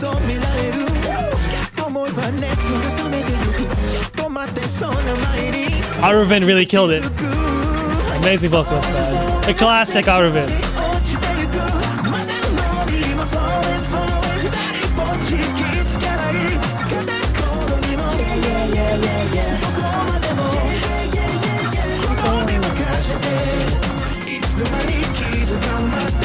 Yeah.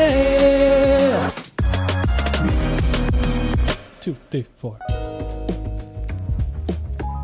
We got the lo-fi. We got the sizzle.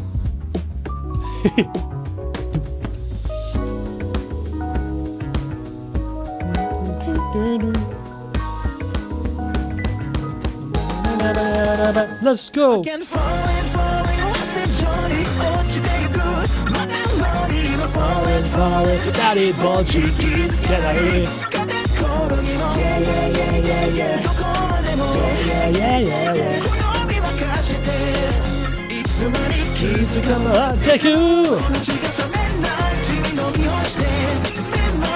This part's a bop.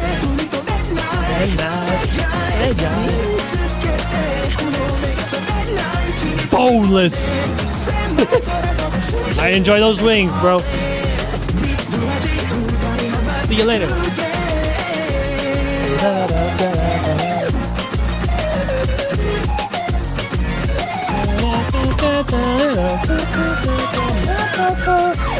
I'm proud of this solo. It's so good.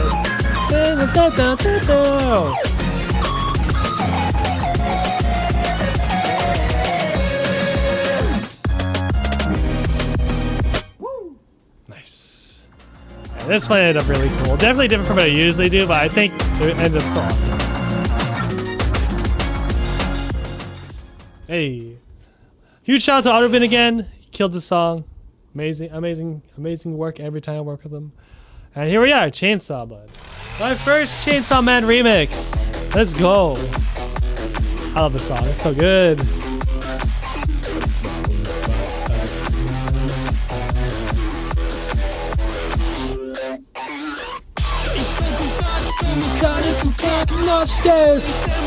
I want to be able to sing this live at the show, but I have really bad breath support, so like it's gonna be really hard for me to do it.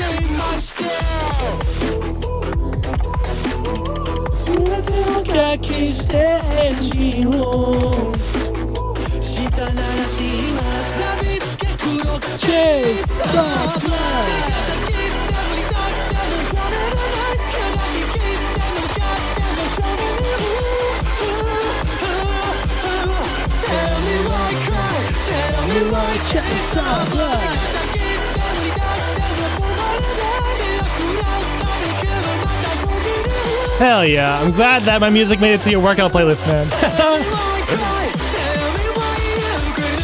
Yeah. I mean, okay, Ben told me that I should just sing over the song with the vocals on, like, already in there and just have fun with it. It doesn't matter, he told me. I'm like, that makes sense. Yeah, but, yeah, we'll see.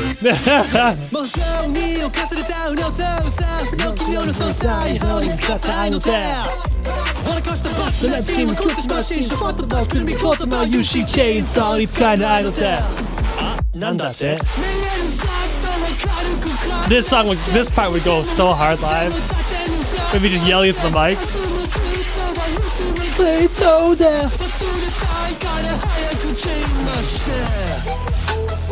Proud of that drop.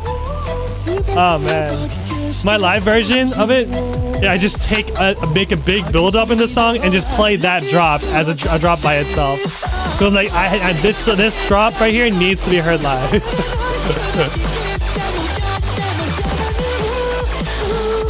I played this song at my hall match show. Tell me why.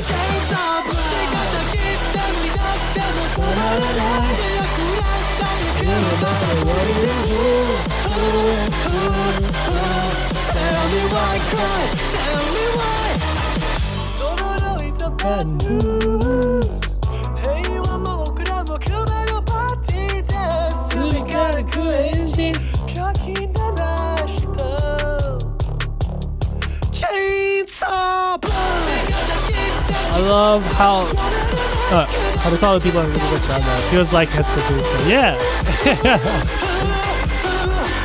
Yeah, the song in general was a great song. Bondi is such a great composer.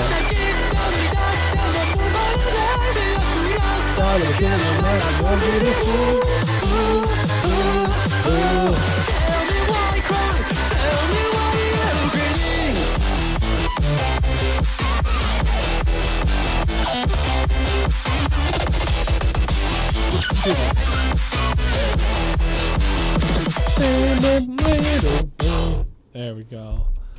That's good. That's a great one.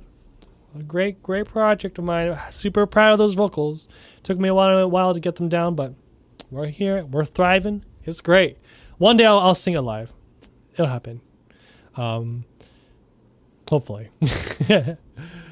I finally have insurance now, so I can actually go to the doctor to see why I'm always stuffed up every morning, and I can't my breath support isn't as good anymore. Hopefully we can figure that out, and I can be more confident performing live. That'd be sick. Yeah. What's your favorite song or best song you made or remixed in your whole career? It's hard to choose one. It's overall one of my favorites, because I move on a lot, choosing what my favorites are every now and then. But let me think. At least from this year, at least my current favorite overall currently is My Life Will Change remix. This one right here, with a close neck to neck second. It's like a three-way tie between this song, Akuma no Ko, which I'm super proud of this one, and Long Shot. This one. Oh god, it's so hard to determine which of the three is my favorite, because they're all so good.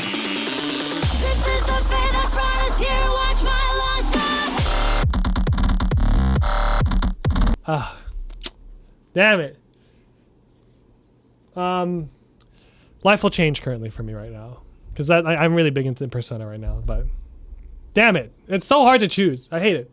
All right, so before we move on to the next one, a little bit of backstory. So this is my debut EP over on Zenpaku. This is my debut original EP, and it is a concept album.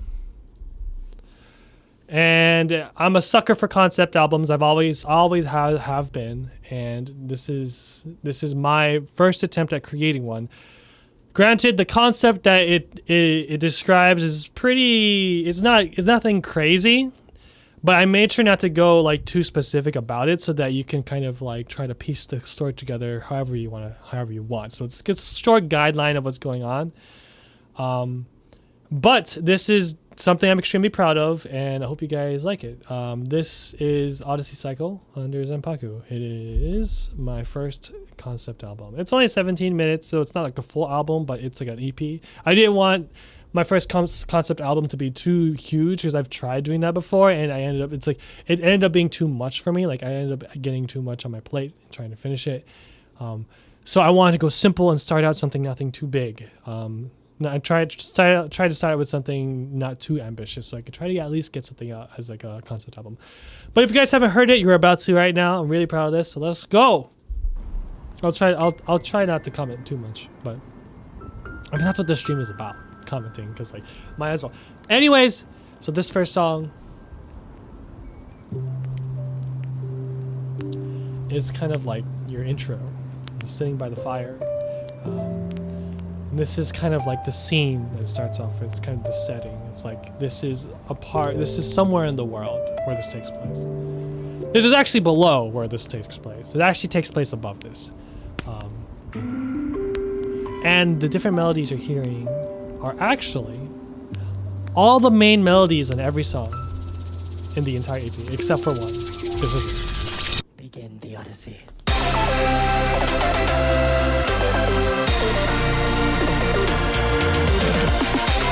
Big grand adventure. We're starting, boys.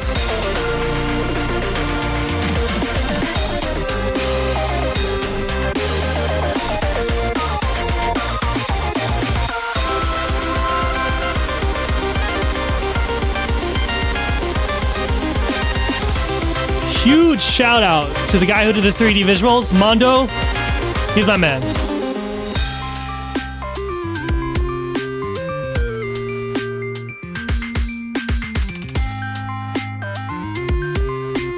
Yes, huge video game inspiration for this entire album. It's like you're playing a game when you listen to it. Your classic RPGs.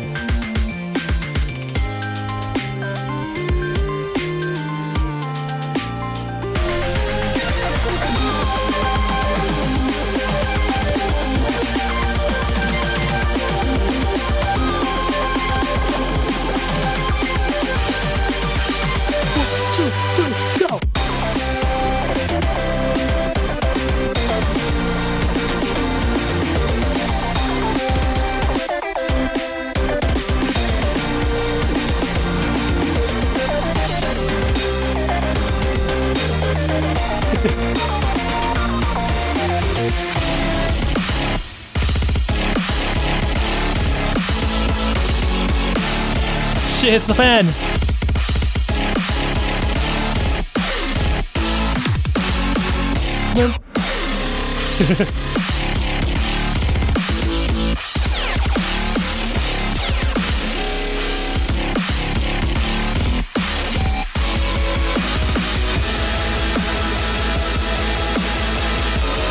This is the emotional part of the journey. I love this part, bro. It's like one of like your hard rock type, like huge orchestra. You know what I'm talking about? Ah.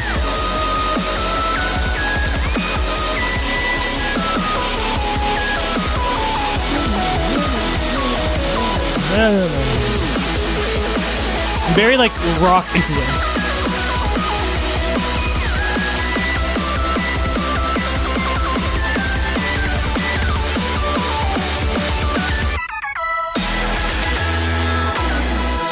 Yo, Thomas, thank you, bro.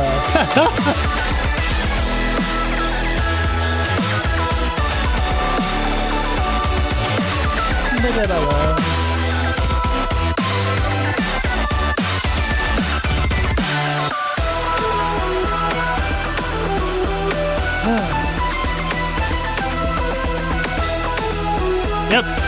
This is the intro track. This sets the stage. Like, we're on a big adventure, bro. We're gonna have up and downs. It's gonna get emotional. That's why I want to convey.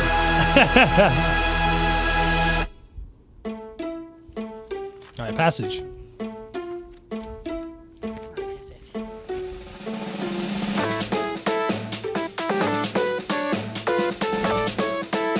This is your journey song. This is your overworld song.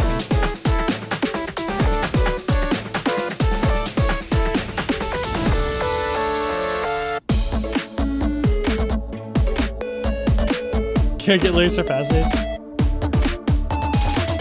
Lyrics are, where is it? And what else do I say? Let's go, I think. I think he just said let's go. I'd say over here, let's go. Okay, that's it. Those are all the lyrics.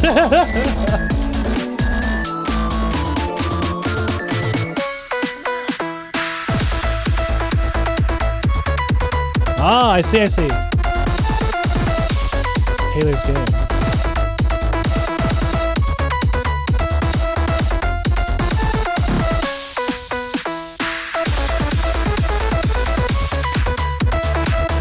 So for this EP, it was going to be made for Osu, so I wanted each song to be a different BPM.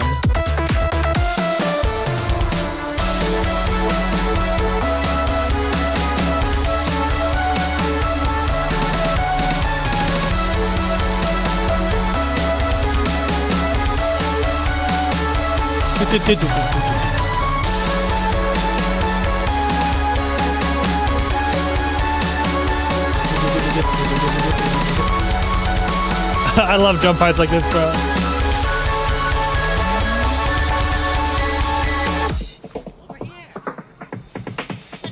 Over here, let's go. That's what I said. There's your lyrics. Okay, this song, I took a concept of melody in the beginning and just worked my way around doing different stuff with it the whole entire song, except for that little middle section.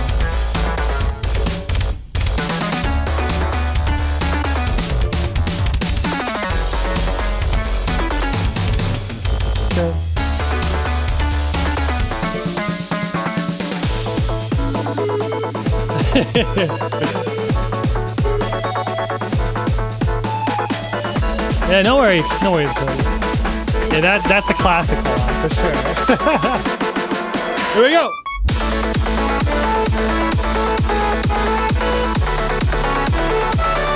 This took that one melody I played one time in the beginning and just made it as the outro, a big ending melody. I'm like, yeah, let's bring it back. It feels like a good way to bring it all back together.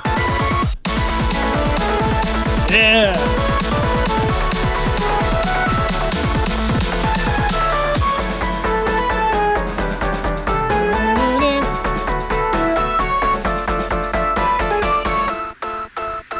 Here we go.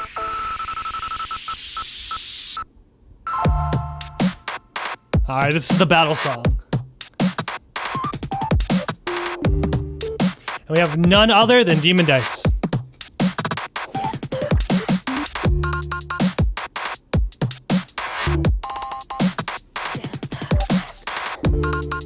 A lot of experimental stuff. I changed this stuff here quite a bit. Like different percussion. That's why I found these ones. They're good.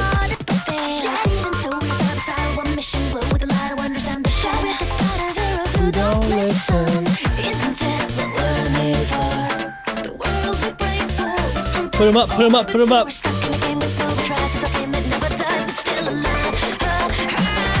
Show what you're made of.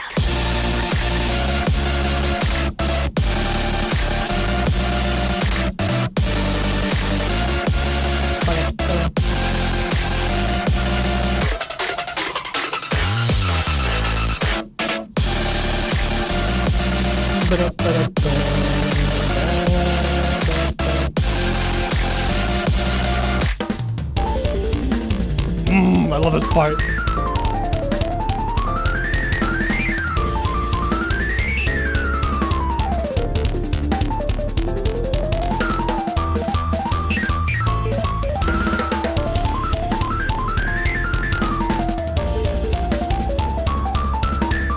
You knew I had to flex. I had to flex those drum shits. I want to fight for something we can't touch or feel. Ah, such a good part. I'm gonna try, and nothing much is becoming real. Remember, it's not over till it's over. We're blowing miles away, the world gonna show us. God, so good. I got your back, open, you got mine. Destiny redefined.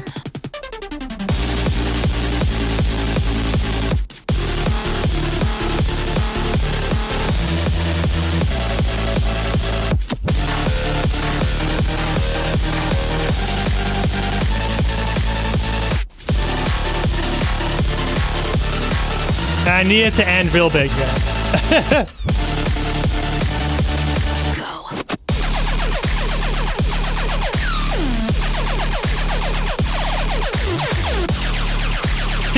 Dubstep, baby. Give me that rhythm. And then that large ending was like the intro to something more aggressive. And then we bring it on to Resplendent back, which is like the turn for the worst for the hero. The big boss battle, basically.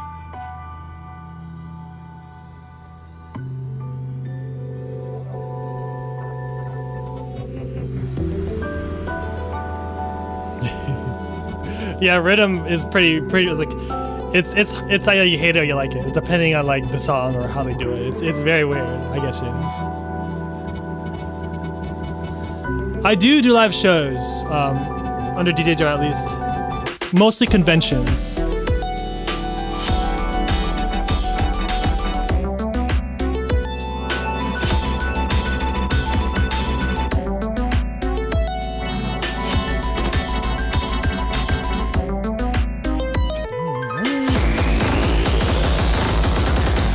Went from 199 to 219 right here. BPM. Let's go, let's go.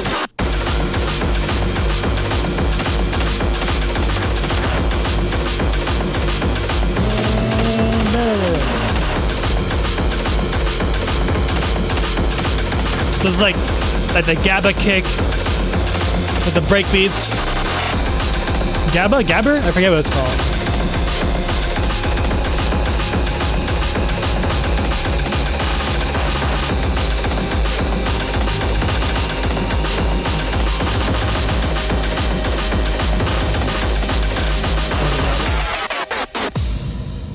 Hear that XI piano solo, let's go!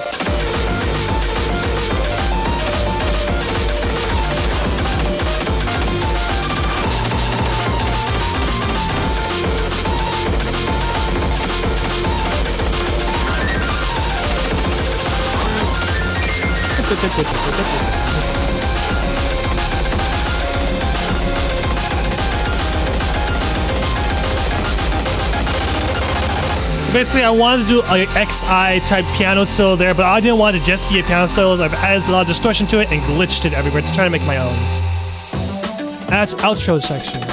I kind of see this section as like they defeated the boss, that big high major chord before it, and then this section they're running away.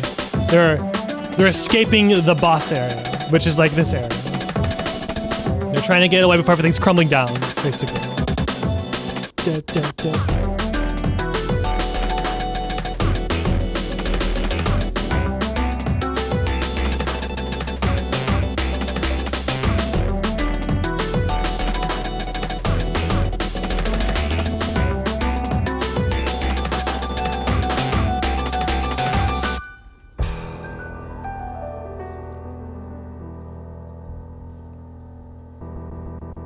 I love that little glitchy ending. It's one of my favorites. So now this is the scenery from the beginning, right? And there's like a war happened. Like anything could have gone from after that big battle up there into down here. A lot of things could have happened.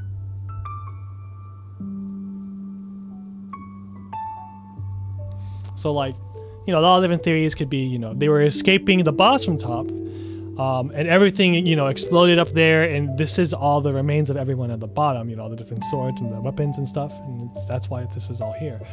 However, if you have noticed, there's a really big this thing over here that has appeared, and it wasn't there in the beginning. So that's a little something that changed.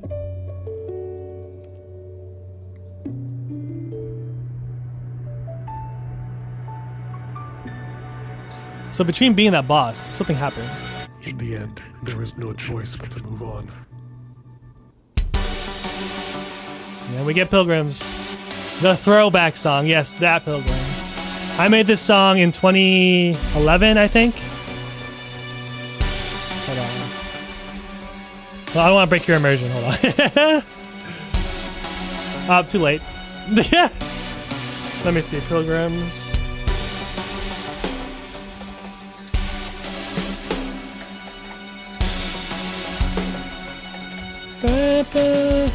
2013.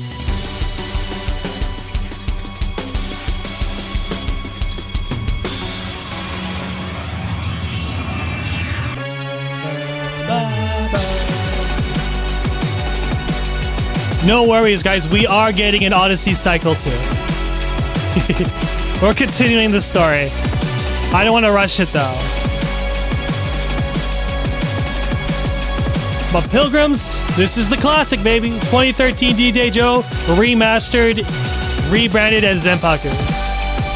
We got Jubiphonic back on the vocals as well.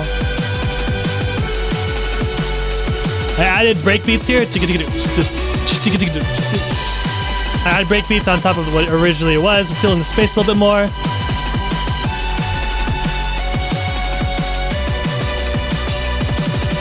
New section here.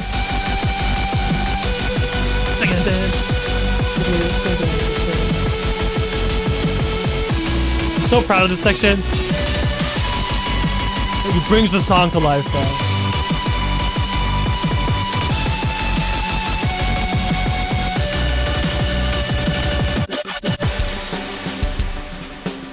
Well, yes, Mrs. Pilgrims, we're at the end of the story, at least the current story, how far it's gotten.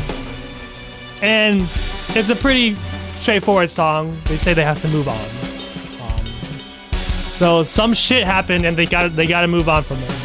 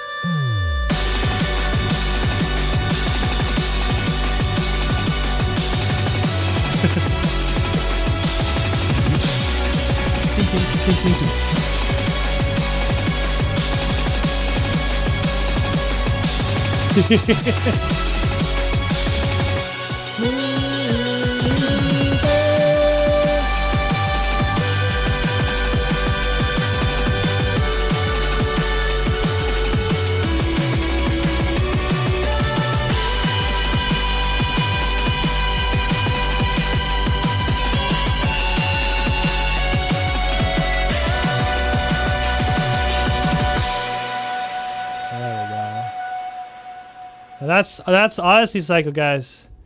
I'm really happy with how everything turned out. Like, I was finally able to make a concept album, and it's really cool. I love how the 3D aspects of it came after the fact. I'm like, I want more to this. You know, I want there to be more of an environmental like storytelling happening, going on as well. Like, I need a little bit more from the visual aspect. And then I ended up running into Mondo on Twitter, and I'm like, this should be perfect. You know what I mean? Like, having just the scenery shots to set up what the song is trying to tell you, and then you fill in the rest of the blanks. You know what I mean? Like, what I told you about how this story was could be completely different for someone else. You know what I mean? Because like, there is no real, like, I had what I made for this. I tried to make it open enough to where it isn't a very concise story. You know what I mean? I wanted to have a general outline of where I wanted to take the listener so that they can fill in the blanks themselves. So I love like stuff that tells you a vague enough story that gives you just enough information for you to try to figure it out yourself. And that shit's really cool. So I wanted to create something similar to that kind of feeling. But yes, I didn't want to show any major characters yet, other than the album art obviously shows, which huge shout out to Reine, I think is how you're saying her name. I forget, but she killed it with this album art. Like, that's so good, bro. That's what I imagine, bro. This is perfect. Like, look at this. It's crazy. Obvious. There are some obvious inspirations from Casmirez. So if we look at Arknights, obviously there is Arknights influence here. Arknights, Casmirez. And then we see some of this. I'm finding the very specific image I use, but this is like the type of holy crap! I've actually seen this. I probably should have found this earlier, but like this type of stuff was the aesthetic I was going for, where it's like medieval but futuristic. And I'm trying. There's a very specific image I'm looking for that I showed them as the main inspiration for the character design, which, let's add banner. It's a banner, but the Casmirez was the main inspiration of the aesthetic I wanted, the kind of overall everything of like a futuristic but medieval feel. That it doesn't really make sense, but I think Casmirez, there you go. There we go. Here it is. So this image. And this image. So these two images, oh, that's small, that's tiny. So hold on, the first image, this is the main one. Oh, we got AliExpress. This image is what I need. Search image by Google. Let me find a bigger one. Oh, here we go. Perfect, from Twitter. All right, so these character designs where it's kind of like the armor, and but like in like a futuristic area. This is the aesthetic I was going for. I love this shit. And they're on the bridge. I wanted to have that bridge in the beginning. You know what I mean? That shit's so cool. Yeah, same with the character designs and stuff. You can obviously some resemblance with the character designs here. There's the hat, you know what I mean? The armor. This is what I was going for, aesthetically. But yeah, I love the aesthetic of like futuristic medieval type beat, you know what I mean? And this artist fucking killed it, bro. Like they're literally perfect for the atmosphere I was looking for. And there's the castle, and if you actually look before, oopsies, the castle. There's the castle, the bridge to the castle. There's the bridge to the castle. This is where you are. You're on this bridge. You're in the castle. And eventually you get into the castle. And this is what the inside, somewhere in the back of the castle would look like. So like something where you can't see, like further back, there's probably a building where this hallway is, and there's the throne, and there's some bosses there. And then in the beginning, this is what below that looks like. There's like a weird like kind of city down here, and the chains hold the castle up. You see, cables and the chains, and then at the end, after you beat the boss, we're back down in this wasteland type area, and all of a sudden this giant pillar appears. So who knows what's going on? But I think one day I would love to make like a music video or something within this universe. That'd be hella expensive. Like have a whole 3D CG type thing. That'd be sick. But who knows? Well, I'm gonna take it one step at a time. You know, trying to use whatever resources I have to create what I can that inspires me. And Odyssey Cycle, there it is. This is a culmination of a couple months of work. Trying to put it all together, bring out something for you guys that kind of shows something I've always wanted to make. Concept albums.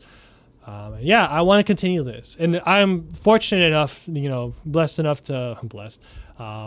fam. I'm fortunate enough to be able to release this with Osu as my debut EP. That shit is the fucking opportunity of a lifetime. Like literally my target audience. Like, I love people who play rhythm games. This is all rhythm game inspired, and like releasing it with Osu is a dream come true. So I'm super happy with the way everything turned out. So like I can't wait to continue the story. But as it stands, this is what we have so far, and I hope you guys enjoyed it. I'm happy that I was able to make something to this kind of scale. And I believe in good works lasting a long time, and if it's good, eventually it'll meet the right eyes. You know what I mean? Like the 1,100, 1,000 views just on like the entire album. That's like, that's small numbers, but I'm not too worried. I believe in growth, so it'll be okay. This is something I'm super passionate about, so I want to continue it. All right, we got 2 more songs left of the year, and that leaves us with Chainsaw Man.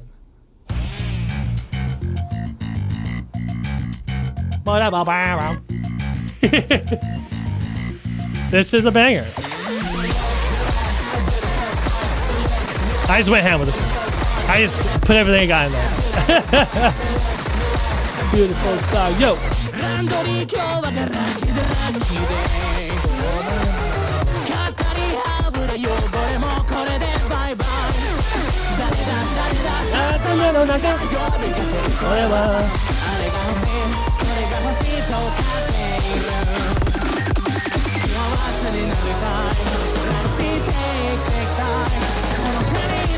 Oh man, that drop, man, I can't wait for it.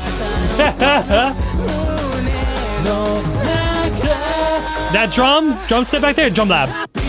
Goated. Drum lab is goated, bro. Goated as shit.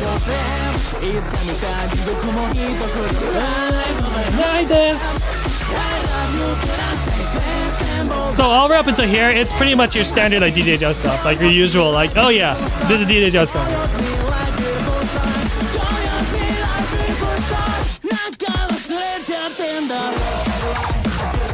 Hey.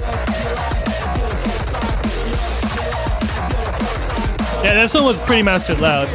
Mastered pretty loud, but not as loud as the next song. I'm so happy with this section, bro. The hardstyle section, it turned out so well. I'm so proud of that. Here we go. I love my breakbeats. New streaks, baby. Right here. Thanks to these guys.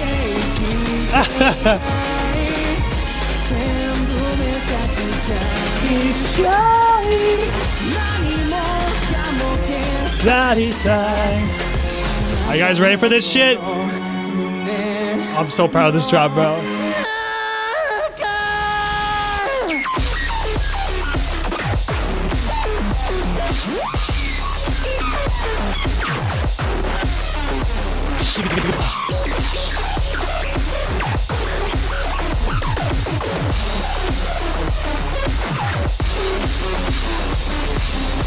Fun fact, the background used there is actually from the ending song where Denji is destroying all those zombies. So this drop, where do I begin? So basically I had this sound I wanted to make in mind, right? But I wasn't exactly sure how I was going to go on to make it. And then so basically what I did was I just made a high note, a middle note, and a low note. Boom. And then I just had a volume, a pitch animation starting all the way to the top, all the way to the bottom. And I just played 3 of the same notes in 3 different octaves over and over and over again, and then used the pitch thing to go up and down. To make the synth itself, I ran this shit through a bunch of effects, I think, if I'm trying to remember correctly. I'm trying to remember what I did. It's been I gotta open up that file. It's fucking nuts. But basically, there's an insane amount of like compression on there, a Maximus compression, and then what else? The fuck else did I do? What the hell? I don't even remember.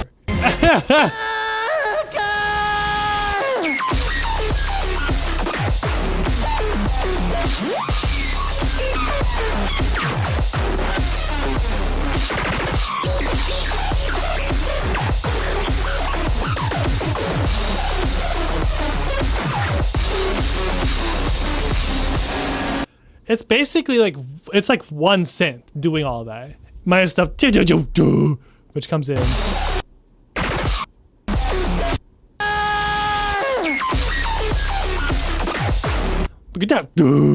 That actually might be the same synth.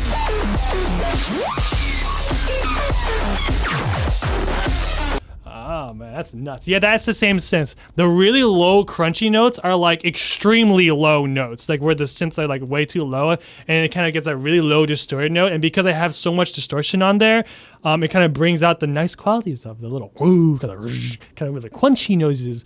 The huge amount of compression of Maximus compression on there. And I think, yeah, I remember. So I took like a synth in Serum and I put it through Maximus, and I did the trick where you make the threshold. There's a little, hold on. If I bring it, hold on a second. If I open up FL Studio, it's gonna fuck up the sound for the entire stream, so I can't do that. So we look up Maximus, VST. Alright, okay, so you see, okay, there you go. So the saturation, okay. So what I did was basically I took the saturation here, turn up a little bit so that we can have it activated, and I took the ceiling and made it go as low as I possibly can make it before it's silent, before nothing happens, before it's all the way down. So basically there's a tiny little amount of ceiling left, and there's a very small wiggle room to work with how much it gives you. There's a very distinct kind of a distortion sound you get when you bring the ceiling all the way down. But when you do that, you lose a lot of volume, so you're going to have to add a lot more compression on top of that. And then because it's all the way down there and you have all this compression, it's gonna beef up the bottom, all these unwanted frequencies. So you have to do a lot of EQing and cutting off. So it gets a very specific sound. You get some really nice like crunchy noises, but it's gonna be extremely rough in the EQ because of the high amount of compression. And I basically made a lead synth using that and putting it through that effects chain. Yes, OTT. And also add that in there.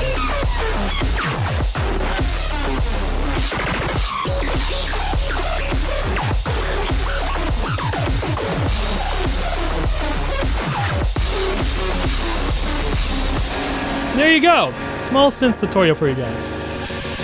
Yep. Oh, excuse me. We're almost there, guys. I bring out my acoustic guitar really fast for that section. Put it away. It's gone.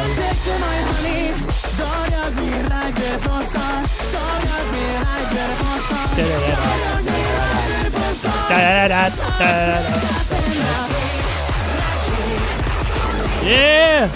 Hard style, baby. It's like a mix. I use the hard style, the hardcore hard style thing. I don't know what kind of genre that's called. Hardcore? This part. I use that same synth and I had to kick over it.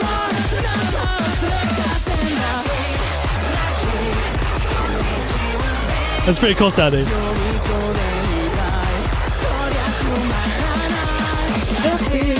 Lucky. Oh, you know, I got so goated, bro.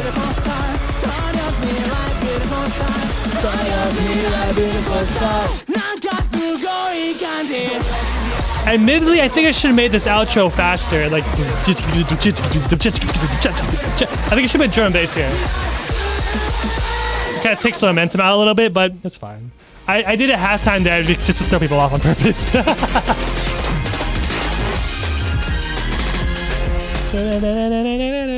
Alright, there we go. This song is the loudest song I've mastered. Granted, there are problems with that. Like in the raw style section here, there's a little too much distortion there to kind of understand what's going on there. I'm really working hard on trying to get a good, clean, hard raw style sound because I'm really big into raw style. Not a lot of people are though. It's a very niche thing. The people who are into it are really into it. But I wanted to get my hand, try my hand at that specific style. But yeah, this song's kind of nuts. It's a pretty dirty mix, but we're here. I think it turned out really cool.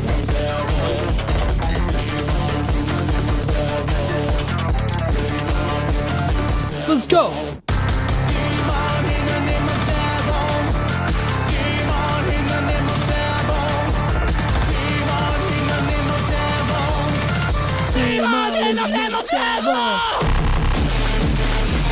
This part's right out good.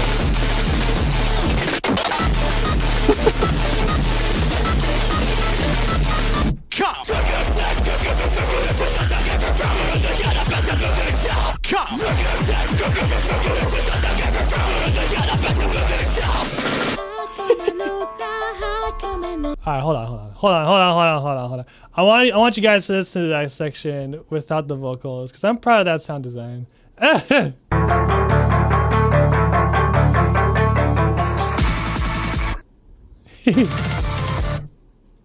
Devil.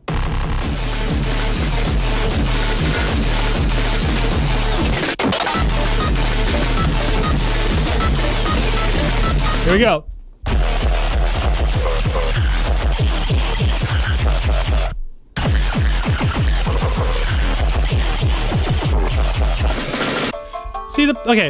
See the problem with doing raw style, that it sounds good by itself. But when you start to add vocals on top of it, it's harder to get that clarity, and that's really fucking hard to do. So it's the best I could do it at the time.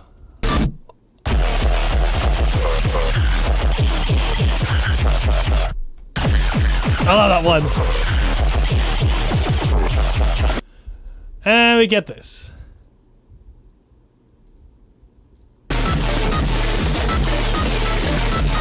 Come.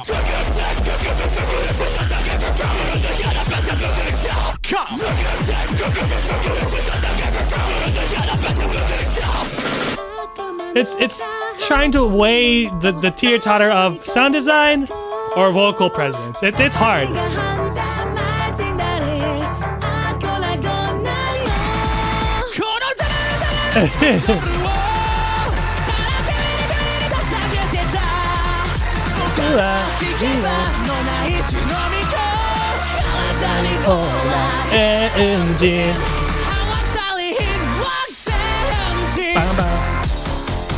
All right, so this song has a like a messed up BPM. Like I posted down here if you want to map this in Osu. Here you go. Good luck. See, look at all these BPM changes. It's kind of nuts. Even the parts right here. Okay, let me see. So this is 46, 146, and then it goes to 160 right here. 146, it's still 146, and then 141 slows down a little bit, and then it slows down a little bit more. 136. It's like, huh?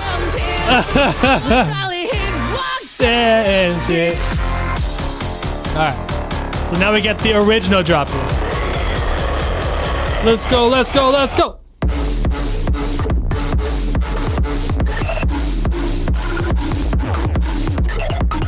I figured out how to do this little color wheel effect. It looked really cool.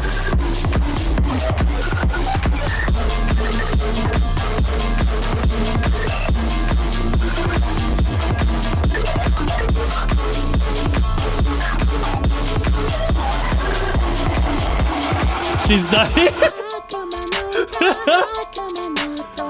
Oh, I thought it matched perfectly. I love this part. This little trap section. It's fun.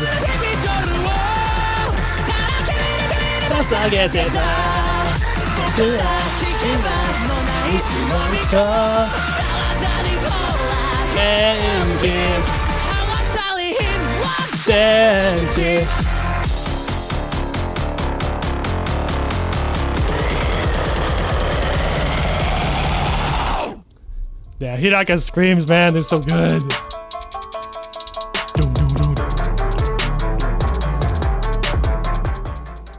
What's my favorite Chainsaw ending?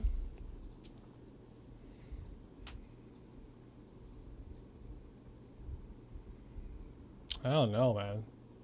This is a good one. I like this one a lot. It's hard. There's so many, and they're all good, bro. They're all good. Damn. I'll tell you what one's fucking sick, though. The TK first? Is it first death? Yeah. This song's good. This song's good. I love this song is so good.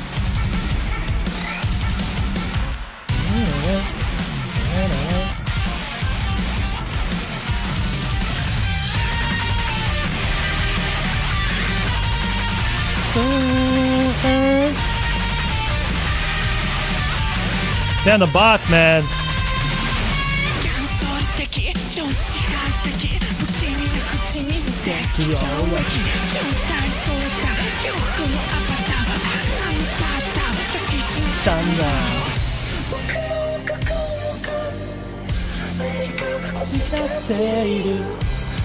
I would love to do a remix to this.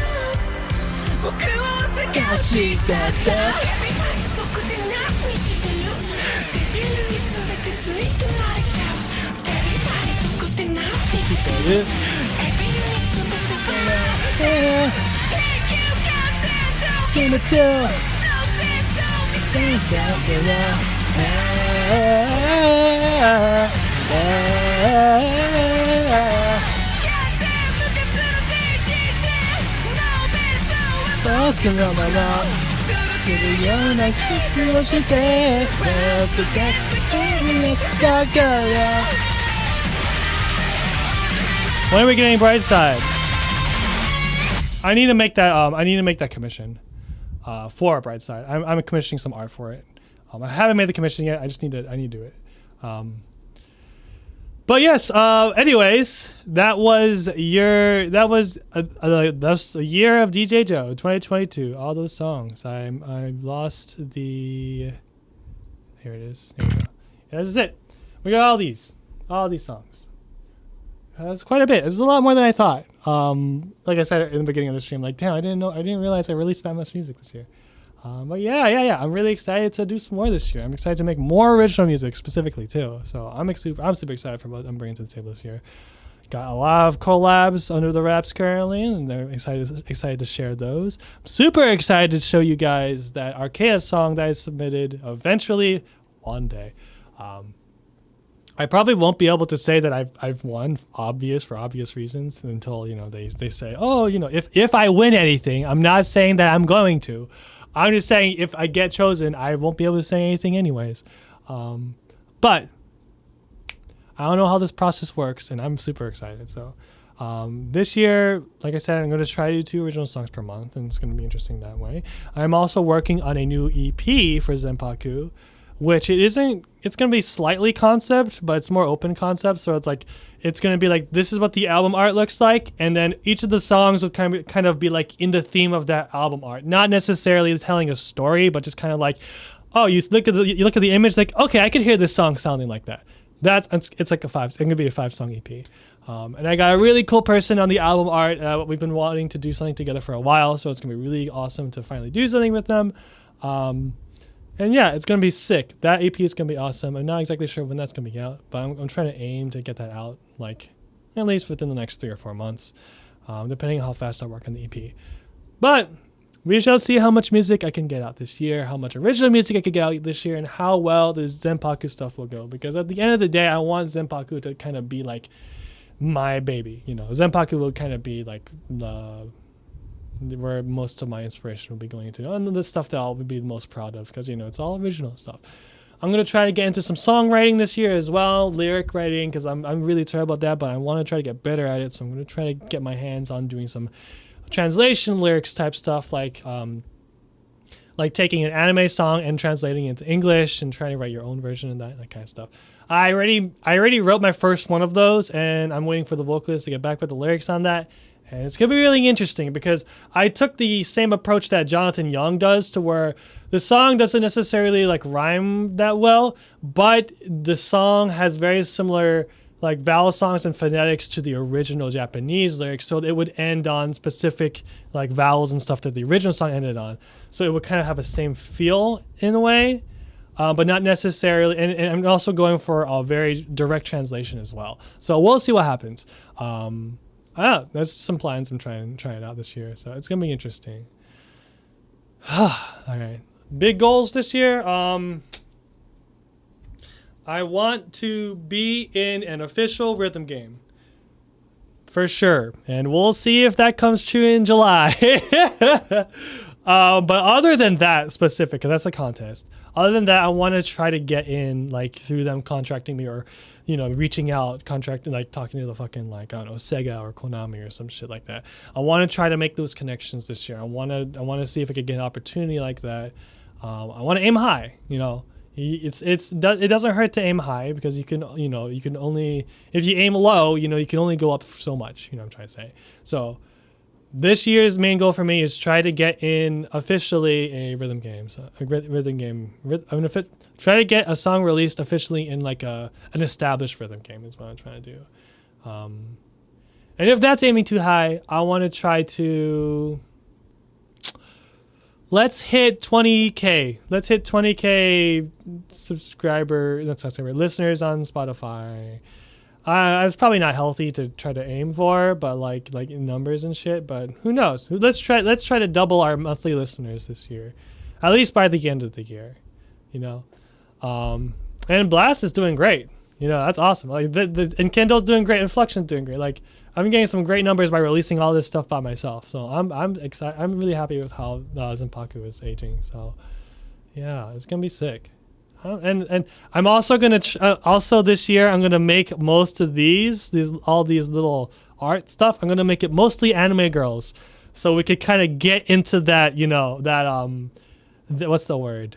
That kind of scene. You know what I mean? We're like, let's take like Lar or something. Hold on. Like if we look at Lar. Is this the right Lar? Yeah. If we look at Lar, it's the anime girl, anime girl, anime girl, anime girl, anime girl. You know what I mean? You know what I mean? You know what I'm saying? You know what I'm saying? Like fucking Camellia, right? Let's see what we got.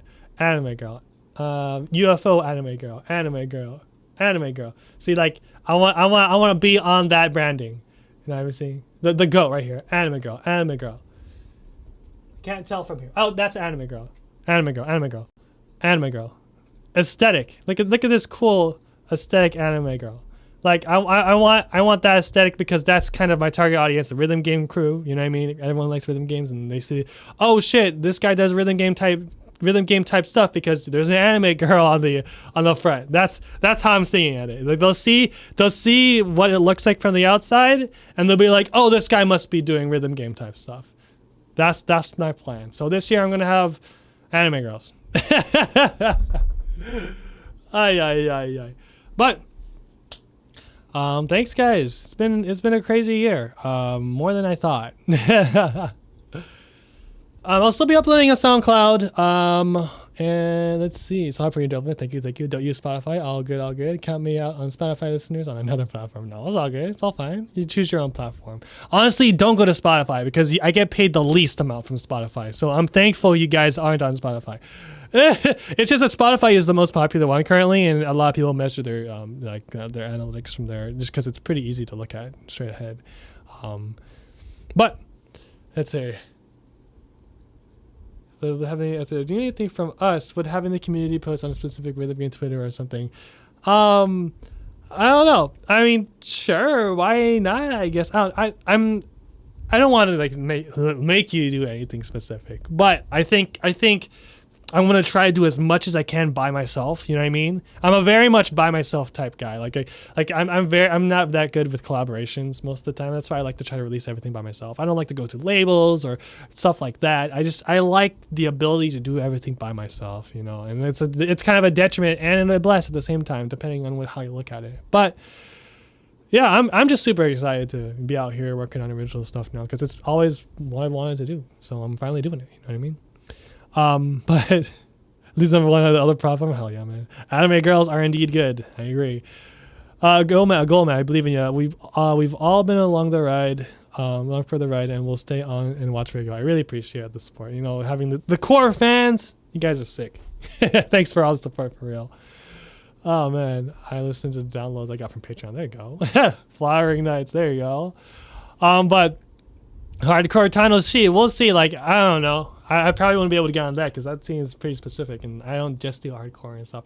But granted, so a lot of people on Hardcore Tano don't do just hardcore, but hardcore isn't necessarily my specialty. That's why I'm like hesitant going something like that. But Hardcore Tano C is like fucking they're goats, man. They fucking made Waka, the rest in peace, bro. But like that shit's amazing. Like the stuff that Hardcore Tano releases is amazing. Like respect to everyone on that label. We shall see, though. I'm trying to break in, try to release as much as I can with originals this year, and trying to build that Zen Pocket brand, kind of let people know, hey guys, I can do this stuff. You know, here's my library of really cool stuff you should listen to, and it's all about building when it comes to like being a musician. You have to have that library. You can't, you have to have like once you get that good hit, people want more, so they go to the rest of your stuff, and if it's all good, you're good. But if you don't have that much stuff, we'll have to see where it goes from there. So I'm just ready to build. You know what I mean? I'm here to build. They implemented fan-powered royalties. Oh, I'm paying for SoundCloud. Oh, I see. What's best streaming strategy? I'm missing. Yeah, the SoundCloud is weird though. Like, it's great. It's fun. It's good for originals though, so I'll give them that. But like for the stuff I do in JoJo, it's been kind of sketch. So that's why I made a side channel for SoundCloud. Because I'm like at my limit with how much strikes I have on SoundCloud currently. So like I'm trying to not have my DJ Joe, wiped off on SoundCloud. That's why I made a side channel and I retweet, I repost the stuff to the main one. That's why. Funk.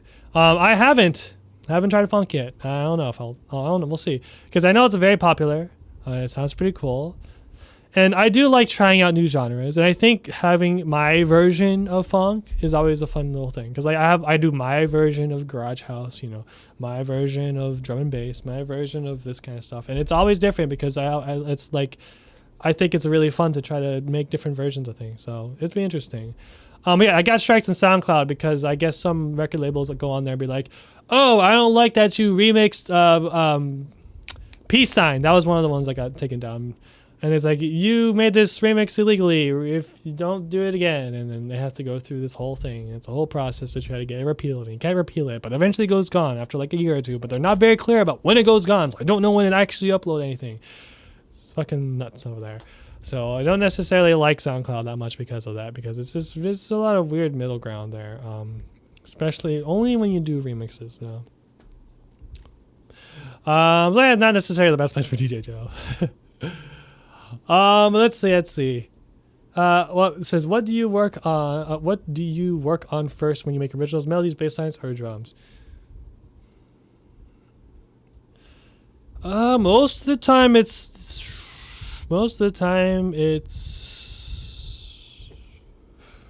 bass line or melodies most of the time. But it mostly just depends on how I'm approaching the song. Cause like with the Demon Dice song I did, Blast Plus, I started with the drums in that one because that song, I want to start the beginning of that song kind of like throw back to how I used to do some of those percussion, like heavy, like sequences where like a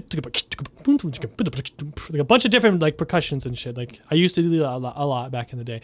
And I wanted to throw back to that with Blast Plus and start off with the percussion and just the light synths. And I started that one with percussion. So it really, most of my ideas for original music when I start making it is melodically. But every now and then I see a cool concept like, oh, let's make a song like it's mostly synths and stuff, but all the drums are going to be acoustic drums instead. Stuff like that. I try to take concepts and move with them. I want to make a song similar to a Lars song. I want to make a song similar to this crazy ass Archaea song. There's a lot of different things. I like concept heavy things when I start originals. So I keep myself with some guidelines. Yeah, so all my originals so far have been like based off a concept of like, I don't want to make a DDR type song. I want to make a Camellia type song. So we'll see. But yeah, okay, that would be crazy to do some enjoyments. Yeah, dang, it sucks. Appreciate your SoundCloud kind of stuff. Yeah, no worries. They're always going to be up there as long as, people don't take it down through copyright. It's going to be there.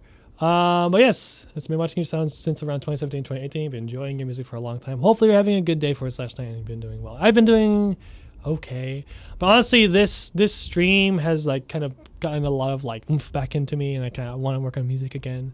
The past like week or two I've just kind of been in the slump, and it's been kind of rough, but I've been slowly working on some small stuff, so I'm not completely like out of it. I'm not just like playing Splatoon all day or Sound Voltex or Osu.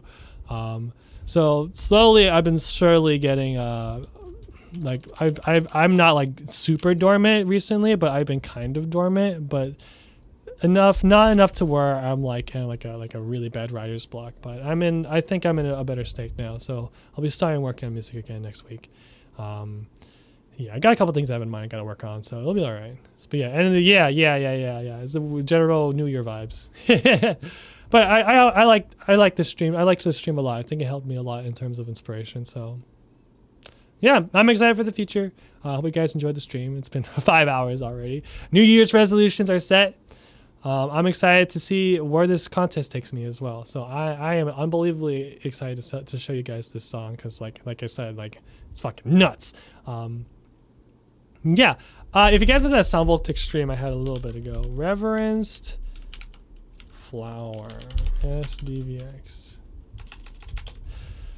So basically for this song for Archaea, I made the song kind of similar to this, but less on the orchestral side and more the electronic side. And this has been like one of my favorite songs in like the past like couple weeks. It's such a good fucking song, bro. I'm gonna play it for you guys as the outro song. I love it so much. So I'll play the song for you, and hope you guys get inspired by it, and I hope you guys look forward to the stuff I'm gonna be making this year. It's gonna be really cool. Also, use that Chiki Chiki Bon Bon song, Chiki Chiki Bon Bon. Yeah, it's a good drop. All right, so I'm not leaking my stuff, bro. I'm just showing you a song that's heavily inspired by what I did with the song. And yeah, I love this song a lot, and I love that Archaea song a lot, and I love all the stuff I've made in 2022, and I'm just gonna to love some more stuff this year. So it's gonna be sick. Hope you guys enjoyed everything, and I had a fun time reviewing this stuff. The 5 hours it took me to do it, but it was worth it. But yes, peace out, guys. See you later. Bye. Whew, I'm hungry.